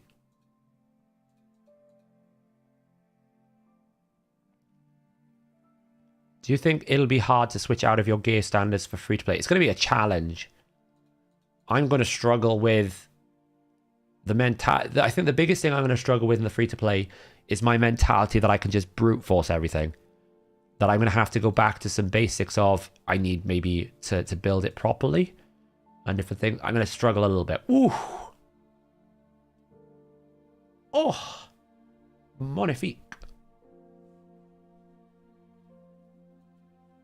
That's the kind of piece you want. Accuracy with speed.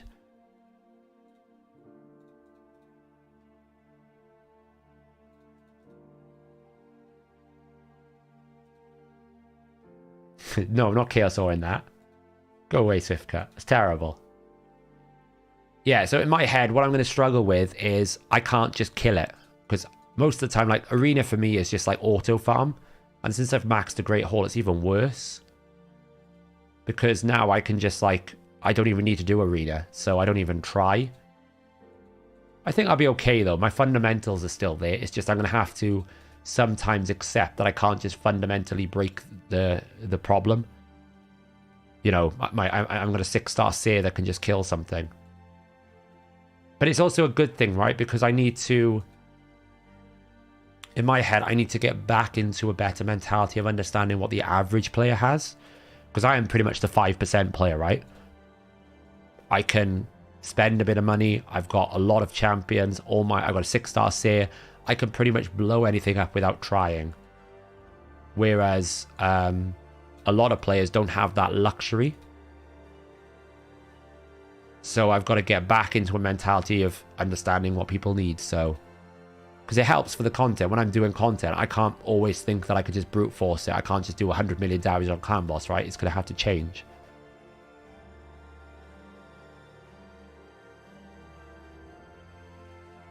We haven't picked an endpoint, no. We're just going to run and at some point we'll pick one.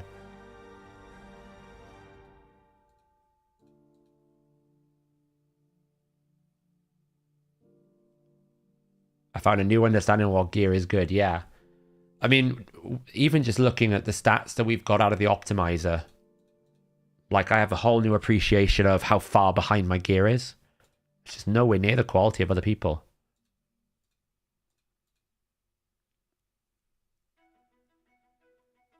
No, free to play.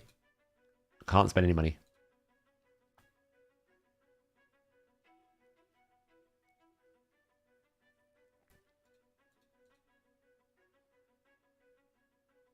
It's worth keeping.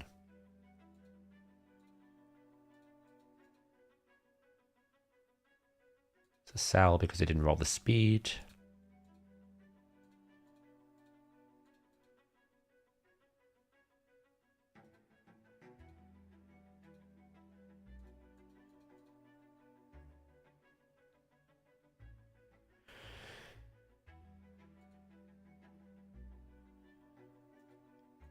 yeah, like I'm like my this account is very advanced, so there's only very few pieces that I would find a benefit. It's why I've stopped farming dungeons, and why I think artifact I think that's why they added artifact enhancement, because they've realized that people have stopped farming dungeons, because I can't improve my account really. It takes me so much energy to get a better piece.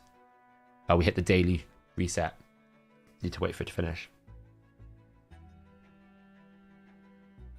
Mythic Chaos, so I know, right? That's why I'm not being that to keep, you know.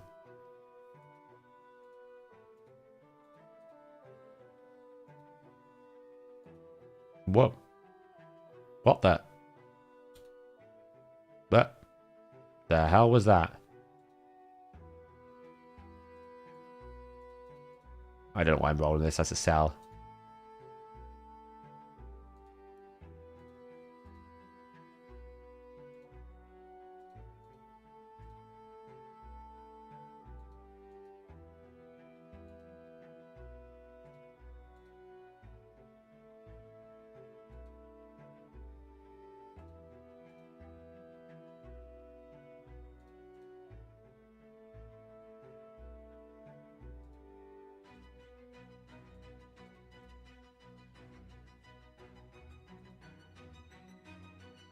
Slow rolled everything because it's 5-star.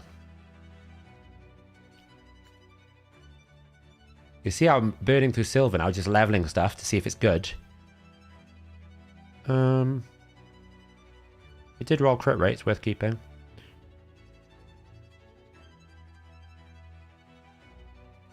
I see. Well, it's not that. It's just that I've got so much good gear. So I'm not saying that I can't improve it. What I'm saying is my gear is so good that it takes a lot of effort to get something that's better, because I'm improving it by 1%, right? So for me, my energy investment is better spent elsewhere on things like Iron Twins, on things like more silver for like different things like that, or for things like CVC points, than it is for me to go and burn all my energy on like a ×2 speed, because to be honest, I'll get one piece out of it. It's not worth my energy. It's what I'm saying.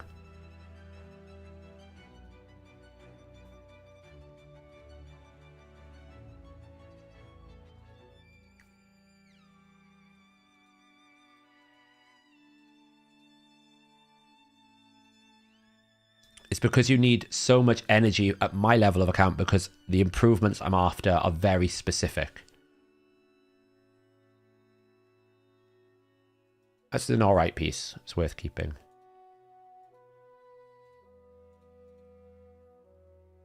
I am going to be using Rhonda on the free-to-play. She probably will go into my clan boss team eventually. Ooh. Shame about the resistance. Worth keeping, though.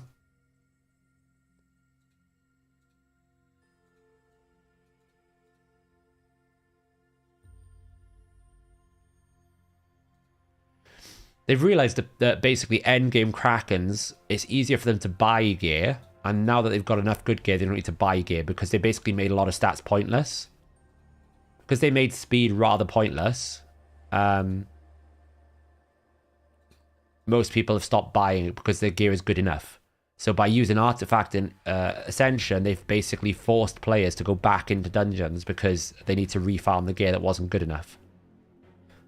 So out of all of that, like we probably pulled in like 90 pieces of gear there. We've sold like 70 of them.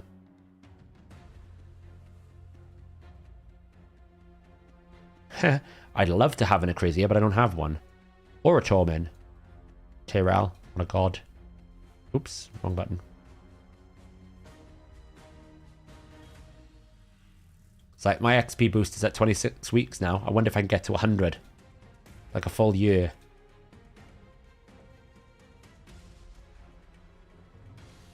I need 154. Yeah, I know that, but...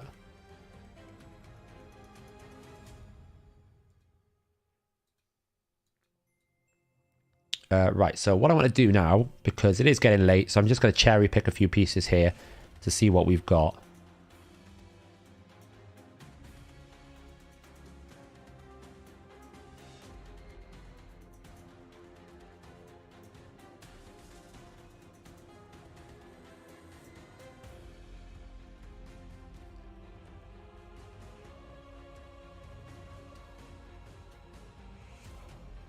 And we also still need to sell some of this dragon gear that we still had here.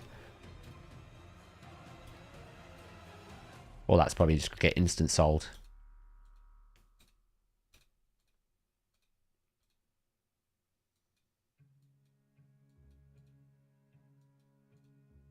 Oh, we've got some Defiant in here. There's all sorts in this vault of mine.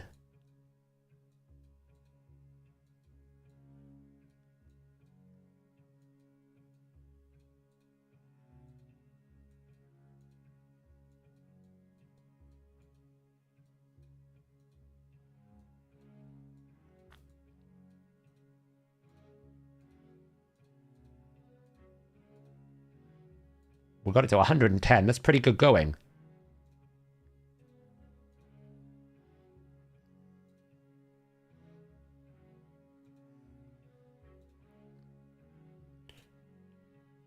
Sell. So again, accuracy and speed. Perfect. Probably sell all these because I just don't use them.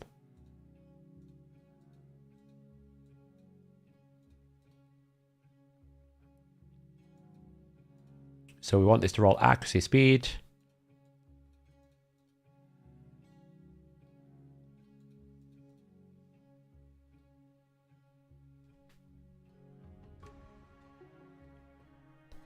It's a win. Speed, please. All I want is speed. That's good enough. If it wasn't regen, I'd sell that. Oh, that's not got accuracy. That's worthless. Worthless.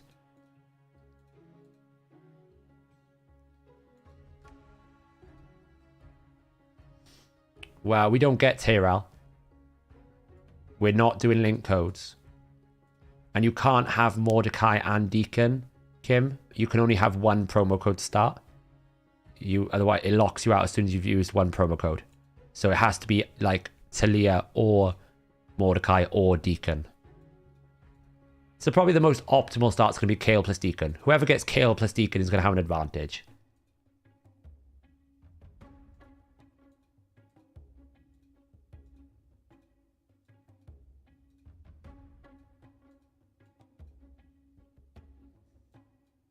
Now with perception, all I want is the same as accuracy. I want speed plus accuracy. All I particularly want. Defense percentage is okay, but it's got a terrible. That's not good enough. Speed, okay. That's a damage piece. Sometimes it's nice to have a damage piece.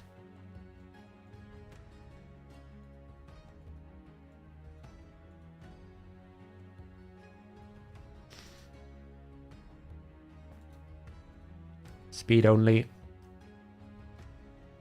That's poor.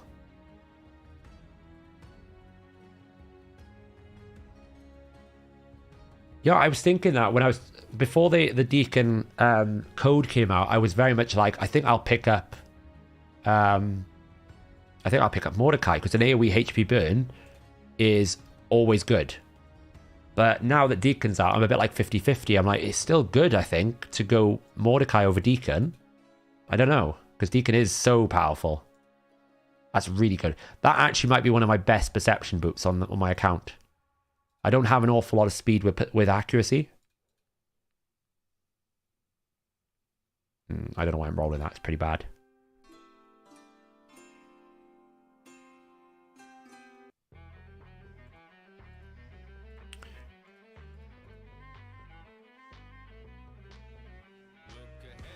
Well, I think they're gonna do a spin the wheel formation on Hellhades stream on Tuesday. I think we're gonna do just like a standard spin the wheel competition.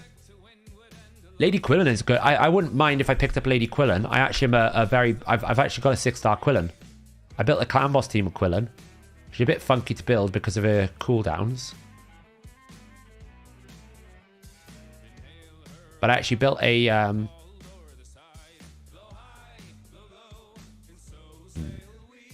it's probably a Sal now. I actually built a Lady Quillen team to actually maximize her. She's pretty good. Ugh. Rip.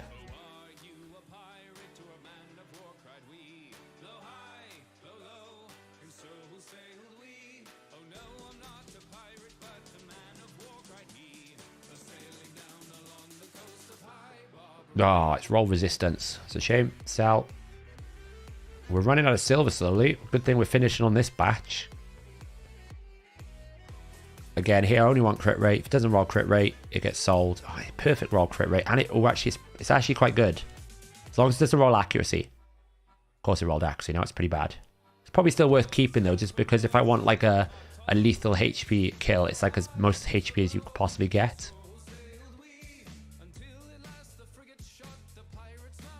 I don't even know what I want there. There's no speed, there's nothing on it. No, you can only use one, basically.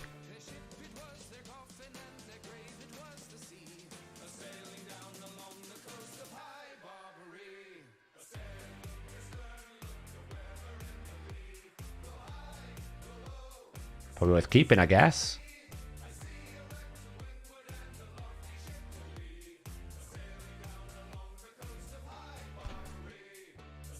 Oh.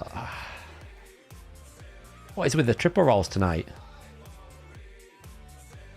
Can't do it back to back. Oh my god. What the...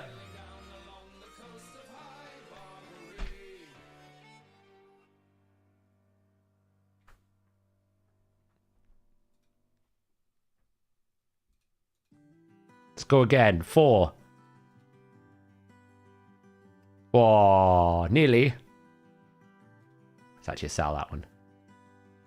Go buy a lottery ticket now, yeah, like, hold my beer. Will you do a free-to-play clan together, or are you free to join any clan? I think the plan is to start together, but I don't know whether it will remain the same. That's pretty poor. That's poor. That's poor.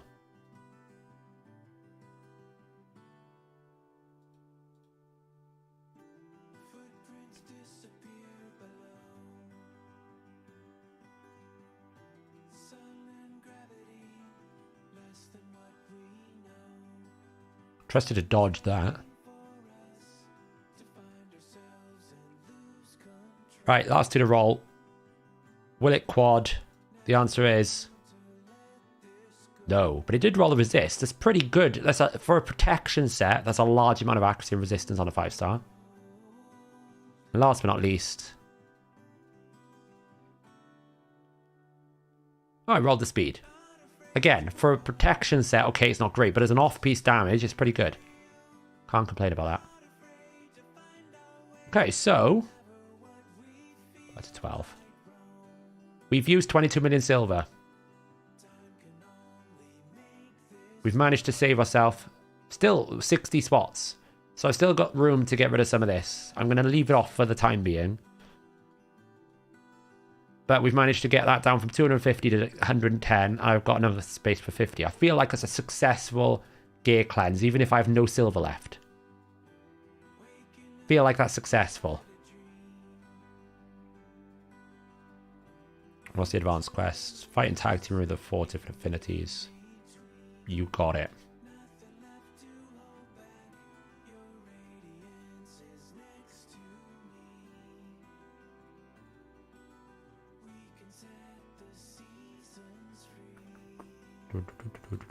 What do I need? His spirit, right?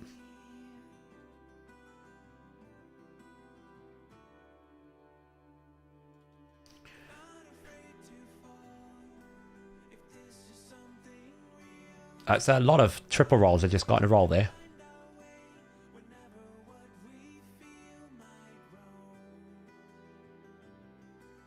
I know, right? I didn't hoard or mule any gear in this one stream. I did pretty good.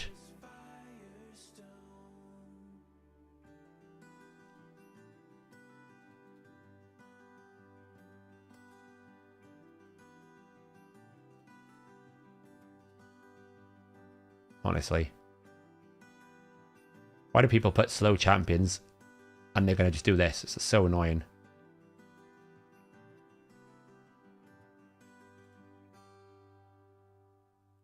Kill it. Yeah, pull all shards now. Should we yeet a void shard? See what happens. I'm going to gear.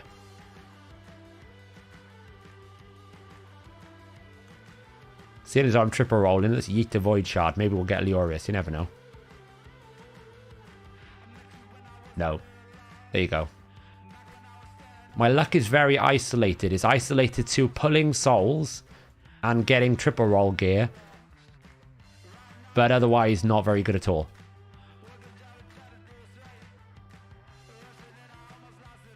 You need help in your clan. Managing clans are hard work. For sure. The hardest work possible. I'm a deputy in our clan cluster, and I have huge respects for the amount of effort that all the clan leadership put into it to get an efficient running clan. So, we'll be able to finish Doom Tower today. We'll get ourselves another Sacred, a Void, some legendary books. I must confess, I have apologized to my clan because I did do a bit of a mistake and I totally messed up the timings of the CVC. So in our clan we have a system where there's like burst windows, and I said I'd be awake at the end of the event to basically use all my burst, which is like books and stuff that I can get instant points. And I thought the clan versus clan ended at 10 o'clock UK time. Turns out it ended at 9 o'clock UK time. Woke up 30 minutes late. So now I have like 20 legendary books waiting to be used because I didn't book any champions. Whoops. So I got a lot of burst for the next personal. I was like, oh.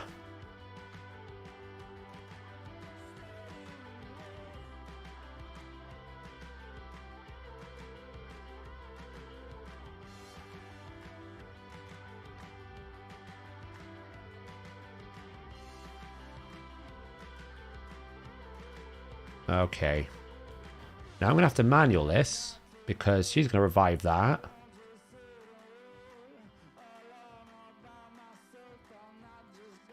The only problem with Ultimate Death Knights in Stone Skin, it's not that I can't beat them. It's the fact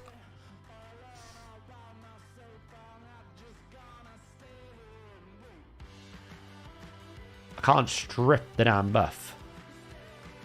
And now I've got to do with Hex because I haven't got immunity. Oh, it's so annoying.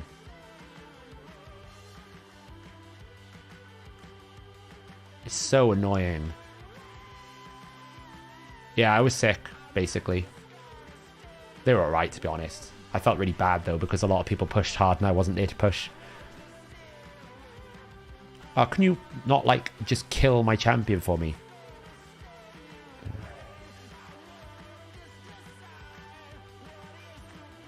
There's no point using that.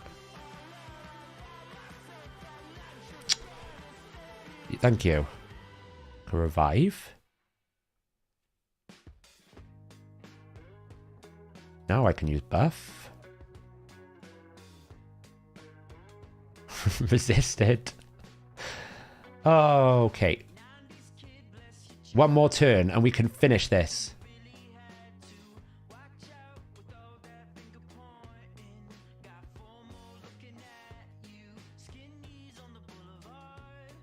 That's fine.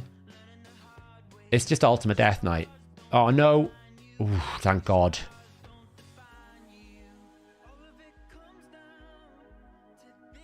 Right, kill everyone.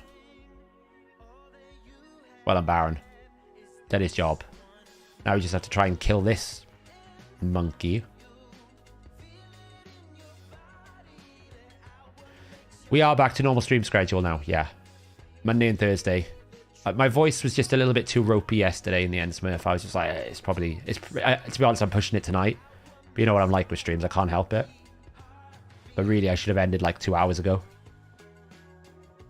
But so much has happened since the last stream and video I've done. I felt like we had a lot to catch up on.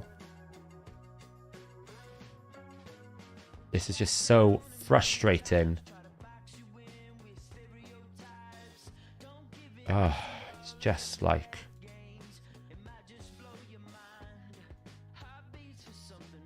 I've won. It's only because Ultimate Death Knight slows the whole thing down by 3 minutes.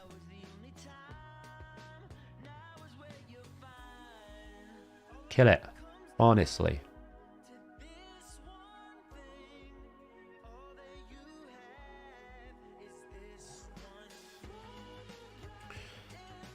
See you later, Iron.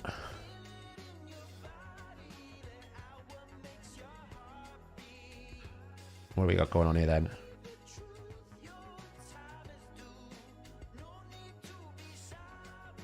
We're getting all the Kraken players here.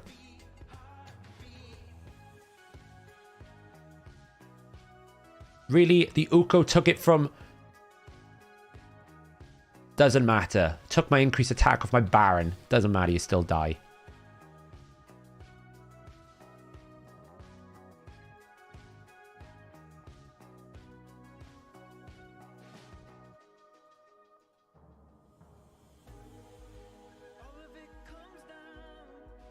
Do our dailies quickly. What do we need to do? Summon 3 champions.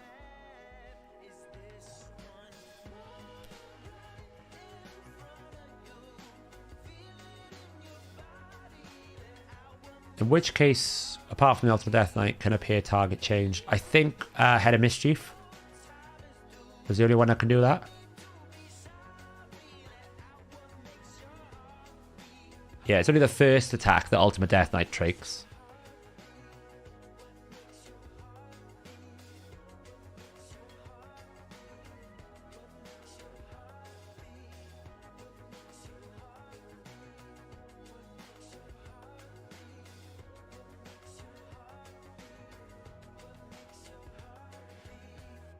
So they do dailies on nightly reset now. It's pretty fast.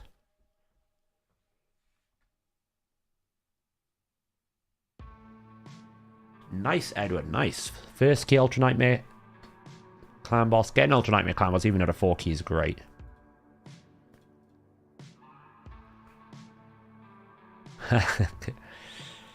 Cheers, Jeans. Yeah, we're going to be ending now in the next 5 minutes. Yeah, Yumiko, of course. Yeah, Hex will also change target.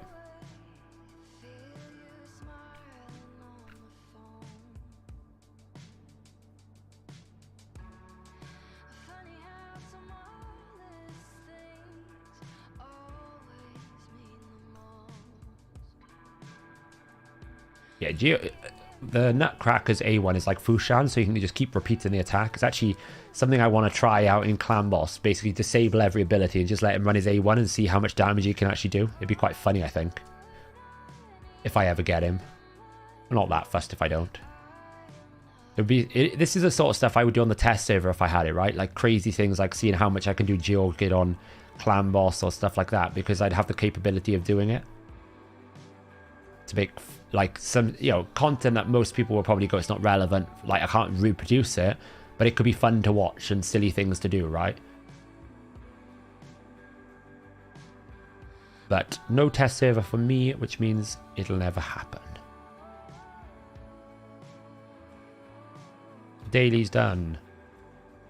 What do we got going on down here? Use 1 Hydra key, Joy, Faction Wars, Silver Keys, Tag Team. Slam this for a bit. Oh, I forgot to change the team again. I learned that the kill 1000 Spiderlings is actually quite a frustrating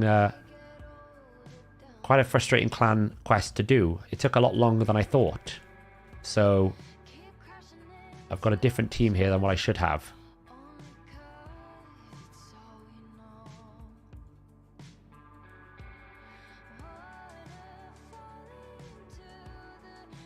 This is not my normal auto team. I was stupid. Night, Greg. They are ridiculous together. Now, I actually don't think... I've said this before and I'll keep saying it. I don't think that them together is that ridiculous. I think them individually is ridiculous, that when you put them together, makes it even worse. I actually think they don't need to be paired together. If you put one of them in the team, it's ridiculous. If Marichka's on her own, very, very strong. If Taras is on his own, very, very strong.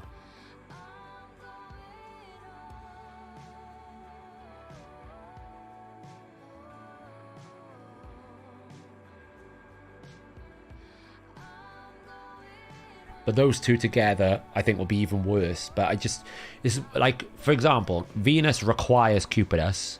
I don't think Marichka or Taras require each other. That's the point I'm making. I think sometimes as well, you probably don't want one or the other one because it makes it harder to build, right? I don't think Marichka with Taras is necessarily the best combo, but it's still pretty powerful. I think Taras on his own is strong enough to nuke. Marichka on her own is strong enough to stall, right? I don't think you need them both together, but when you do put them together, they're pretty strong.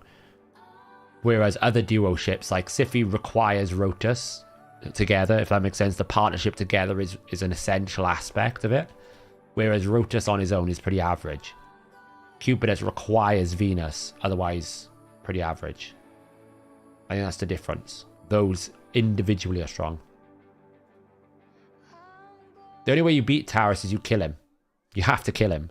And you can't kill him because he's got a passive. It's really hard. Yeah, Swiftgut, what I did in the end is I put Fortis in. I basically put Fortis in with Kyoku, and I think Godseeker, and they all have no damage except for Fortis, and Fortis just did like 17 million damage of Spidling damage. I just didn't, like, I thought, because it was CVC, I thought I just put in, pick that quest up, because I'll get it done, no problem, right? I didn't realize it was actually that, I only did about 200 Spiderlings on Spider 25, and I did probably about 4,000 energy. So I was just like, it didn't clock to me that it would be so difficult.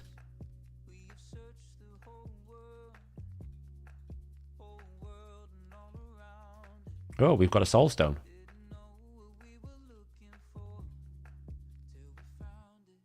Oh, look, we've got a 2-star rare. Useless. Useless. Right, guys, that is where we're going to leave it for tonight. We have cleared the mailbox. We have gear cleansed. We've got some gear capacity. We've done well. But I just need to check clan boss, actually. Have I done my clan boss?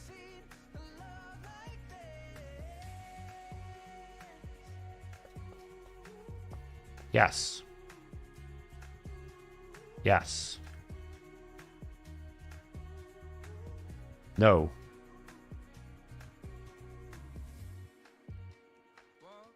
Go slam that for 5 seconds.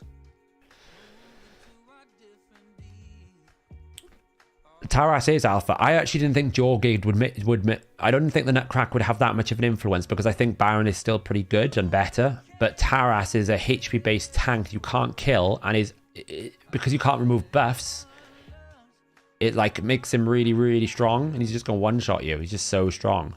So you could, the thing is, you could build Taras either as a nuker or you could build him just as a pure tank because of his passive. It's so crazy.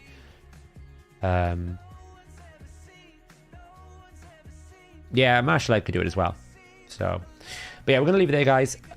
Glad I'm back. Still feeling a bit ropey, so I'll see you on Monday, probably. We'll probably have more news on the free-to-play stuff on Monday when Hellhades is back. We'll have more details. But yeah, you'll be able to join along if you want to create an account. We'll have rules about it. So, we'll have to see. Yeah, I did see, Wolfie, I did see that. I saw that a lot of the Platinum Arena started having Taras already. Like, you know, was very present.